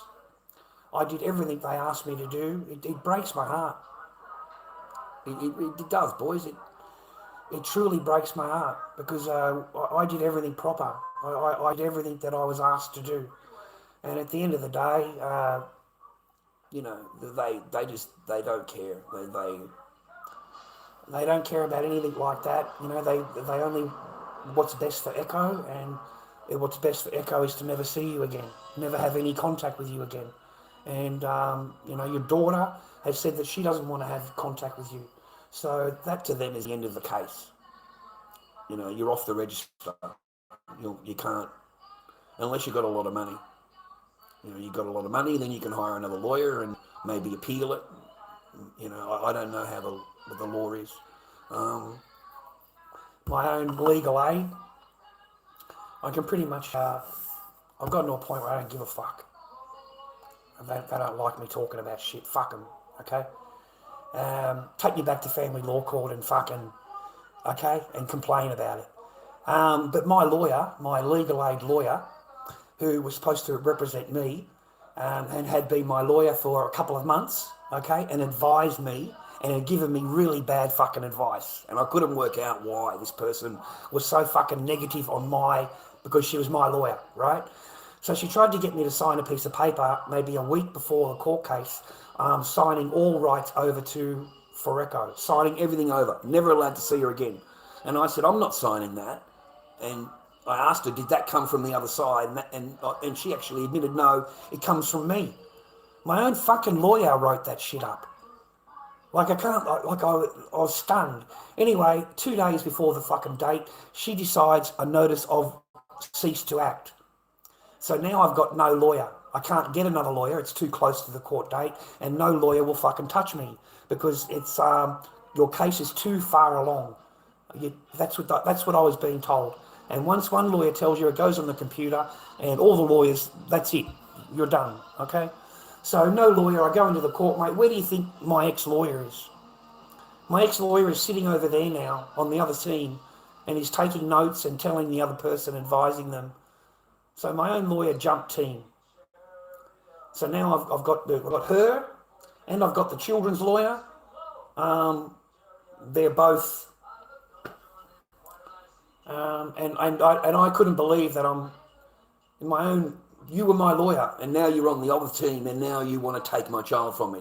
So that's why you gave me that piece of paper. When you were my lawyer, you gave me a piece of paper wanting me to sign over, and now here you are on the other side, and you want me to sign my daughter over to you. I find that just miraculous, okay? And apparently we don't have conflict of interest in Australia. It doesn't exist. So they're allowed to just drop teams and whenever the fuck they want, mate. They're allowed to do whatever they want. They can play for the other team. So this person knows everything about me, is not happy at all, and has jumped to the other fucking team, mate. Did not ask me a single thing about the DV and what this means or that means, mate. Not a single fucking thing. The judge congratulated her on the end of it. Thank you very much for your help in the in this case. Thank you very much for the discussions and meeting, rah, rah. And I'm thinking to myself, hang on a minute. So you two have been having discussions, are you? So you're talking about it. What should I do, rah, rah? Is there a third party there representing the man? There isn't. So you've got two people that are trying to find an edge in the armour to get your fucking kid taken from you. That's all it come down to. So that's what happened. That's basically how a layman looks at it. A normal person looks at it. Because there's no one representing me at that meeting. There's no one saying, well, the father is this and the father, this is that. They just think, oh, look, he's got 3 DV charges. He's a terrible bloke. Like he's the worst of the worst. He's going to do this. He's going to put her online. He's going to talk about her online. He's going to do this on his channel. He's going to do... They just created a whole fucking fairy tale of stuff that I'm going to do. You know, it's never been done before, but apparently that's what I'm going to do in the future. So they don't like my channel. They fucking hated that. Apparently they've been looking at my videos and they don't like this video. They don't like that video, you know, because I talk about MGTOW, I talk about things that they don't like. So no, between the two of them, they'd already planned it. The judge and the other lawyer, they'd already discussed it and mapped everything right out. They just got to go through the wheels, mate. They've got to go through the thing. But I can guarantee you, man, that's how it was going to work out anyway. Before that was a 6-month adjournment. 6 fucking months you made me wait to go back to court. 6 fucking months you adjourned the case for. 6 months. And then before that, it was 5 months for the family report. 5 fucking months I waited to go to court. 5 fucking months I counted every day to go back to court. As soon as I walk into the court, I'm there for less than fucking 10 minutes and it's adjourned again for another 6 months. 6 months.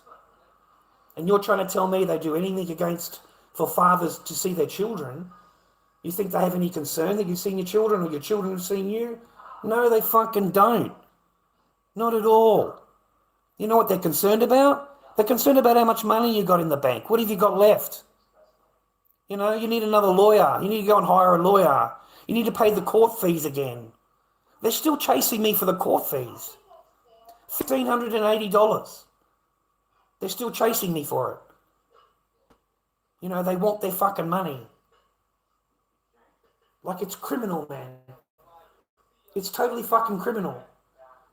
You know, like they'll take your entire parenting rights off you. You're a really bad human, you know. You're a bad person. You should never see your daughter. Your daughter should never see you again should be a better way.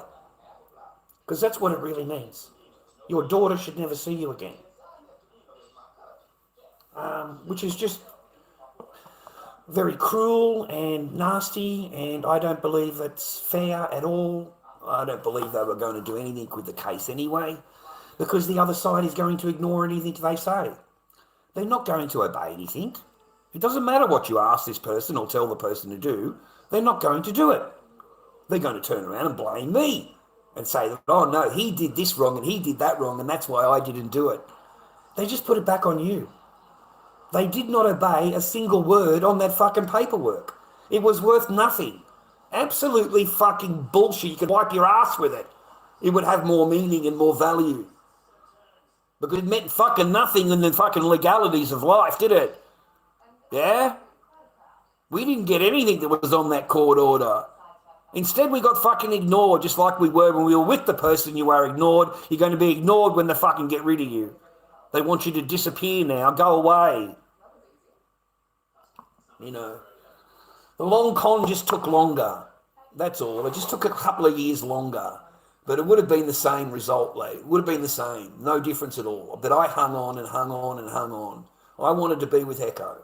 I wanted to spend as much time as I could with my fucking daughter before this person finds a reason to turf me fucking out. And I said on a lot of fucking streams, I'm on borrowed time, boys. You will fucking know when you're on borrowed time, boys. You will know when you're going to run out of fucking time with this person. I'm working on borrowed time. It's a matter of time before they have got, they'll find a reason to get me out. The police will come and get me out. And I told you that way before it happened. It made me feel ill, mate, that my little daughter comes in the garage in the morning and tells me, you're going to have to leave today. Mummy said, you're going to leave today. My daughter, I don't want you to go, Dad. I don't want you to go. And I didn't understand. I really didn't. I didn't click, man. I'd only just woken up. I didn't click. And then, 10 minutes later, she comes and gets the kid. 10 minutes after that, there's a fucking knock on the door and you got 15 minutes to leave. And that's how that shit goes down. And they sit at the back door smiling to themselves, mate. You turn around and you look, and they're smiling to themselves, bro, with a big fucking smile on their face. They're proud of themselves. They're happy with themselves. Finally, all of my plans have worked out. Finally, all of my plans have worked out. They congratulate themselves. Tell themselves how clever they are and how good they are. They've done extremely well out of it. If you want to call it a transactional thing, they did extremely well out of the transaction, okay? They should be proud of themselves. The long con fucking worked well.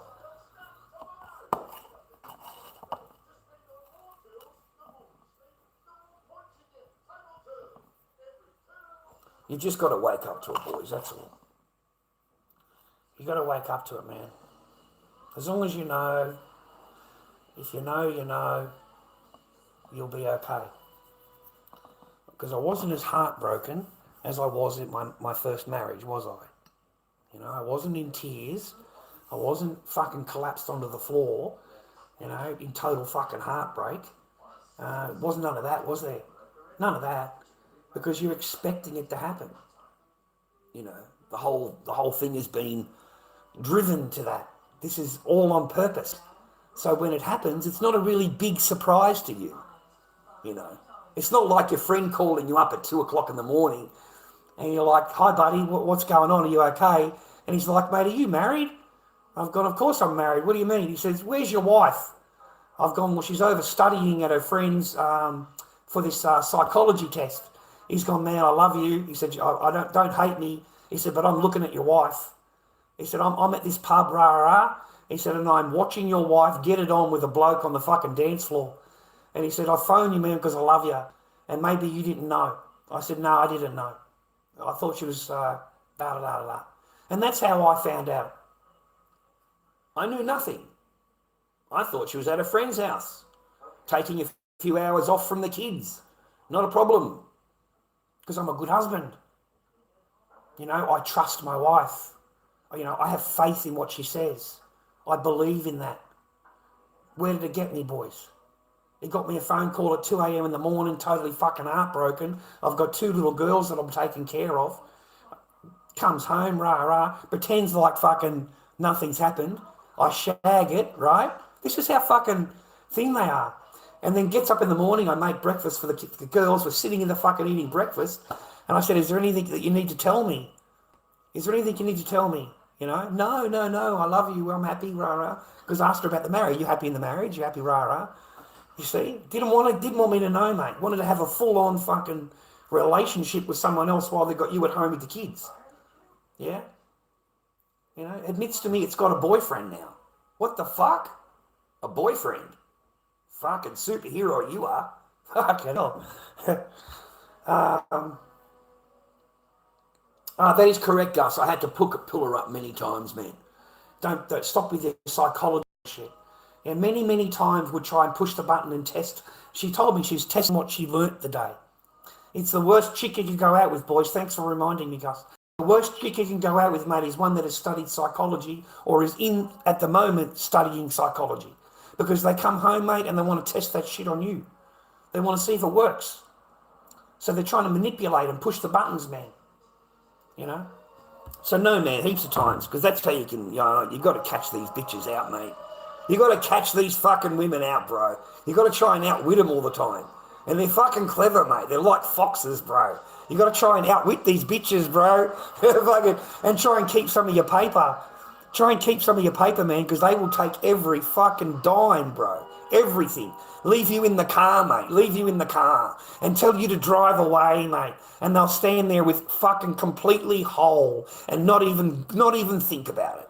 Not even fucking think about it. You know, in fact, in their mind, you're lucky you can take that car. You're lucky I'm letting you take the car.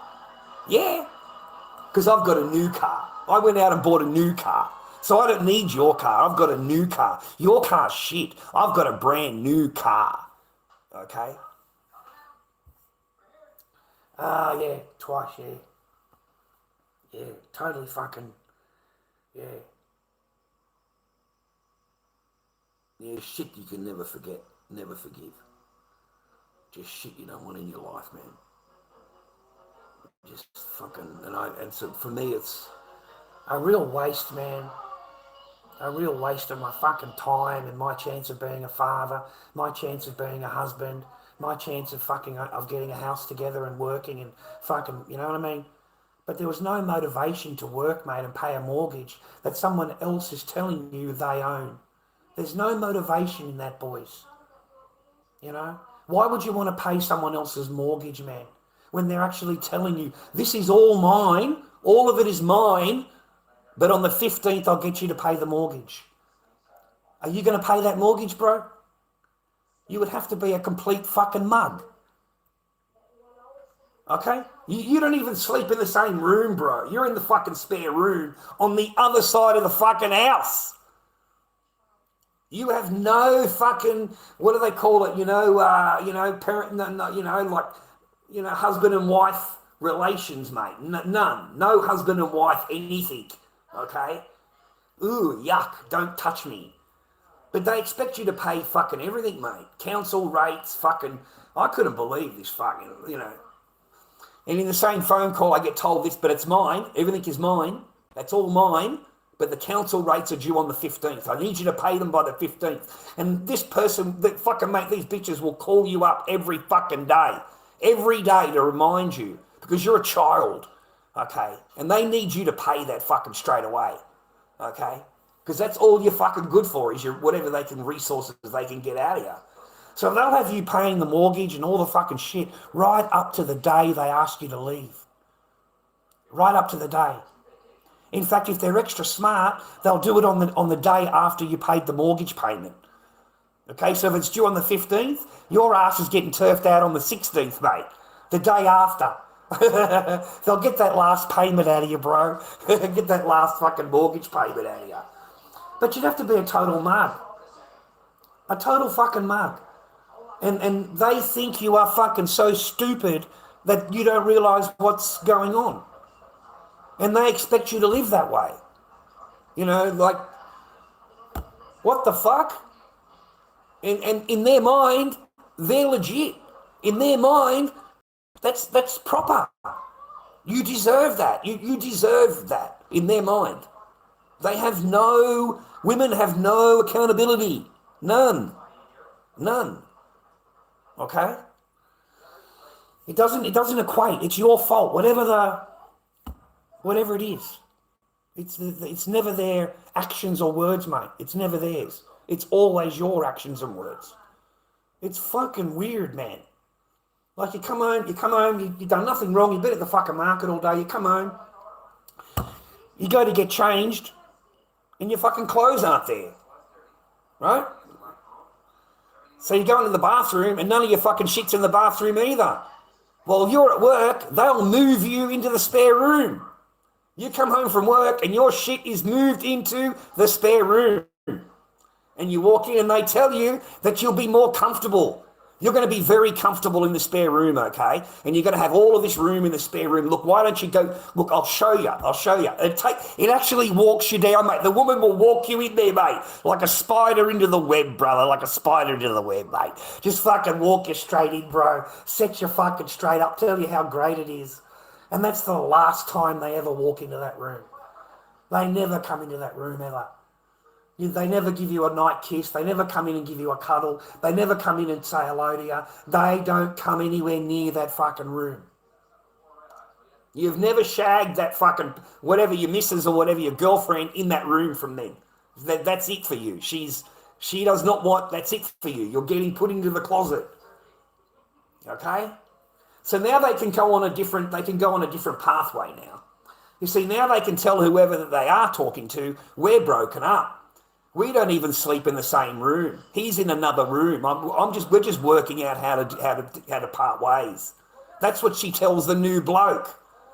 You see? And then while they're with you, when they're back with you, they preserve themselves. They don't want to bang you. Okay? They want to bang the other bloke. They don't want anything to do with you. So they preserve themselves while they're married for the guy that they're thinking about, whatever's down the track, whatever they've got planned. And you're no longer the husband or the boyfriend. You're just the in-between. But you've got something that they want. So they've got to drive you out, boys. They've got to fucking drive you out. Okay? I mean, I don't think any of you would have moved into the garage. Put your hands up in the chat if you would have moved into the garage in order to see your child. Because you know if you leave, that's it for you. You'll never see your child again. I haven't seen her. So it's correct. So hands up, who would have moved into the garage? And who would have just moved out, fucking left? Because why would you want to live like that? You know what I mean? That'll make you think about it.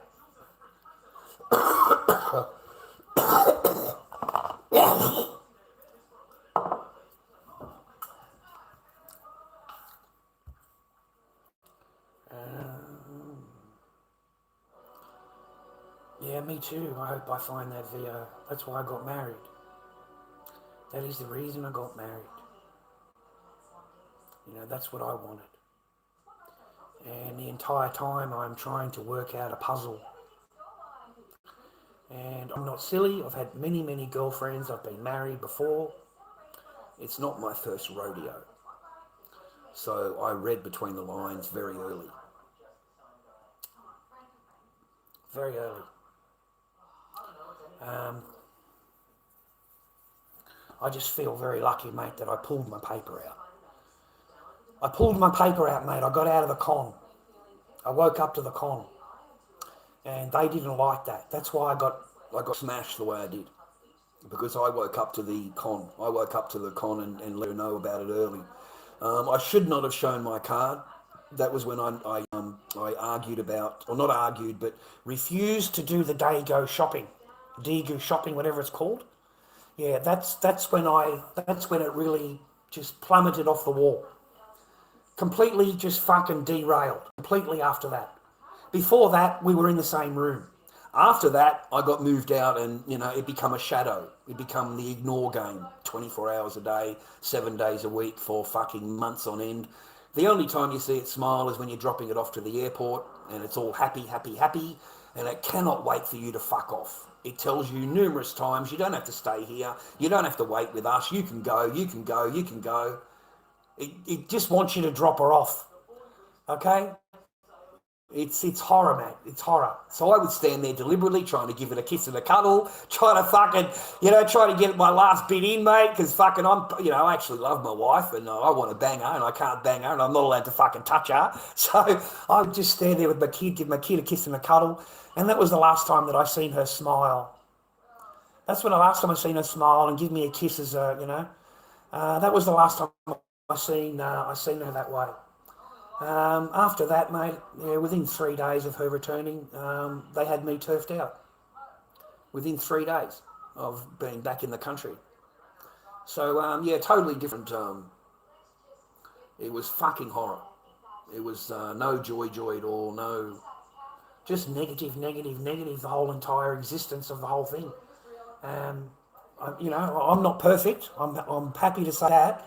I'm not perfect. I react.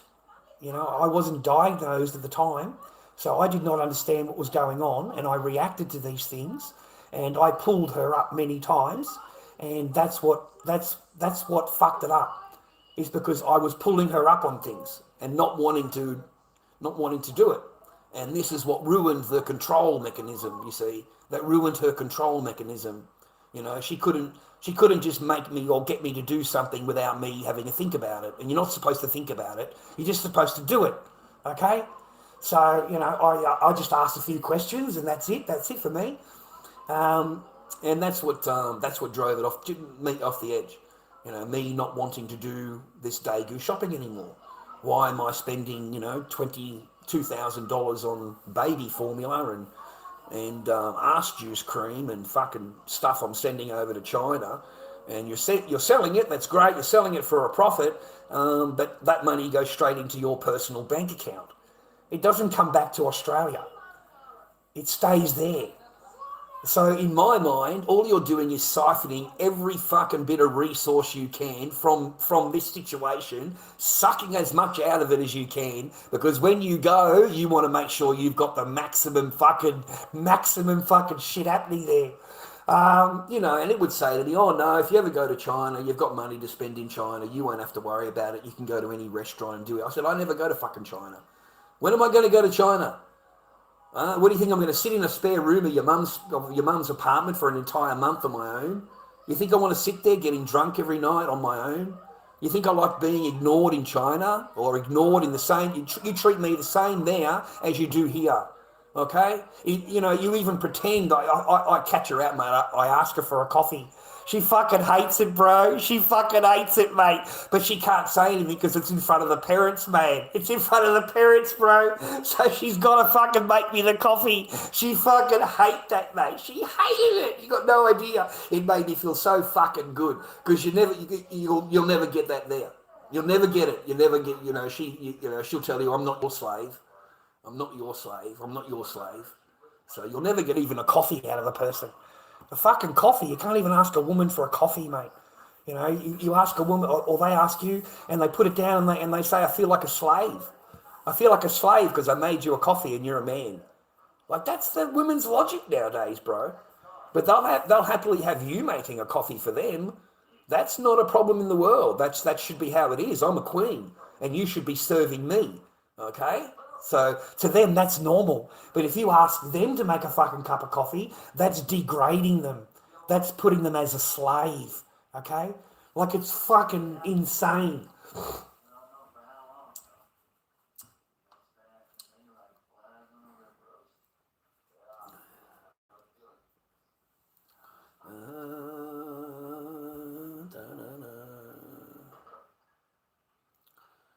The paper that I was supposed to send. I didn't buy anything more. I stopped purchase. So the paper that I was going to spend, I didn't spend it. Right, spent it on the metal. Yeah. Right, took that paper and spent it on that. So it become fucking, mate, it just hated it. It hated it, bro. Anything else I bought after that, she hated it because you're not spending it directly with her. It's not going directly, you know, there. You know? You know what I mean? It's fucking, you know, that could be an extra can of fucking milk or some shit, a can of fucking arse juice cream. Fucking $60 a tube, man. Fucking, I can never forget buying that shit. $60 a fucking tube for arse juice cream, bro. I had to buy like 6 of these fucking tubes, man, and they're $60 each. So straight away, $360 just on that. Just on fucking that. Just on 6 products. And then you want to buy fucking tins and tins of fucking baby formula. 33 fucking tins, mate, of baby formula. Just one trip alone. So no, man. No, it adds up, bro. I'm sorry. It adds up. And it sucked all of my fucking resources, all of my bank. It took all of my savings to keep this person fucking happy. And I thought it was going to get returned back into the country. We were going to work with it and build up and get more stuff. No. It's a one-way path. It's a one-way path only. So your entire resources and everything is being sucked out of you. You've got nothing to produce with. And of course you're going to get driven into the fucking ground because there's no stock coming in either. You see, there's no stock being bought either. No polishers, no nothing, mate. You are surviving on whatever you've got in the boxes, rah. So, no. Okay, it drove it to the wall, bro. It had intentions of driving it to the wall, sucking as much resources out of it while it was going to the wall. And when it got there, you've got nothing fucking left. And they have 95%. And you've got a tiny bit of fucking left there with your boxes with shit colour. You see? It's all planned out, bro. You know, and don't trust a woman, mate. Don't trust a fucking woman if they block you on fucking social media. They think you're fucking stupid, mate. They think you're fucking a mug, mate. A mug. They take you for a fool. Don't ever trust a woman that's blocked you on fucking any of these social media platforms when that is supposed to be your girlfriend or your wife. Don't ever trust a woman that has blocked you on their social media and that is supposed to be your girl, your wife, your girlfriend. But they've got you blocked. Okay? They think you're stupid, mate. They think you don't notice. I noticed. Never said anything because I thought, fuck you anyway. You know what I mean? You're doing it all deliberately, so there's no fucking point in even arguing with you. You'll blame me. It'll be my fault that you blocked me. You know, but you blocked me real fucking early, mate. Real early you blocked me on social media. So don't even go there. Don't even bother to go there. But don't ever trust a woman, mate, that's got you blocked on social media. That's supposed to be your fucking on your side, your girlfriend or wife. That is not your girlfriend. That is not your wife. Okay.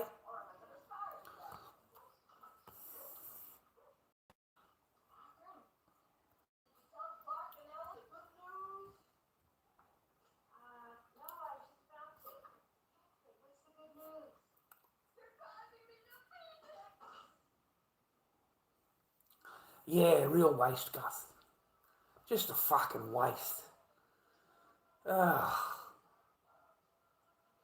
Just an absolute waste. Maybe not a waste for whoever else was getting it though. Whatever else was going on. Yeah.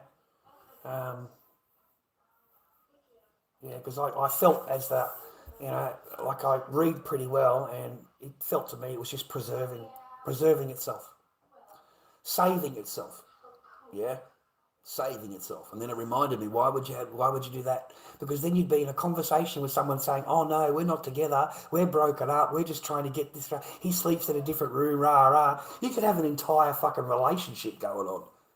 You could have an entire fucking world going on over there that no one would know about, fucking none, okay? And then I call up, remember that, Gus? I called up, man, because I want to speak to my wife, speak to my daughter, right? I call up, they're not there. They're not there. Mum's on the phone, can't speak fucking rah. I'm trying to fucking make sense of it, rah. Well, it's fucked off for 3 days. It's disappeared. It's gone. Echo's with grandma. And we don't know how to contact her. There's no contact for 3 days. Comes back as a husband, you say to your other half, where were you? They say to you, nowhere. What did you do? Nothing. Well, where did you go? Nowhere. Who did you talk to? No one. So why in the fuck did you go anywhere then? Where did you go? Nowhere. Like, they don't answer fucking anything, mate. So it's not yours, mate. It never fucking was. It was somebody else's. It's somebody else's, or the person just fucking, you know, is waiting in the ring, mate, waiting in the ring. But it disappeared for 3 days. Disappears, mate, goes. Gone. Disappears 3 days, comes back. You know, try and ask her a question. Yeah, you get treated like a fucking mug, because that's what you are. You're just a fucking pleb mug sitting over here paying the fucking shit, you know, living in a fucking dreamland, Disneyland bullshit. You know, it's it's fucking doing a good job over there, bro. Don't worry about that. Fuck. Yeah, there's no preserving, mate. We've been waiting 6 months. Oh, mate, it's going to be fucking, you know, it's been fucking, mate, you know what I mean? It's been butchering for it, right? But no, man, they will preserve against the person they're supposed to be with. They will preserve it. They'll save it. You know, they'll tell the other person, oh no, that's their new boyfriend, by the way. That's their, right? That's the new boyfriend, right? But they'll tell him, no, you're broken up, you're getting a divorce, you live in a separate room, we don't go near each other, rah. That's what they'll say. So be careful, boys, because they will have. Don't think it's not possible. Don't think it's not possible. Okay, everything is possible, boys. You got to try and fucking work that shit out, though. And if you're not getting any, somebody's got to be getting something. Somebody's got to be getting something, boys, because you're not fucking getting any. So, someone's got to be getting something, bro.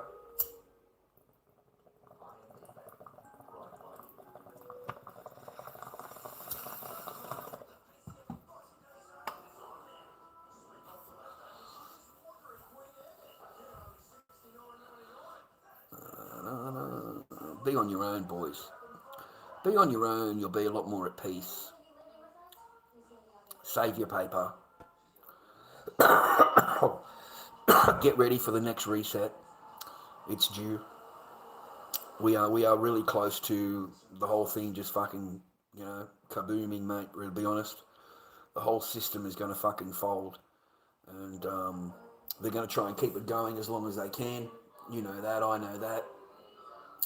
The laws are, they need to make the different laws in the country to get this shit passed, the digital ID, the digital currency and all of that kind of thing. I don't know. I don't even have Centrelink on my app anymore, mate. Because I had to get a new phone and I had to download that again. Now I've just got Workforce on there, on the app only. That's it. I don't see any reason to have Medicare and fucking this whole taxing and like all of it fucking, what for? In the entire time I've had the app, I've never used any of this fucking shit ever. Fucking ever. I've got a Medicare card. I don't give a fuck about the tax because I'm on fucking rock and roll. So what do I give a fuck about the tax department for? They can just make a phone call or Centrelink and fucking talk to them. So I don't need them. All I need is a Workforce to lodge in the job fucking network to get you to keep that fucking sweet. And then you got to do Centrelink every 2 weeks. It's a phone call, boys. It's a phone call. It takes 10 minutes and you've reported. And it's as simple as that. You don't need their app. You don't need a fucking digital ID. It's not like, you know what I mean? I just call up. So all I've got on my app is the job network. I get rid of everything. I got rid of everything. You want to go digital? Fucking bullshit. Fucking the bare necessities, bro. The bare fucking necessities here. What do I need for this to function? The job network and fucking Centrelink. Everything else does not fucking apply. That's the only two things you got to keep fucking happy. Okay? So that's all you got to worry about. And with Centrelink, you can just make a phone call. If you live close, just pop in. It's fucking 10 minutes and you're reported, and you haven't had to do it through an app. Okay? And you don't need no digital fucking ID. Okay? All of them, wherever you go, whatever you're doing, mate, the government have tabs on you through the app. Wherever you go, whatever location, whatever you say on the ear, everything you fucking say, mate, they can get you for. And we've got new laws coming in Australia now because of the Bondi thing. Our illustrious fucking Prime Minister, mate, instead of even mentioning fucking Muslim extremist gunmen, he instead pushes it straight onto the far left, which is me and you, the people with an Australian flag. That's the far left. So he's blaming us. Does not mention anything about fucking Muslims at all. And then he goes after the guns, more gun control. So his reaction to it and he's solving is taking free speech away from us and our guns away from us. So they're going to bring in anti-Semitic laws, anti-Islamic laws, anti-Islamophobia law, whatever the fuck it's called. They'll just bring a whole bunch of new blasphemy laws in. You're not allowed to talk about them, and they'll bring in anti-Semitism because they're the chosen ones, of course. And they need protecting. Wherever they go, they need total protection. So no, it's all going to come on top, mate. The two of them together will combine to be $20 million, $25 million of extra funding to protect everybody. And that's important. We need that, okay? And that's what they're doing. I think he was paid 25.7 million dollars of the mosque, and we're up for full security on all synagogues. Full security. Okay? So we're paying that every year now. So it worked out well for them. Everybody's being protected because everybody's under threat. Okay? It's a fucking joke. But that's his result for that. That's his answer, the Prime Minister. He doesn't do anything about the preachers that they let. Do you know they let these people in the country? They're not even citizens, mate. They let them into the country under tourist fucking visas and shit. And these preachers are on there in these fucking things, and they sit in whatever they call them. What do they call them? Mosques. And they're in there calling for jihad, mate. Fucking full jihad against the Australian people. We've got to, sometimes we've got to use jihad and fucking, mate, a full-on speech in his own language, of course, and it was translated. But that's what basically he was calling for jihad, mate, in Australia. So, they let these people in then. They let them in. And yet they'll stop a Candace Owens. They'll stop a Kevin Molyneux. They'll stop anybody that's talking any kind of truth at all. All of these people, the American people and that, they're not allowed in Australia, okay? Social cohesion, they call it. Social cohesion. But a preacher that up there talking jihadi, yeah, he's allowed in the country. Not a problem. Not a problem. That is how these people get fucking radicalised, bro. Because they're in their mosques and they're getting told by their fucking imams, whatever the fuck they are, these carpet fucking wearers, the fucking desert dwellers. They're getting told by them we need to go fucking full jihad, mate. Okay? So that's why shit happens at Christmas, mate. That's why there's no parades. That's why there's nothing. Okay? There's no Christmas parade in the city. There used to be a big one. No, that's off because they'll drive through the fucking crowd. Okay? Look at Moomba every year. Look what happens at Moomba after dark. Hey? Every fucking year, mate. Every year. It is fucking bad. After dark, very, very bad at Moomba. Yeah, don't be hanging around fucking after dark at Moomba. Don't be sending your kids there after dark. Very, very dangerous, mate, at Moomba. Okay? So they go there with gangs, man. They go there with gangs.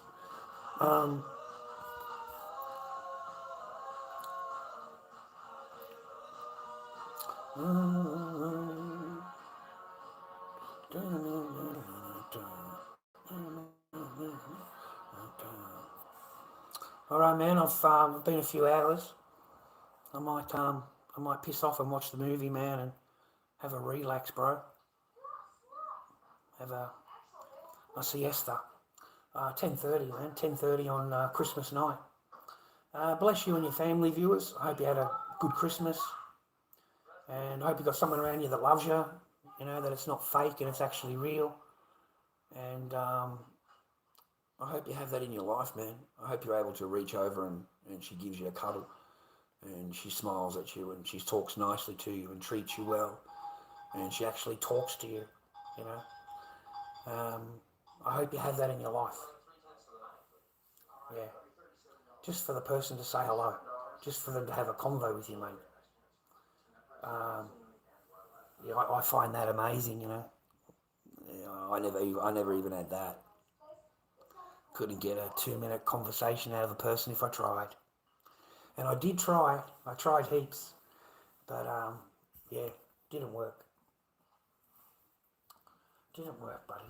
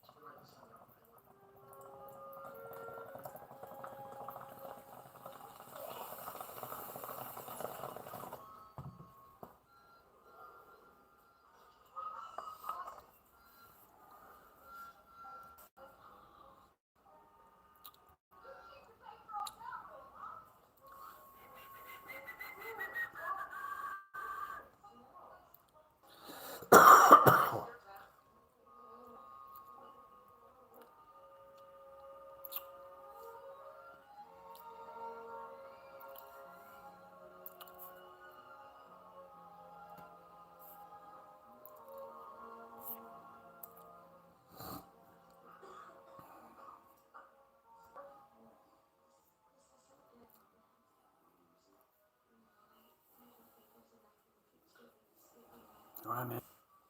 Thanks for your time, viewer. Watch an ad. Support the channel. Keep me cracking, will you?